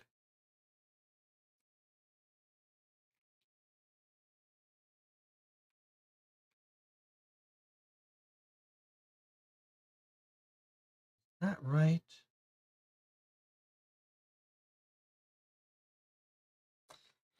Would it be better to draw like 6 cards? We still net a positive from that 3. 6 cards. What's the likelihood that I can defeat it with just using 1 of these? But then we don't have it for the battle, and we just netted 3 cards, and we might need it for the battle. All right, let's not overthink it. I'm just going to take the loss. I'm drawing 1 card.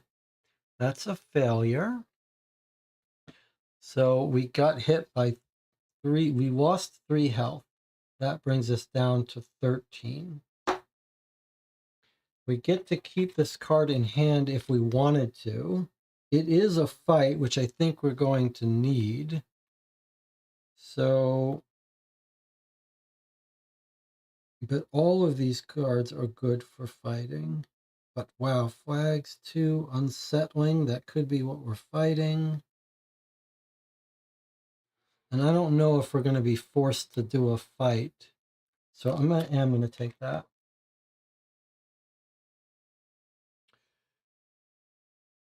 $369. Here we go. Now we've got to fight this creature. Not the creature. We're fighting the first mate, who's very accomplished. And the monstrous crustacean has obviously taken possession of Jara's arm. Nevertheless, you're reluctant to kill the woman who has accompanied you throughout the crossing. All right, well, let's see if we can avoid killing her. There's no guarantees. Okay, this is pretty exciting.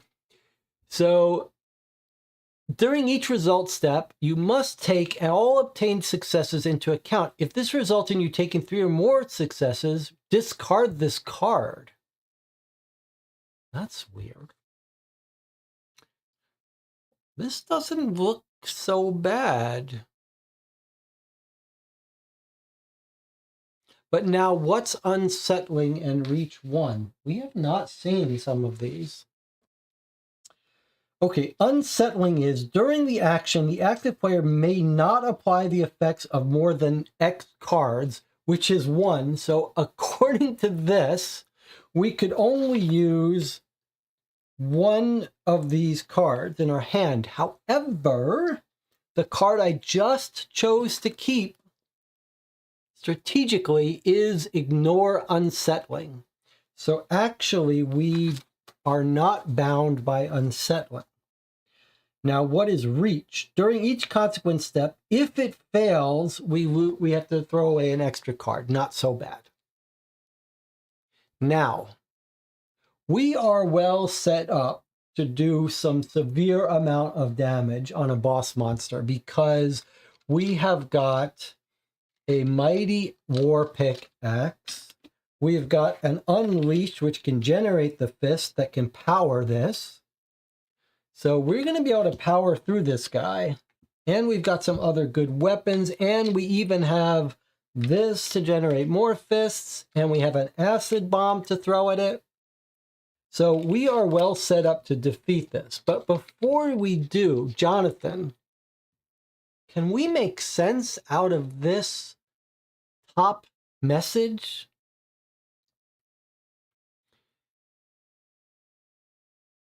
If you take 3 or more successes, discard this card. Okay, I get it. Do you get it now, Jonathan, what this is? What is it? Explain to me what this top text is trying to tell us.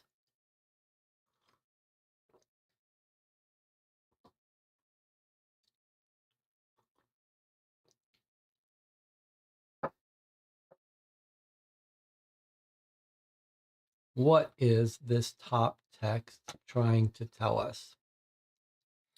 The part about if you get 3 in one action step, yes. What is that about? What's going on with this card?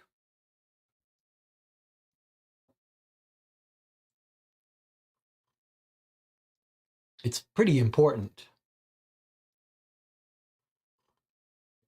And it's very cool. If you get 3 at once, you kill her.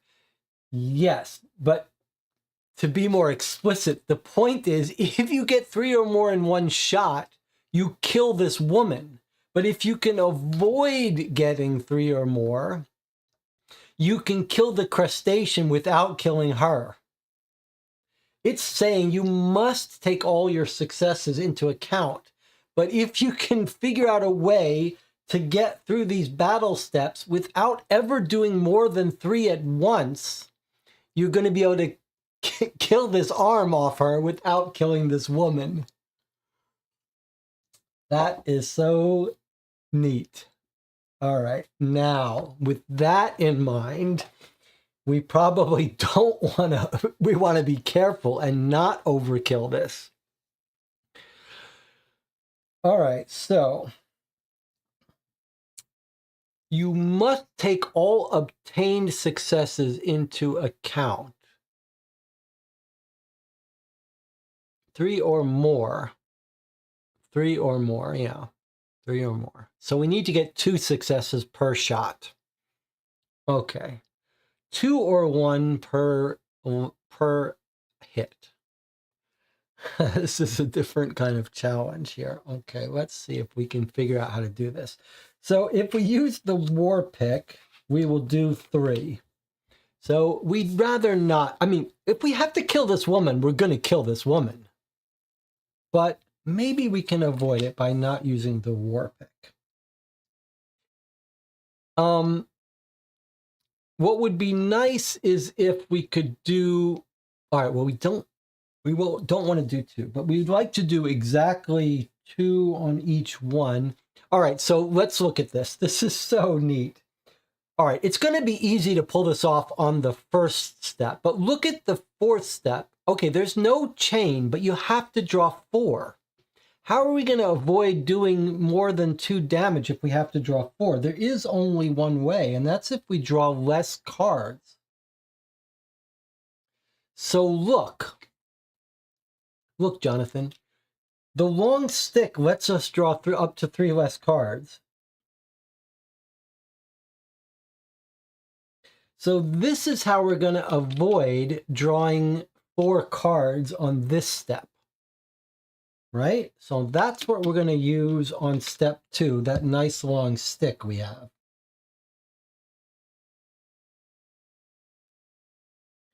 Or the spear, which also lets us draw less than 4. Very cool. So the spear and the long stick are ways for us to control how many cards we draw. That's great. So that's going to help us there.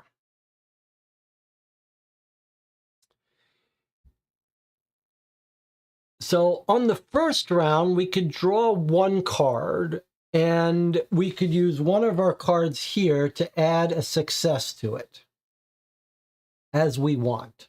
So if we needed to add 2 successes, we could add 2. We could guarantee we hit it twice on the first round and not use any weapon. Not use any weapon, although you could make the case. This action is going to fail, so we don't want to lose our war pick. So we probably don't want to use the war pick. And we're not going to use Unleashed, but we could use the spear. We probably don't want to use that. So, all right. So I think we just draw 1 card. We might get a success on it. We might get no successes on it. If we drew 2 cards, it would be unlikely that we'd get 3 successes, but possible. So the safest thing for us, if we really want to save this woman, the very safest thing for us is just draw 1 card on this battle.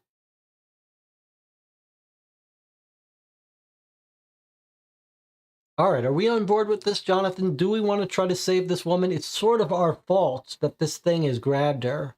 So I kind of feel like we got to do it. We got to save her and play it safe, not take any risks. All right, so here we go. First round of battle. Jonathan says, let's save her. Okay, first round of battle, we're drawing 1 card.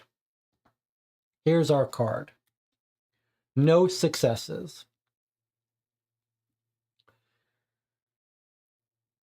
We are using this, we should say, because we need to ignore unsettling.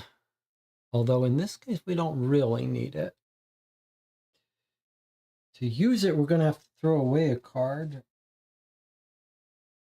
That's unfortunate. So this is in our hand. This is drawn. So we could use this to draw another card. Try to get a success.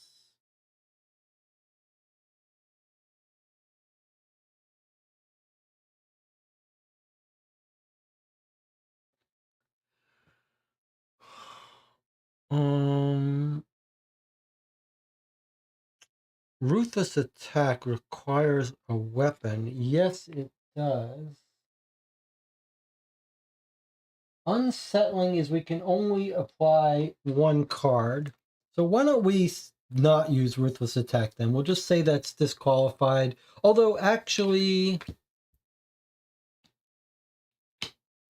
yeah, actually Long Stick is good enough for us.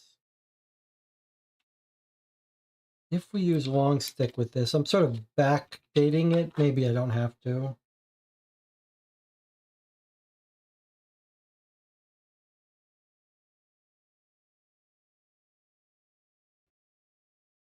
All right, let's say I didn't declare any weapons. We can't use Ruthless Attack. We drew this, so we can use one card from our hand.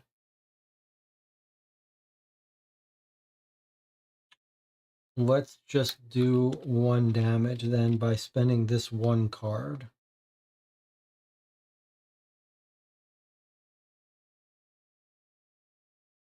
Okay. That gets discarded. We've done 1 hit. Not what we were looking for. We were looking for 2 hits, but maybe it doesn't make a difference. We have failed. That does let us keep this card. We actually could keep 2 cards if we wanted to. And we take 2 wounds, which brings us down to 11. We could lose this if we're not careful.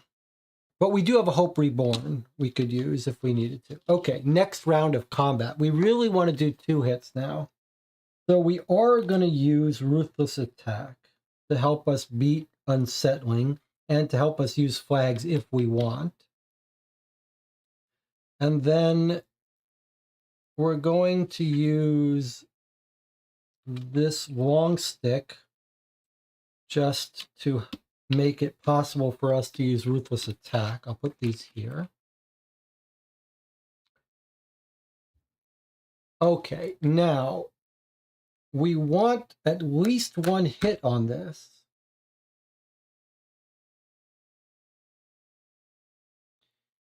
But we could take 2. I think we're going to have to take a chance here, Jonathan, and not play it so close to the vest. The odds of us getting 2 successes here are very slim. But I don't think we can keep doing this. Always drawing just 1 card. I mean, we could, but what if we don't get it again? Then we draw this again.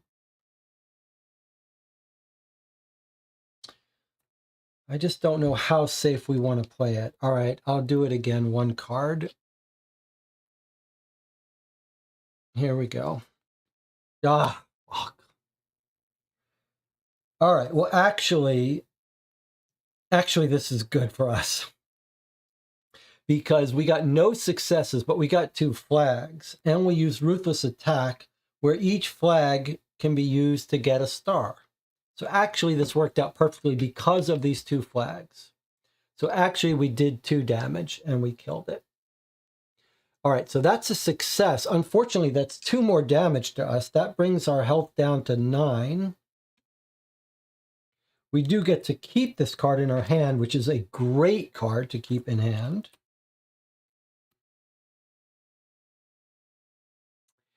And the die goes down, where it's now on the 1 stage. One thing I forgot to do is it's got reach. So we should have lost a card when we failed that first test. Okay, now we're down here. So here we are in the same position again, a new round of battle. We can afford to do up to 2. I think we do the same thing. We take long stick and ruthless attack. Long stick lets us draw three less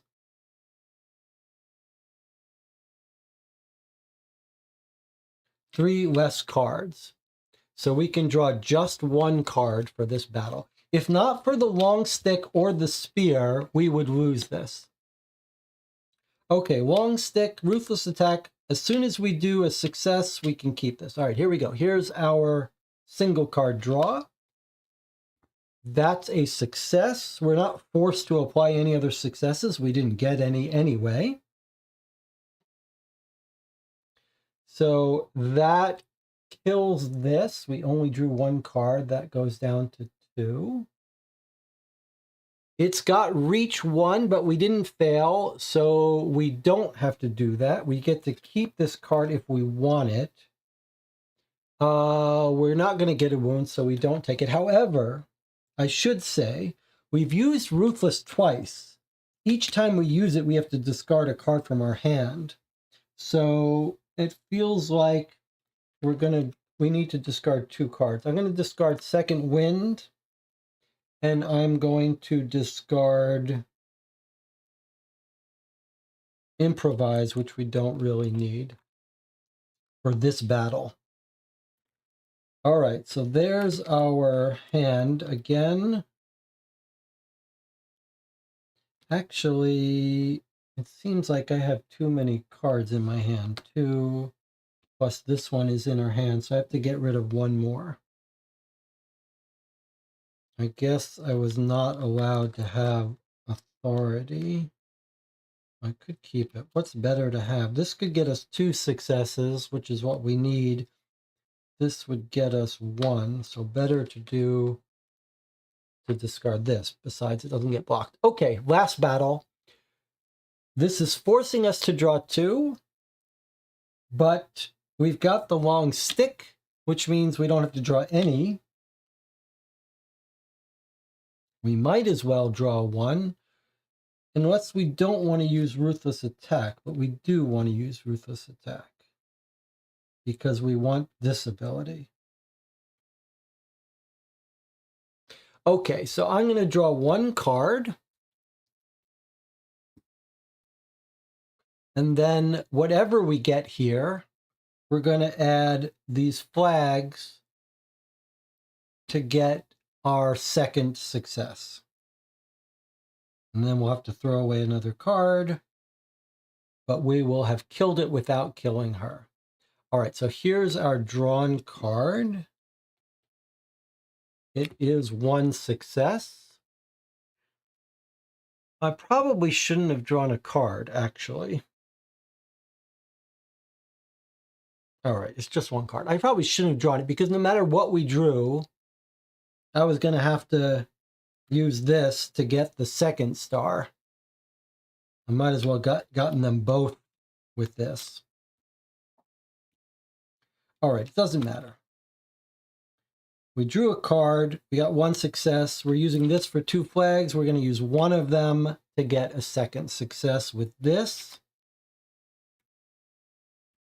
This requires us to use Ruthless to throw away another card. So all 3 of these cards go away. They're lost. We have an empty hand except for Ruthless Attack and Long Stick. Ruthless Attack was amazing because we got to keep it in hand and keep reusing it. And the Long Stick was essential to being able to do this thing. And we worked very hard to avoid killing her. That was very cool, though. I will point out we did not have to open that coffin, though. But Jonathan says, great job with the battle. Thank you. The battle was won before it started by our observations. But okay, that crustacean has been chopped up without hurting her too badly, we hope. 385. Here we go, and then we got to take a break. In fact, let's do it old style and leave some suspense. All right, so we're going to take a little break. We've been playing for 5.5 hours here. When we come back, we're going to look over the bow of the boat over the railing, see what happens to the crustacean. See you in 8 minutes.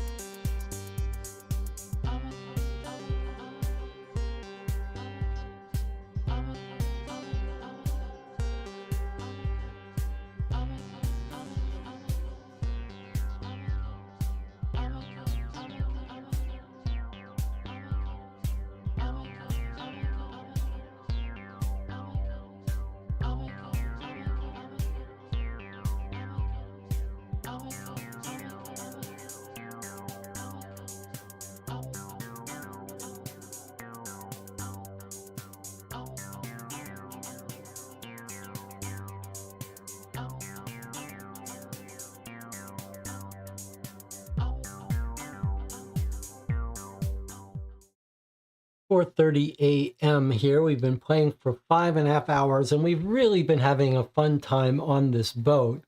And this last battle, I mean, we knew we shouldn't open this coffin. Jonathan, you knew you shouldn't open that coffin, but Jonathan wanted to do it, and we did it, and Crustacean jumped out, sunk its teeth into this woman's arms, took over, tried to kill us. We tried to talk to it. It hit us on the head. Then we had to fight it, and we had to stop ourselves from overkilling it. And we had built up this incredibly powerful hand and set of items, war picks. We were ready to destroy this thing in one blow, and we realized, wait a second, we got to be more gentle, surgical. And we used our hand, and we used up every card in our hand in order to surgically kill this crustacean creature without killing the woman. Pretty cool. And boy, thank God for these spears and sticks that let us engage in this battle without being forced to draw so many cards. Pretty cool. All right, we've killed it 385. Here we go. At least we're going to hopefully get this weapon.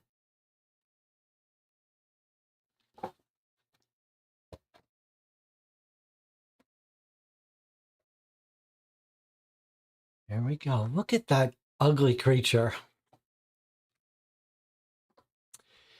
You deliver a fatal blow to the parasite, which detaches itself from Jara's arm. I'm really sorry. It wasn't me. I would have liked to regain control of my arm, but the grip was too strong. The second in command says, handing you the weapon. Rusilla shakes your hand. You saved her. And us. Thank you. Take 199 card. That's another Hope Reborn. So we earned another Hope Reborn. And a 300. And if we can't take a 300, then we get a 299. Well, there are some 300s here. Quite a few of them, so this isn't a one-of-a-kind weapon. But maybe these are, in general, one-of-a-kind weapons. Oh, we're going to get a very special sword. Okay, here we go. Let's see what we've got here.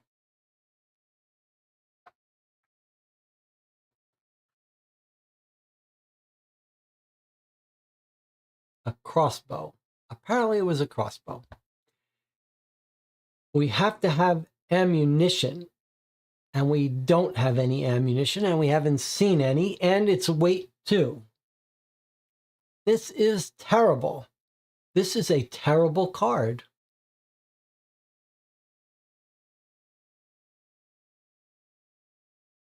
I do, but how do we justify that, Jonathan? I feel she didn't have a crossbow.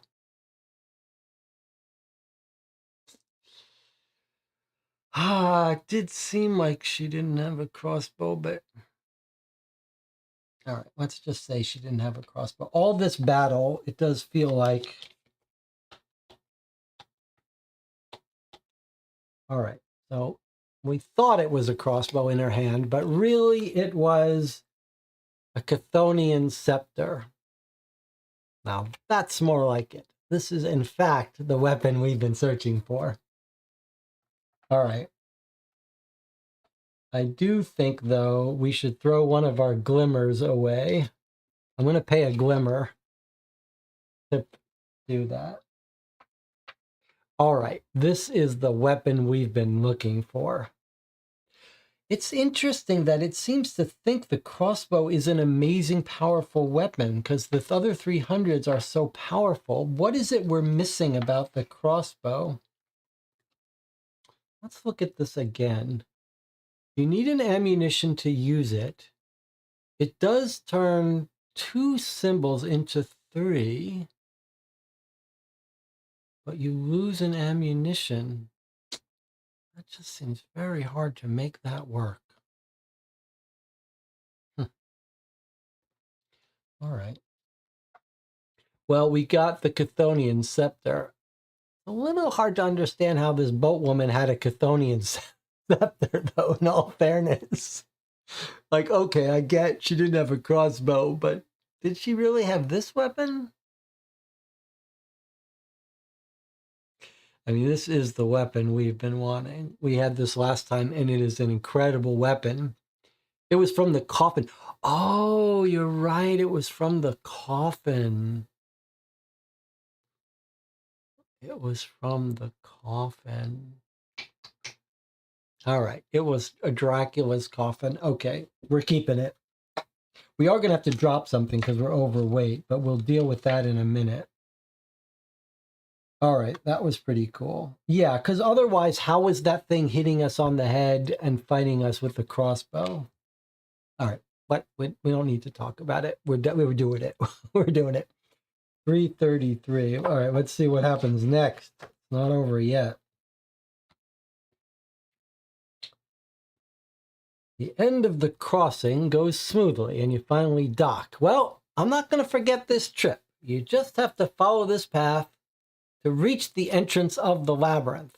After wishing you good luck, Rusilla returns to the boat, and soon the sail of the second wind is just a dot on the horizon. You set off and eventually reach a camp bordering a gloomy swamp. Take a 600 card. Okay, I don't think we've ever seen a 600 card. 600 card. Okay, there's only one of them. Okay, and return the dialogue book. Okay, that was amazing with an amazing reward. It made it all worthwhile. I'm not going to forget this guy. And this is an incredible weapon because we find these arcane magic sometimes and they're like a one-shot kill if we need them. And this ability's pretty good too. All right. Let's see what we've got here. The tents of a camp are set up at the edge of a swamp filled with grayish moss, which you sense may be more dangerous than it appears. The largest tent occupies the center of the camp. We're in a new land. We have no idea where we are. We've never been here before for sure. Before we turn that over, though, and see where we are, let's figure out how to get ourselves to 10 weight. So there's our heavy items. There's our light items. 2, 4, 6, 7, 8, 9, 10. Oh, we're actually, no. And then we have a sack of grain. Okay, so we're at 11. So we have to go at least down by 1.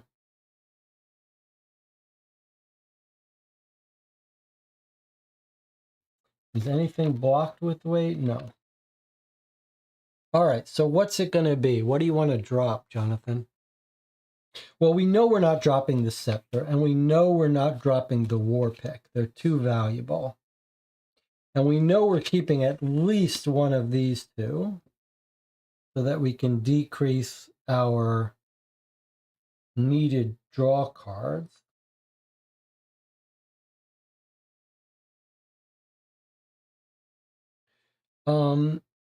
You could argue that we don't often take the spear because using strength for stars is what the war pick is good at, and it's a weight of 2. However, it is a +1, which is quite useful. This one doesn't seem that useful to us. Maybe we drop the flail. That's what Jonathan says, drop the flail. Okay, we're going to drop the flail on the ground. We may have to drop something else later, but right now that seems like the way to go. I think that makes sense.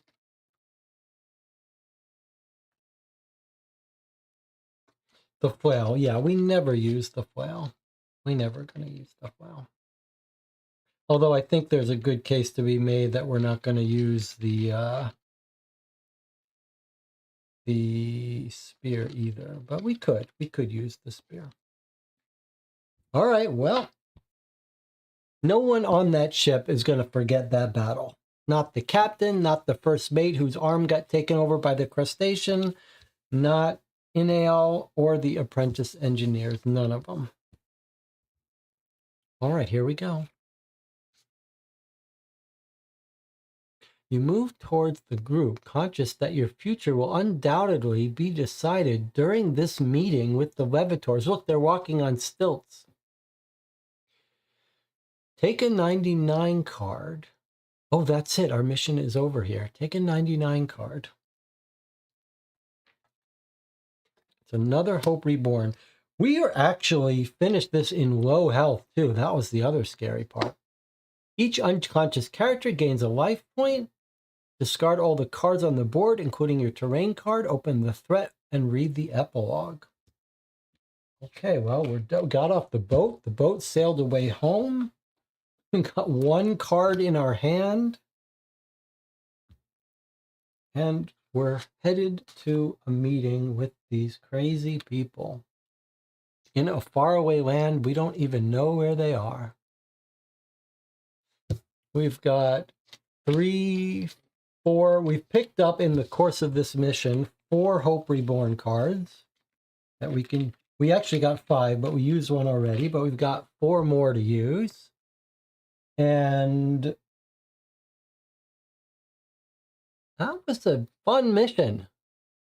That was a fun mission. And here we are having our meeting. All right, well, you ready for the epilogue, Jonathan?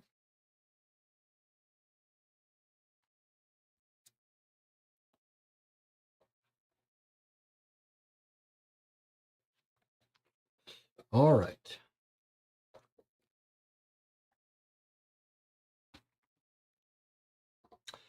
If you are at the Citadel, that would mean it failed. Read conclusion A. Otherwise, conclusion B on page 19. Okay, here we go.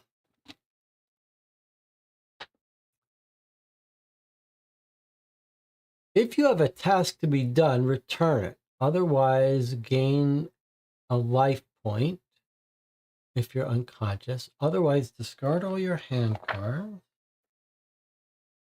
Okay. You have finished the scenario, the Levitors. And then we're going to start the initiation. That's it. It doesn't tell us anything about it. It just says we're going for the initiation. Look what happens if you return to the Citadel instead of that, you have to do it again. You have to do the Levitors again until you accomplish it. So that's it. Next up will be initiation, but we're not allowed to know a little bit more about it. Yeah, what's going on with this a task to be done, which it keeps asking us about? Like every time we play, it seems, every mission we do, it seems to say a task to be done. And if you have it, get rid of it.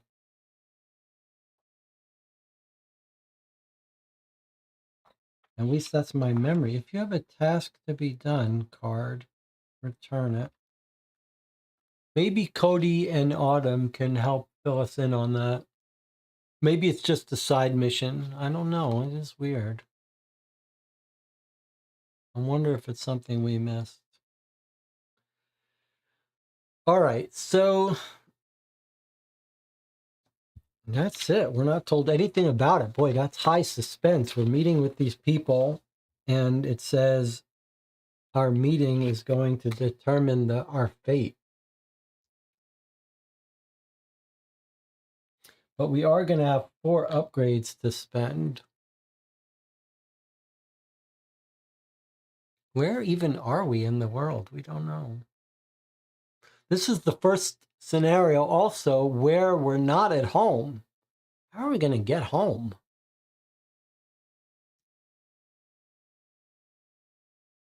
I don't know, but I know we got to stop here. All right. Pretty exciting session today. 4 upgrades to get, Jonathan. I think we should discuss these, and we'll discuss them in the interim and save the upgrades for our next session. The only thing I'll point out, though, is that we've got an exciting situation now where if we wanted to, we could now get another number. 1, 2, 3, 4. With those 4, which would include building the library, finishing the library off so we can get more books, and we can cross off another number. So that's pretty exciting for our next session.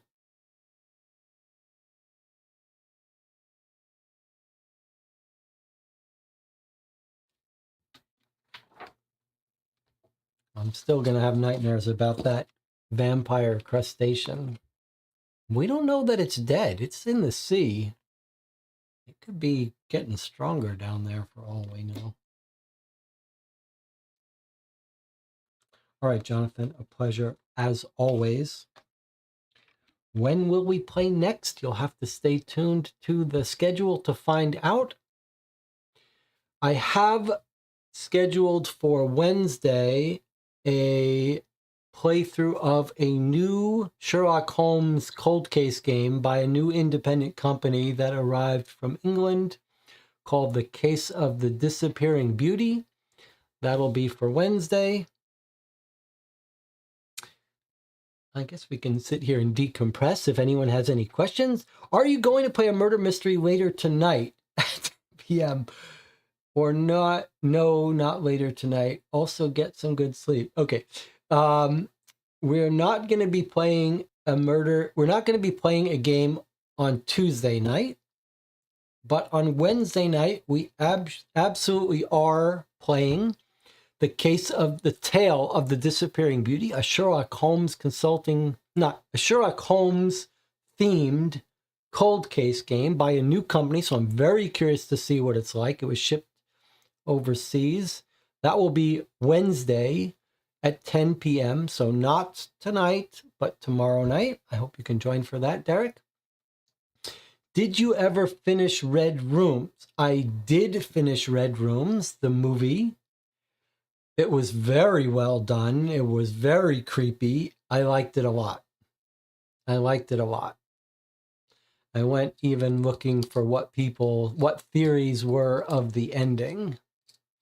And it was interesting to see some of what the meaning, how did it end, what the deal was. But I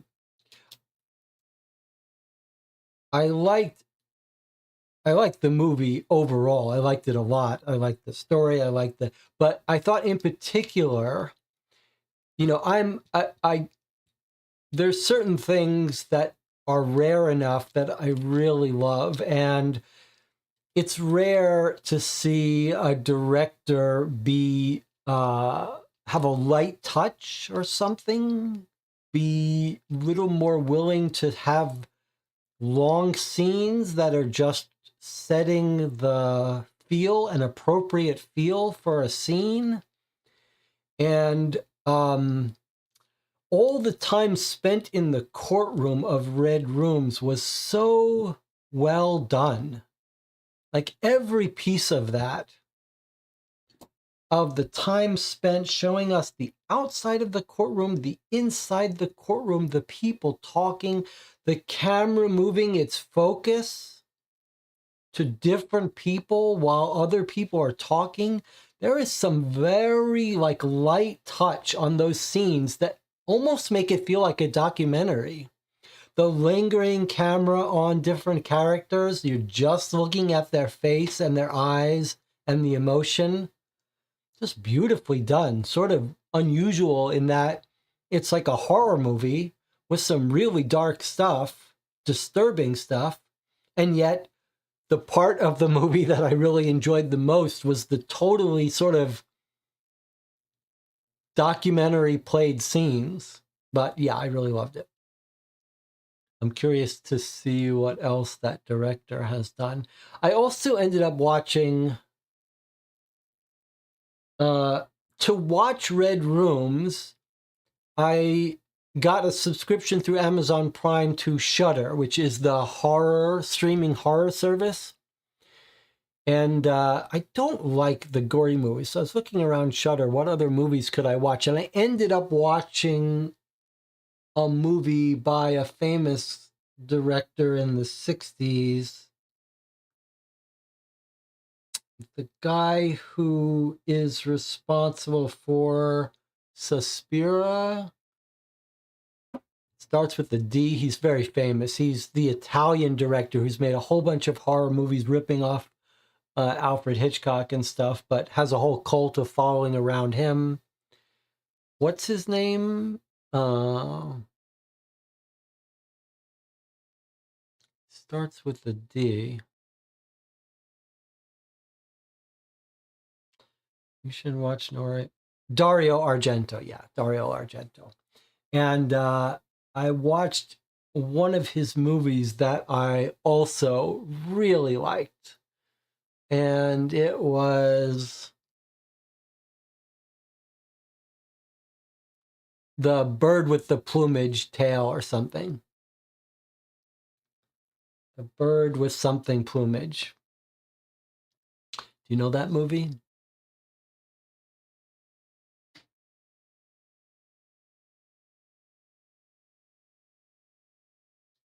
Bird with something plumage. Anyway, I really loved it. Totally different vibe, but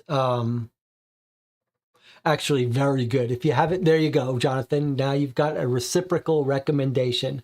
Go check out The Crystal Plumage, The Bird with Crystal Plumage. Yeah.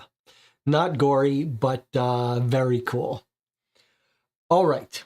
Well, thanks for joining me. I'll see you on the next episode or on Wednesday. Then on Sunday, we're back to playing the second letter of Our Dear Homes, which is a new case we've been playing. Very cool, nice. You got plenty of time to catch up if you want to join on Sunday afternoon.